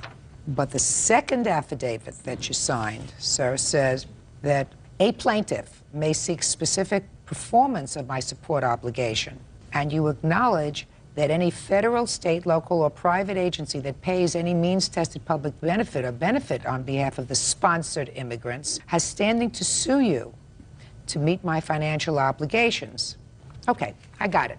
Now, when did the young lady come here? She arrived on Friday, the 28th or 29th of January, I believe. The wife and I actually picked her up at the airport because the defendant said he could not get off work to pick her up. So we drove to Atlanta from Asheville, a considerable distance, picked her up, brought her that evening, left him at his apartment, where I even helped him move to.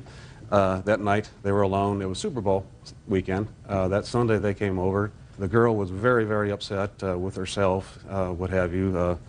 Mr. Miller had talked her into giving up something very precious to her, which was her virginity, which is something these girls really hold proper to them. Because he had spent so much money to bring her here and so much effort, she figured, well, he's going to marry me, it's okay. The way things worked out, she found out she did not know we had loaned him the money to bring her here because that wasn't... Now, tell me about that loan. Mr. Miller was in the process of moving, and I had gotten to know him a little bit, doing his paperwork for him and what have you, and he seemed to be a very nice fellow. So I helped him move, brought his washing machines over to my house to store because he didn't have a place to put them, things like that.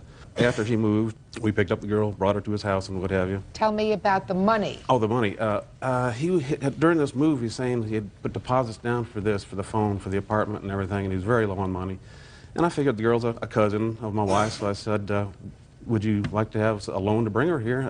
I could loan you the money for the plane ticket as long as it did not take too long to pay me back. And he said, oh, I could pay you back in 90 days, no problem. I just started a new job. How much was the ticket? The ticket itself was, I don't know, he sent the money to her. I gave him $675 cash. Is that correct? That he gave you $675 in cash? No. He never gave you any money? No. He's lying, Your Honor. Okay, so that's in dispute. $675 in cash you gave him. Yes, ma'am. And I even asked So my you- wife if I could take it out of our savings account. She's a joint member of that account, and she said yes, because it was for her cousin. That'd be fine. Okay. Go ahead. I had loaned him the money. I picked him up the day before she was to arrive. He called me and said, I can't get off work. Could you please pick her up? I said, sure, be glad to. We went down, picked her up, brought her to the apartment that weekend. Okay, then you told me about the problem Right. when she came to your house. All right. Right. Did he ever tell you that this wasn't going to work out? The first indication I had of any problem was that Thursday, he did not show up one night. He kept on showing up later each night, coming home. And Wednesday night, he didn't show up at all. Thursday morning, the girl called me. I picked her up, brought her home. That Thursday evening, he called me. He didn't have keys to get into the apartment. He said, oh, I had to spend all night in the hospital with my son last night. And he gave me this story. His son was real sick, and he stayed there. And so I met him at the apartment and told him how badly she was hurt. And he says, well, I love her. This is not going to happen. Let me get cleaned up, I'll come over. That was the last I saw him in person until our criminal court trial came up. He called me the next day and What said... criminal court trial? For the $1,500 check. It was dismissed due to, it was a post-dated check. Okay. North Carolina laws. When for the first time, I asked you, did he tell you that this was not going to work out? He called me on the phone that week, I believe it was that Thursday evening, and said, I'm not going to marry her. And I said, well, why? And he says, well, that's personal, I'm not going to tell you. I've got to go out of town this following weekend. When I get back, I'll get with you. And he never did call back. Mr. Vaughn called me and said that he had a check that he had written to cover her expenses for her plane ticket, my loan, a small amount of living expenses until she went home. And I was to pick the check up at the apartment. Well, we didn't have a key. We couldn't get in. Well, you must have said something to him about money. You owe me some money. You owe me the money that I gave you, $675, Actually, and the on that- return, and the return flight as well. Right. It was actually him that volunteered the money at first to pay for her plane ticket home, because he knows this is a responsibility that he signed, that he is responsible for this woman, and if they do not get married after 90 days, he has to return her. It's an agreement he's made with the U.S. government. Okay. So he was aware of his obligation. Real cases, real people. Judge Judy. Carl and Lori Jen Blackman say former friend Chris Miller borrowed money to fly in his girlfriend from the Philippines. Chris says there was no agreement to pay the money back. When did she go back to the Philippines? It wasn't until September. Why not? Because, well, she was so ashamed of herself, and in the Philippines, and I do have evidence from doctors that treat women in the Philippines. I'm not interested in that because it's really not germane. She's not here. She was, for emotional reasons, she didn't go back. Right, and plus the check bounced. We could not get it to cover. 5 times I took it, it would not. Each time I took it to the bank itself, they said, I'm sorry, there's not enough funds, and then I ran it through my bank to have it stamped. But that was $1,500, and that would have covered her return flight to the Philippines And my loan of... and your loan to him. Yes, ma'am, and a small amount of living expenses for a week or two. So the whole thing was $1,500. So how did $1,500 become $5,000 that you're suing him for? Well, we never could cash the check. It was never any good.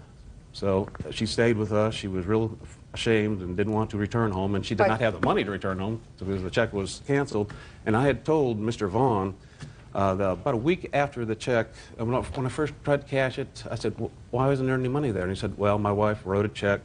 It'll be good in a couple of days. And I said, well, yeah, I think Cheryl may be staying a while anyways because she's very afraid about going home. Okay, I got it. So the rest of this money, $3,500, is for her living expenses.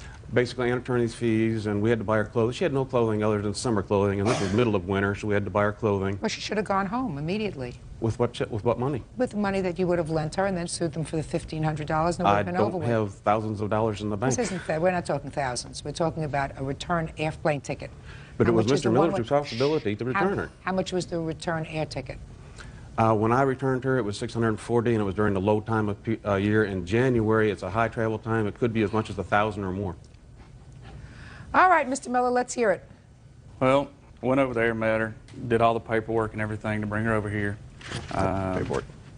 Then in December, when I talked to her, I told her, I said, you know, I don't think it's going to work. You mean December before she got here? Right. Why did you tell her that in December? Well, I had met my wife. We had dated, I guess it was about 8 or 9 years ago. And we had met, and we started seeing each other. And that's when I told her, I told Cheryl, I said, you know, it's just not going to work. So you told the young lady that you didn't think it was going to work out. Is that right? Yes. Okay. What happened next? She came here. Carl picked her up at the airport. Well, when brought you her. told her in December that it wasn't going to work out, She hadn't been here yet. Why didn't you cancel these papers?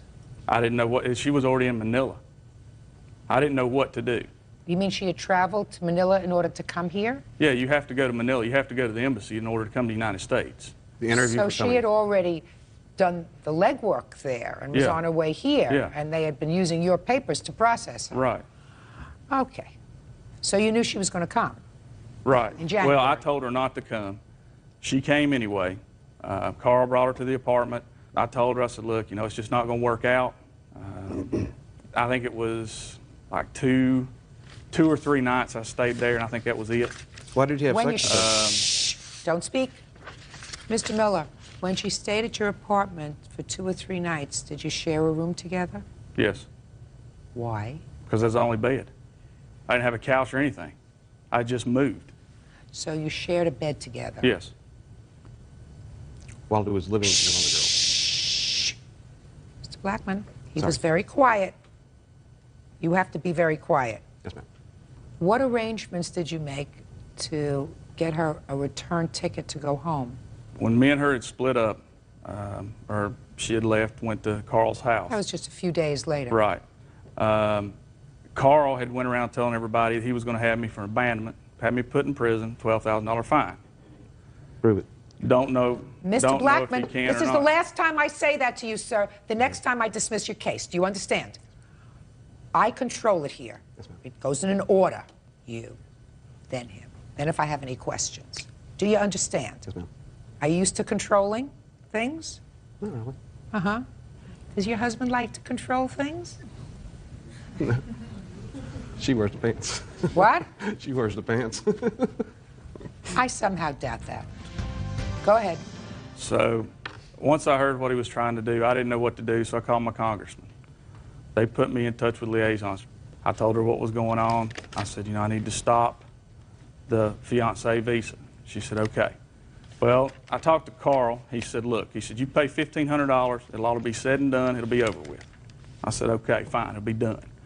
I'd closed out my account. Mark Bond, he was a good friend of mine. I said, you mind writing a check? I said, here's the money. He said, no, no problem. Gave me $1,500. Well, Carl Blackman, in the meantime, had called and told her he was going to sue me, that I was going to prison, that on the documentation it says that I am liable for everything. Well, told him no, he's not. He offered to give you the money to send her back.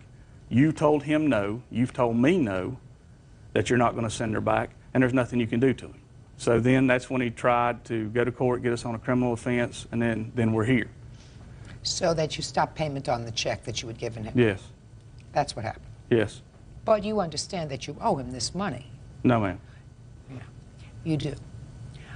And for no other reason, Mr. Miller, than because of your actions, this young lady traveled from the Philippines to the United States. Now, you may have told her a week or two before she got on that plane while she had traveled to Manila, according to you, to begin this process, that it wasn't going to work out. And if it wasn't going to work out, then what you do when Mr. Blackman brings her to your home is put her in the car and you say, I'm bringing you back to Mr. Blackman's house. I told you this wasn't going to work out. You don't take her to your bed for a few nights and then return her. Bad sportsmanship. Not moral conduct.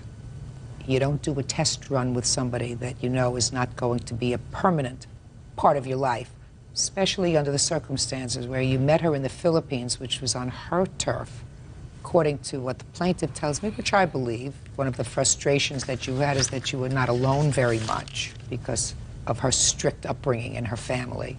So she comes to a strange place, she comes to a strange home, she comes to a person that she's known for, what, a week or two? Is that all you knew her? I mean, other than the mail and the telephone calls. I was over there about four or 5 days. So it was less than a week. Mm-hmm. And she's vulnerable because she's here. She doesn't know anybody. I don't know how her English is, but she's certainly very vulnerable. And you took advantage of that. Bad show. And I can understand when Mr. Blackman says that there was an embarrassment that she had in going home right away. And she had to emotionally prepare herself to go home because she was going home different from the way she came. How old was she? 25. And how old are you? I just turned 35. And you have a child. Yes. I see that from here. Were you married before? Yes. Once before? Twice. So you've been around the flagpole a couple of times, I as guess you could opposed say to this that. young lady. I don't know if she had or hadn't. I would say not. The only other expense that I haven't addressed is your attorney's fees. Now, you said you had attorney's fees. Yes, we tried to change her visa so she could stay here without going That's home. not his problem. Yes. That's your problem. That's her cousin. If you tried to change her visa, Yes, ma'am. then you're doing that out of the goodness of your heart. That has nothing to do with his relationship with you. Yes, ma'am. I certainly believe that you are entitled to be reimbursed for certain of your expenses. Yes, ma'am. And certainly for the $1,500 plus your airfare, I believe that you did provide airfare both ways for this young lady. And I believe that she probably needed a period of adjustment before she went back. Yes, ma'am. Not she came one week and she goes back the next. Kind of embarrassing. But I would say, Mr. Blackman, that she's not here. I cannot inquire of her.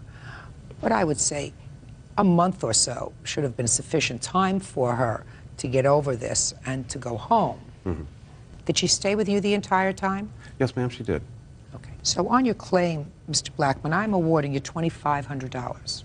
Thank you. The $1,500 that he was supposed to have given you, plus $1,000 a month for the month that I believe would have been sufficient time for her to prepare herself to go home. So on your claim, sir, I am awarding you $2,500. Thank you. Didn't do the right thing, sir. That's all. Parties are excused. ਦੱਸੋ ਜੀ ਆਪ ਕਾ ਤਾਰਕ ਇੱਕ ਬੰਦੇ ਤੋਂ review ਲੈ 5-5 minute ਦਾ ਤੇ ਮੈਂ ਕੀ ਬੋਲ ਸਕਣਾ ਤੂੰ ਇੱਧਰ ਤੂੰ ਸੁਣਾਈ ਮਤ ਦਾ ਟਾਈਪ ਹੋ ਗਈ ਸਟਾਰ ਹੋ ਗਈ ਤੂੰ ਕੱਢ ਯਾਰ ਕਿ ਕੁੜੀ ਦੀਆਂ ਮੈਂ ਗੇਮ ਖੇਡੀਆਂ ਨੇ ਪੈਸੇ ਵਿੱਚ ਕਰ ਮਾਰਾ ਫਿਰ 300 ਬਣਾ ਕੇ ਫਿਰ ਕੱਟ ਬਣਾ ਸਾਰੇ ਪੈਸੇ ਫੜ ਕਿਤੇ ਹੋਰ ਦਾ ਬਣਾ ਨਹੀਂ ਆਪਾਂ ਨੂੰ ਯਾ ਵਲੌਗ ਜੀ ਨੂੰ ਕਿਹੜੀ ਕਰਨੀ ਦੱਸ ਆਪਣਾ ਇਹ ਨਾ ਹੱਕ ਦੇ ਚੈਨਲ ਚਾਟਾਂ ਦੇ ਆਈਆਂ ਅਸਲਾਮ ਅਲੈਕੁਮ ठीक ठाक में दोस्तों मज़े आ रही है गाँव तो बाहर आए हैं कौन बोल रहे इन्हें मतलब साइन अप कर दे घर ना तुझे कर दे गाँव मुझे यार मर्जी है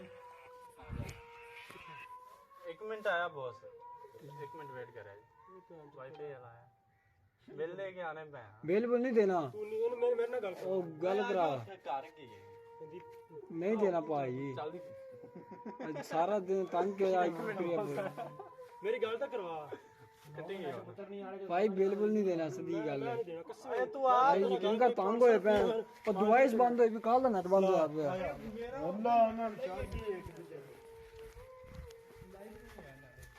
लाइट ਦਾ ਇਹਦਾ ਕੀ ਸੀਨ ਹੈਗਾ ਦੱਸ ਉਹ ਕਿਸੇ ਬੈਕਅਪ ਰੱਖੇ ਕਾਲ ਚੱਲਣ ਦੇ ਉਹਨੂੰ ਕਹਿਣਾ ਭਾਈ 1500 ਰੁਪਿਆ ਬਿੱਲ ਦੇਣਾ ਲੈਣਾ ਤਾਂ ਲੈ ਲਈ ਨਹੀਂ ਤਾਂ ਪਈ ਹੋਈ ਜੇ ਸਾਡਾ ਦਿਲ ਕਰੇਗਾ ਚਲਵਾਣਾ ਤੂੰ ਆ ਭਾਈ ਮੈਂ ਮਹੀਨੇ ਨਹੀਂ ਚਲਵਾਉਣਾ ਮੈਂ ਚਲਾਣਾ ਨਹੀਂ ਮੈਂ ਬੰਦੇ ਨਾਲ ਗੱਲ ਕਰ ਲਈ 500 ਰੁਪਏ ਬਿੱਲ ਦੇਣਾ ਉਹਨੂੰ ਹਾਂ ਇਹ ਵੀ ਸਹੀ ਮੇਰਾ ਐਸਐਮ ਕੀ ਜੀ ਚੱਲਦੀ ਨਹੀਂ ਵੀ ਮੇਰਾ ਜੀ ਕਰਦਾ ਮੇਰਾ ਜੀ ਕਰਦਾ ਫਿਰ ਮੇਰੇ ਜਿਹੜਾ 3000 ਹੈ ਨਾ ਵਾਪਸ ਵਾਪਸ ਲਾ ਦੇ ਉਹ ਨਹੀਂ ਵਾਪਸ ਮਿਲਣਾ ਯਾਰ ਉਹ ਤੂੜੀ ਵੀ ਨਹੀਂ ਰੱਖਣੀ ਕੋਈ YouTube ਚੈਨਲ ਨਹੀਂ ਚੱਲਦਾ ਫਿਰ ਮੈਂ ਕੀ ਆਣਾ ਉਹਨਾਂ ਤੂੜੀ ਵੀ ਨਹੀਂ ਰੱਖਣੀ ਮੈਂ ਉਹਨੂੰ ਕਿਹਾ ਹੀ ਮੈਂ ਤੇਰੇ ਉਹਦੇ 'ਚ ਮਸਲਾ ਹੀ ਉਹਦੇ 'ਚ ਨੈਟ 'ਚ ਪਤਾ ਕੀ ਹੋਣਾ ਆਪਦੇ ਅਕਾਊਂਟ ਚੈੱਕ ਕਰਵਾਓ ਸਾਡੇ ਨੈਟ 'ਚ ਕੋਈ ਇਸ਼ੂ ਨਹੀਂ ਹੈਗਾ ਮੈਂ ਜਦੋਂ ਦਾ ਅਕਾਊਂਟ ਤੇ ਕੀਤਾ ਸਾਡਾ ਕੋਈ ਅਕਾਊਂਟ ਰੁਕਦਾ ਹੀ ਨਹੀਂ ਹਾਂ ਥੋੜੀ ਕਿ ਆਈਪੀ ਦਾ ਮਸਲਾ ਮੈਂ ਆਈਪੀ ਦਾ ਭਾਈ ਤੁਹਾਡੀ ਹੈ ਆਈ ਵੀ ਤੁਹਾਡੀ ਇਸਤੇਮਾਲ ਕਰਨੇ ਪਰ ਉਹਦਾ ਤੂੰ ਸੱਜਣਾ ਪਾਈ ਜਾਂਦਾ ਇਸੇ ਤੇ ਹੀ ਖੜਾ ਹੁੰਦਾ ਭਾਈ ਮੇਰਾ ਤਾਂ ਕਰ ਦਿੱਤਾ ਉਹਨੇ ਗੁਰੀ ਨੇ ਕੀ ਅਪਲਾਈ ਮੋਨਟਾਈਜ਼ ਹੋ ਗਿਆ ਤੇ ਉਹ ਮੇਰਾ ਫੇਸ ਕਿਉਂ ਰਹਿ ਗਿਆ ਫਿਰ ਉਹ ਫੇਸ ਕਿੰਨਾ ਕਰਵਾਈ ਹੁਣ ਲੈਪਟਾਪ 'ਚ ਨਹੀਂ ਹੁੰਦਾ ਕੋਈ ਲੈਪਟਾਪ 'ਚ ਕੈਮਰਾ ਵੀ ਹੈਗਾ ਸਾਰਾ ਕੁਝ ਹੈਗਾ ਇਹ ਮੁੰਡਾ ਤੇਰਾ ਉਹ ਫੇਸ ਸਕੈਨ ਆ ਗਿਆ ਲੱਭਾ ਸਕੈਨ ਕਰਾ ਲਾ ਕੀ ਹੋ ਗਿਆ ਬੰਦਾ ਲੱਭਾ ਬੰਦਾ ਲੱਭੀ ਆਸਾ ਲੱਭ ਲਈ ਆਸਾ ਨਹੀਂ ਕਰਨਾ ਆਸੇ ਕੋਲ ਪੈਸੇ ਲੈਣੇ ਇੰਦੀ ਕਰ ਦੇ ਦੀਮੀ ਵੀ ਕਰ ਮੇਰਾ ਕਰਵਾ ਇਹਦੀ ਮੰਨੀ ਜਾਂਦੀ ਹੈ ਮੇਰਾ ਦੋਸਤੀ ਹੋਈ ਖੋਤੇ ਜਾਂਦੀ ਉਹਦਨ ਕੀਤੀ ਉਹਦਨ ਲੈ ਬੰਦਾਲ ਮੈਂ ਚਲੋ ਉੱਥੇ ਚੱਲਦੇ ਆ ਉਹ ਉਹਦਾ ਰਾਜੂ ਦਾ ਮੋਬਾਈਲ ਫੜਨੇ ਆ ਨਹੀਂ ਦਾ ਉਹ ਵੀ ਨਹੀਂ ਹੋਇਆ ਯੈਲੋ ਉਹ ਤੂੜੀ ਤਾੜੀ ਕੋਈ ਨਹੀਂ ਲਿਆਣੀ ਇਹਦੀ ਲੱਗਿਆ ਪਤਾ ਕੀ ਗੱਲ ਕੀ ਹੋਇਆ ਉਹ ਦੁਕਾਨ ਹੈ ਜਿਹੜੀ ਉਹਨੇ ਕਿਹਾ ਉਹ ਤਾਂ ਬਾਤ ਹੈ ਆਈ ਗੱਲਾਂ ਵੀ ਰਿਕਾਰਡ ਕੀਤੀਆਂ ਹੀ ਆਪਾਂ ਕਰਨ ਆਪਾਂ ਕਿਵੇਂ ਸੁਣਨੇ ਕਿਉਂਗੇ ਸੁਣਨੀਆਂ ਤਾਂ ਨਹੀਂ ਆਮਨੇ ਵੇਖਣੇ ਨਾ ਆਪਾਂ ਥੋੜੀ ਉਹਨਾਂ ਕਿੱਥੇ ਵੇਖਣੀ ਨਾ ਕਰੇ ਐਲੇਕ ਪਰ ਮੰਨੀ ਵੀ ਓਏ ਇਹ ਕਰੀ ਨਹੀਂ ਲਗਾ ਦੇ अब कुछ नहीं तू पर मेरी कल्ले की बना मेरी कल्ले की बना बगैर तो भाई तेरी को हमने ये मेरा चैनल है इसको तो मैंने वाइट टाइम पूरा करना ठीक है क्यों सर मरा है क्या भाई बंद कर दी अरे केड़ा व्लॉग है बंद ही कैमरा गंदा है कैमरा तू पूरी अब डरना पे मैं पता नहीं कि ये कितने व्लॉग बना के लाए ने चल ही जंदे ने अल्लाह यार तू आके मार रहा उम्मीद है नहीं क्यों नेट पे पुੱਛੋ ਦੀਆਂ ਪਾਲੇ ਪਹਿਲੀ ਵੀਡੀਓ ਲੈ ਜਾਣਾ ਪਹਿਲੀ ਬਲੌਗ ਕਰ ਬੜੀ ਚੜਦੀ ਕਰਾਂਗਾ ਜਾ ਮੇਰੀ ਵੀਡੀਓ ਬਲੌਗ ਹੋਈ ਮੈਂ ਇਹ ਚੈਨਲ ਬਣਾਇਆ ਜੀ मेरा चैनल तो बना ਤੇ ਲਾਇਆ ਦਸਤੀ ਬਲੌਗ ਮੋਨਟਾਈਜ਼ ਮੈਂ ਤਾਂ ਦੂਜੇ ਤੇ ਲਾਈ ਕੱਪ ਕੱਟ ਤਾਂ ਐਡਿਟ ਕਰੋ ਲਾ ਹਲੋ ਮੈਨੂੰ 100 ਜੀਮੇਲ ਲੱਭ ਕੇ ਦਿੱਤੀ ਮੈਂ ਦਿਨ ਲੱਭ ਦਿੰਦੇ ਆ ਥੋੜੀ ਜਿਹੜੇ ਬਣੀਆਂ ਪਈਆਂ ਨੇ ਉਹ ਵੀ ਚੱਲ ਜਾਣ 100 ਜੀਮੇਲ ਕੀ ਕਰ ਇੱਧਰ ਜਿਹਦੇ ਤੁਹਾਡੇ ਪੇਜ ਬਣੇ ਨੇ ਉਹ ਵੀ ਚੱਲ ਜਾਣ ਖਾਲੀ ਇੱਕ ਵਾਰੀ ਉਹਨੂੰ ਬਾਅਦ YouTube ਤੇ ਜਾਣਾ ਚੈਨਲ ਵੀ ਨਹੀਂ ਬਣਾਉਣਾ ਕਰਨਾ ਕੀ ਉਹ ਸਾਲਾ ਮੇਰਾ ਵਾਈਟ ਟਾਈਮ ਪੂਰਾ ਆ ਪਿਆ ਕਿਤੇ ਉੱਡ ਨਾ ਜਾਵੇ ਰਾਤੋਂ ਰਾਤ ਮੈਨੂੰ ਡਰ ਲੱਗੀ 100 ਜੀਮੇਲ ਆਉਣਾ ਕਿਤਾ ਲੱਗੇ 100 ਸਬਸਕ੍ਰਾਈਬਰ ਘਟਦਾ ਉਹ ਪੂਰਾ ਨਹੀਂ ਹੁੰਦਾ ਪਿਆ 8 ਵੀਡੀਓ ਲਾਈਆਂ 3 ਸਬਸਕ੍ਰਾਈਬਰ ਮਿਲੇ ਸਬਸਕ੍ਰਾਈਬਰ ਤੇ ਜੱਗੇ ਜੇ ਜੀਮੇਲ ਬਣਾਉਣ 8 ਵੀਡੀਓ ਲਾਈਆਂ 8 ਵੀਡੀਓ ਲਾਈਆਂ 2 ਦੇ ਗਰੁੱਪ 'ਚ ਪਾ ਦੇਣਾ ਤੇਰਾ ਇੱਕ ਚੈਨਲ ਹੈਗਾ ਮੈਂ ਗਰੁੱਪ 'ਚ ਪਾ ਦੇਣਾ ਉਹਦੇ ਤੇ 180 ਸਬਸਕ੍ਰਾਈਬਰ ਵੀ ਨੇ ਅੱਛਾ लेकिन ਉਹਦੇ ਤੇ ਸਟ੍ਰਾਈਕ ਵੀ ਇੱਕ ਦੋ ਆਈਆਂ ਹੋਈਆਂ ਫਿਰ ਮੈਂ ਉਹਦੇ ਸਬਸਕ੍ਰਾਈਬਰ ਚੁੱਕ ਲਈ ਸਬਸਕ੍ਰਾਈਬਰ ਮੇਰੀ ਗੱਲ ਸੁਣ ਬਸ ਠੀਕ ਹੈ ਮੇਰੀ ਗੱਲ ਸੁਣ ਇੱਕ ਤਰੀਕੇ ਨਾਲ ਹੈਗਾ ਸੈਲਿਬ੍ਰਿਟੀ ਵੀਡੀਓ ਚੱਲਦੀ ਹੈ ਇੱਕ ਤਰੀਕੇ ਨਾਲ ਸਬਸਕ੍ਰਾਈਬਰ ਆ ਇੱਕ ਰਾਜ ਤੇਰੇ ਨੂੰ ਕਿਸੇ ਮੈਂ ਵੀਡੀਓ ਟੈਗ ਕਰਾਂਗਾ ਨਾ ਮੈਨੂੰ ਸਬਸਕ੍ਰਾਈਬਰ ਮਿਲ ਸਕਦਾ ਇੱਕ ਰਾਜ ਤੇਰੇ ਕਰਨ ਨਹੀਂ ਦੇਣਾ ਸੁਬਾਹ ਤੱਕ ਤੇਰੇ ਸਬਸਕ੍ਰਾਈਬਰ ਕਰਦੇ ਨਹੀਂ ਕਰਾ ਨਹੀਂ ਹੁੰਦਾ ਨਾ ਉਹ ਅਗਲੇ ਪਰਮਿਸ਼ਨ ਲੈਣੀ ਪੈਂਦੀ ਹੈ ਉਹ 11 ਦਿਨ ਥਾ ਸੁਬਾਹ ਤੱਕ ਤੇਰੇ ਸਬਸਕ੍ਰਾਈਬਰ ਪੂਰੇ ਦੇਖ ਕਰਾ ਦੇ ਕੀ ਕਰਵਾਣਾ ਆਏ ਇੱਕ ਤਾਂ ਕਰਨੀ ਥੋੜੀ ਵਾਵਾ ਹੁੰਦੀ ਨੈਟ ਵਾਲੀ ਦੇ ਨੂੰ ਆ ਪੂਰਾ ਮਹੀਨਾ ਆਈ ਜ਼ਲੀਲ ਹੋਏ ਆ ਐਡਮਨ ਹੋਣਾ ਨਾ ਮੁੰਡੇ ਨੂੰ ਮੈਂ ਬਣਾ 4 ਦਿਨ ਦਾ ਐਡਮਨ ਮਾਰਿਆ ਨਹੀਂ ਆ ਲਗਾ ਚੱਲ ਆਇਓ ਧਿਆਨ ਨਾਲ ਮੋਬਾਈਲ ਫੜ ਲਈਏ ਮਾਮ ਚ ਮੋਬਾਈਲ ਫੜਨਾ ਹੋਰ ਕਿਆ ਜੀ ਚੱਲਦੀ ਵੀ ਇਹਨੂੰ ਦੇਖਣਾ ਤੈਨੂੰ ਉਹਨਾਂ ਜਿਆ ਚੱਲਦਾ ਬਸ ਨਹੀਂ ਮਾਰ ਹੋਰ ਚੱਲੀ ਕੀ ਹੈ ਆਪਾਂ ਤਾਂ ਨਹੀਂ ਚਲਾਣੀ ਕੋਈ ਤਾਂ ਚਲਾਵਾ ਕੋਈ 20 ਤੋਂ ਬਾਅਦ ਕਿਉਂ ਉਸ ਟਾਈਮ ਮੇਰਾ ਪੇਜ ਮੈਂ ਸੱਟਾਂ ਇੰਨੀਆਂ ਕੋ ਆਈਡੀਆਂ ਦੇ ਵਿੱਚ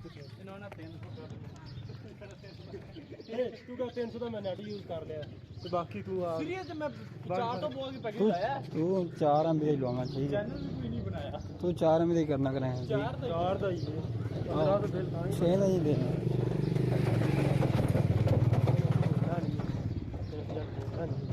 ਇਹਦੇ ਪੌਂਦੀ ਤਾਂ ਜਾਂਦਾ ਲੜਕੀਆਂ ਮੈਂ ਨਾ ਕਰਾਂ ਨਹੀਂ ਬੋਸ ਨਾ ਅਸੀਂ ਵੀਡੀਓ ਤੇ ਬਣਾਉਣੇ ਪਏ ਤੇ ਸਾਨੂੰ ਦੱਸਣਾ ਵੀ ਕੀ ਸਾਨੂੰ ਕਰਨਾ ਜਾ ਰਹੀ ਹੈ ਇਹਨੂੰ ਵਿੱਚ ਲਿਆ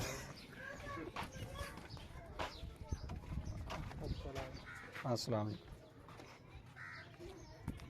बहुत यार बेचारे दी तेरी गारंटी नहीं थी वो तो मानने में आप लेन दा तो वाईफाई दी तेरी गारंटी है कि ना सही एक दिन 24 घंटे भी पूरा आया होवे ना तू कहां एक दिन भी आया तो मैं जिम्मेदार हूं यार ये तो पहले दिन थी अजाबी दिनों जी नहीं यार वो तो पट के सारा कुछ खिलाया हूं बंद तो कल वैसे बंद नहीं दी भाई मैं ऑन भी नहीं हैगा ऐसा टाइम भी नहीं है चेक कराओ ਹੁਣ ਲਾਈਟ ਨਹੀਂ ਆ ਮੈਂ ਇਹਦੇ ਵਿੱਚ ਚਲਾਣਾ ਪੈਸਾ ਮੈਂ ਸਕਰੀਨ ਮੇਰੀ 1 ਮਿੰਟ ਮੈਂ ਚੈੱਕ ਕਰ ਲੈਣਾ ਅਗਰ ਮੈਂ ਸਕਰੀਨ ਸ਼ਾਟ ਕੰਪਲੇਨ ਕੀਤੀ ਸੀ ਮੂੰਹ ਸਹੀ ਨਹੀਂ ਆ ਰਿਹਾ ਮੂੰਹ ਪੂਰਾ ਕਿੰਨੇ ਟਾਈਮ ਕਿੰਨਾ ਹੋ ਗਿਆ ਉਹ ਇਹ ਤਾਂ ਕਿੰਨੇ 7 ਘੰਟਿਆਂ ਦਾ ਇਹ ਬਹੁਤ ਹੁਣ ਤਾਂ 15 ਮਿੰਟ ਪਹਿਲੇ 15 ਮਿੰਟ ਹੋ ਗਏ ਨੇ 32 ਹੋਏ ਨੇ ਕਿਤੇ ਆਵਲੇ 15 ਮਿੰਟ ਨਹੀਂ ਆ ਗਏ ਨੋ ਇੰਟਰਨੈਟ ਸਰ ਪਿੱਛੇ ਸਿਸਟਮ ਰੀਸਟਾਰਟ ਕਰਾਇਆ ਸੀ ਮੈਂ ਤੁਹਾਨੂੰ ਕਹਿ ਰਿਹਾ ਕਿ ਅੱਜ ਤੋਂ ਬਾਅਦ ਕੰਪਨੀ ਨੂੰ ਕੰਪਲੇਨ ਵੀ ਫਾਰਵਰਡ ਕੀਤੀ ਹੋਈ ਹੈ ਕੱਲ ਦਾ ਬੰਦ ਹੋਇਆ ਸੀ ਕੰਪਨੀ ਕੰਪਲੇਨ ਫਾਰਵਰਡ ਕੀਤੀ ਹੋਈ ਉਹਨਾਂ ਨੂੰ ਕਿਵੇਂ ਇਸ਼ੂ ਕਲੀਅਰ ਹੁੰਦਾ ਕੱਲ ਦਾ ਚਲੋ ਬੰਦ ਹੋਇਆ ਇਹ ਬਹੁਤ ਜ਼ਿਆਦਾ ਬੰਦ ਹੁੰਦਾ ਹੈ ਇੱਕ ਦਿਨ ਨਹੀਂ ਬੰਦ ਹੁੰਦਾ ਨਹੀਂ ਬੰਦ ਹੋ ਰਿਹਾ ਤਕਰੀਬਨ 2-3 ਦਿਨ ਅੱਜ ਨਹੀਂ ਆਉਂਦਾ ਪਿਆ ਕਿ ਅੱਧਾ ਘੰਟਾ ਪਹਿਲੇ ਆ ਨਹੀਂ ਰਿਹਾ ਸੀ ਹਾਂ ਬੰਦ ਨਹੀਂ ਹੋਇਆ ਰਾਤੀ ਵੀ ਬੰਦ ਸੀ 30 ਮਿੰਟ ਬੰਦ ਰਿਹਾ ਮੈਂ ਵੇਟ ਕੀਤਾ ਫਿਰ ਮੈਂ ਤੈਨੂੰ ਕਾਲ ਕੀਤੀ ਹੈ ਅਗੋ 30 ਮਿੰਟ ਹੁਣ ਯਾਰ ਬਹੁਤ ਸੌਂ ਸਰ ਮੈਂ ਇਥੋਂ ਕਰੋ ਨਿਕਲਣ ਤੋਂ ਪਹਿਲਾਂ ਰੀਸਟਾਰਟ ਕਰਵਾ ਮੇਰੀ ਆਈਡੀ ਤੋਂ ਲੋਕੇਸ਼ਨ ਉੱਡ ਗਈ ਹਲੇ ਤੂੰ ਆਣਾ ਬੰਦ ਨਹੀਂ ਹੋਇਆ ਮੈਨੂੰ ਪਤਾ ਹੀ ਨਹੀਂ ਲੱਗਾ ਅੱਜ ਦਾ ਦਿਨ ਮੈਂ ਵਾਇਸ ਕੀਤੀ ਹੈ ਇਹ ਮੈਂ ਆਪਦੇ ਨੈਟ ਤੋਂ ਕੀਤੀ ਸਰ ਉਸ ਟਾਈਮ ਮੈਂ ਕਰੋ ਨਿਕਲਣ ਲੱਗਾ ਤੇ ਮੈਂ ਸਿਸਟਮ ਰੀਸਟਾਰਟ ਕਰਾ ਕੇ ਸਾਨੂੰ ਵਾਈਫਾਈ ਲਵਾਉਣ ਦਾ ਕੀ ਫਾਇਦਾ ਅਗਰ ਅਸੀਂ ਆਪਦੇ ਹੀ ਪੈਕੇ ਲਵਾਵਾਂਗੇ ਉਹਨੂੰ 500 ਦਾ ਪੈਕੇ ਲਾ ਲਿਆ 300 ਤੇਰੇ ਵਾਲੇ ਗਵਾ ਲਿਆ ਮੈਨੂੰ ਉਧਰੋਂ ਕੀ ਫਾਇਦਾ ਆਇਆ 500 ਇਧਰੋਂ ਵੀ ਗਿਆ 300 ਉਧਰੋਂ ਵੀ ਗਿਆ ਜੋੜਦੇ ਨੇ ਜੋੜਦੇ ਨੇ सर सारे मामला तो नाल ये ऐसे करो तो ਪਿੱਛੇ ਬੈਕਅਪ ਰੱਖ ਲਿਆ ਜੀ हाँ जी ਪਿੱਛੇ ਬੈਕਅਪ ਹੁਣ ਰੱਖ ਲਿਆ ਜੀ हाँ जी बैकअप होना ਘਰ ਨੂੰ तंगी ਹੁੰਦੀ ਚਲੋ ਘਰ ਤੰਗੀ ਨਹੀਂ ਹੁੰਦੀ ਨਾ यार मेहनत है कि होना मेरे गल साडा दिल करदा सी बार-बार कस्टमर दी कंप्लेंट सुनिए नहीं वो ना काफी ज्यादा बंद हो कल तो इस टाइम बंद रहा कल सर बंद सी तनदीम भाई ने शायद मैं क्वेश्चन सेंड कीतियां होन कीतियां कि नहीं कीतियां आ देखो तुझे सोनी लगो बंदे वॉइस मैनू नहीं ना फिर तुझी मानते नहीं होंदे यार मैं बिल ਉਹਨੂੰ ਦੇਣਾ ਕਿ ਤੁਹਾਨੂੰ ਦੇਣਾ ਤੇ ਸਾਰੇ ਹੁਣ ਮੇਰੀ ਗੱਲ ਸੁਣੋ ਅਸੀਂ ਕਰੋ ਖੂਹ ਕੱਢ ਕੇ ਤਾਂ ਥੋੜਾ ਕੱਢਨੇ ਪੈ ਕਨੈਕਸ਼ਨ ਕਿੱਥੋਂ ਆਉਂਦਾ ਕਨੈਕਸ਼ਨ ਤੁਹਾਡਾ ਕਿੱਥੋਂ ਆਉਂਦਾ ਕਨੈਕਸ਼ਨ ਤੁਸੀਂ ਸਾਡੇ ਕੋਲ ਲਿਆ ਅਸੀਂ ਪਿੱਛੋਂ ਲਿਆ ਅਸੀਂ ਕੰਪਨੀ ਕੰਪਲੇਨ ਕਰੀ ਤੁਸੀਂ ਸਾਨੂੰ ਕਰਦੇ ਅਸੀਂ ਕੰਪਨੀ ਕੰਪਲੇਨ ਕਰੀਏ ਨਾ ਕਿੱਥੋਂ ਲੈਂਦੇ ਕਨੈਕਸ਼ਨ ਤੁਹਾਡਾ ਕਿੱਥੋਂ ਦਾ ਭਾਈ ਡਾਟਾ ਤੁਸੀਂ ਟਾਵਰ ਠੀਕ ਮੋੜ ਦਿਓ ਜੀ ਤੇ ਮੈਂ ਕੰਪਨੀ ਕਰ ਸਕਦੇ ਹਾਂਜੀ ਕਿਸੇ ਹੋਰ ਕੋਲ ਯਾਨੀ ਕਿ ਜਾਇਜ਼ ਨਹੀਂ ਸਰ ਇਹ ਦੂਤੇ ਨਹੀਂ ਨਾ ਜਾਇਜ਼ ਮਿਲਦਾ ਨਾ ਟੈਡੀ ਨਾਲ ਨਾ ਯੂ ਫੋਨ ਬਾਅਦ ਮਿਲਦਾ ਖਾਲੀ ਜ਼ੂਮ ਦਾ ਮਿਲਦਾ अलग इन्ना मसला कोई नहीं हैगा मसला तो आंदा पिया जोंग दा मेरा तो जोंग पिछला महीना तबाही वाला गया अब पिछला महीना कोई ना 10 को दिन ही सही समझो चलिया ना बाकी में अजे सारे दिन काट कहंदे कढो हां जेरे बंद रहे वो 10 दिन बंदे ने जेरे सही चले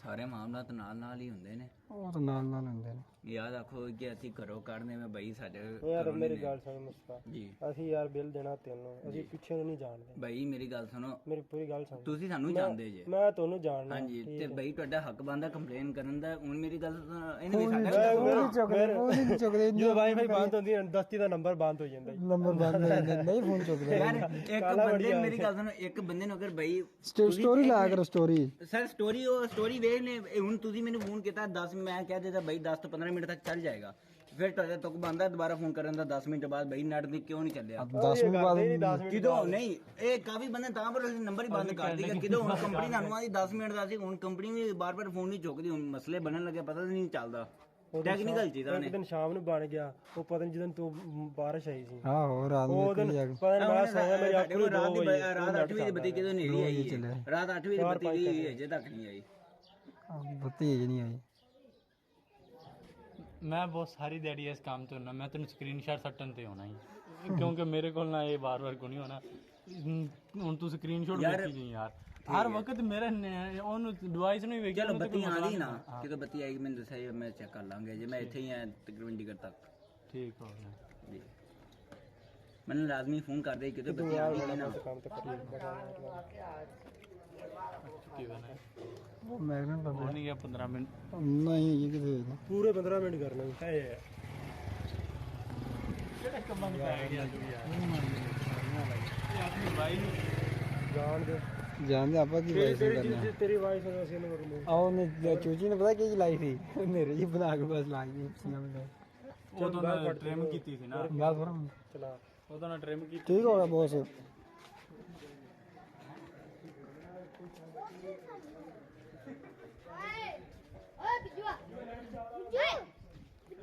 मैं ले लूं ये तो जल्दी आ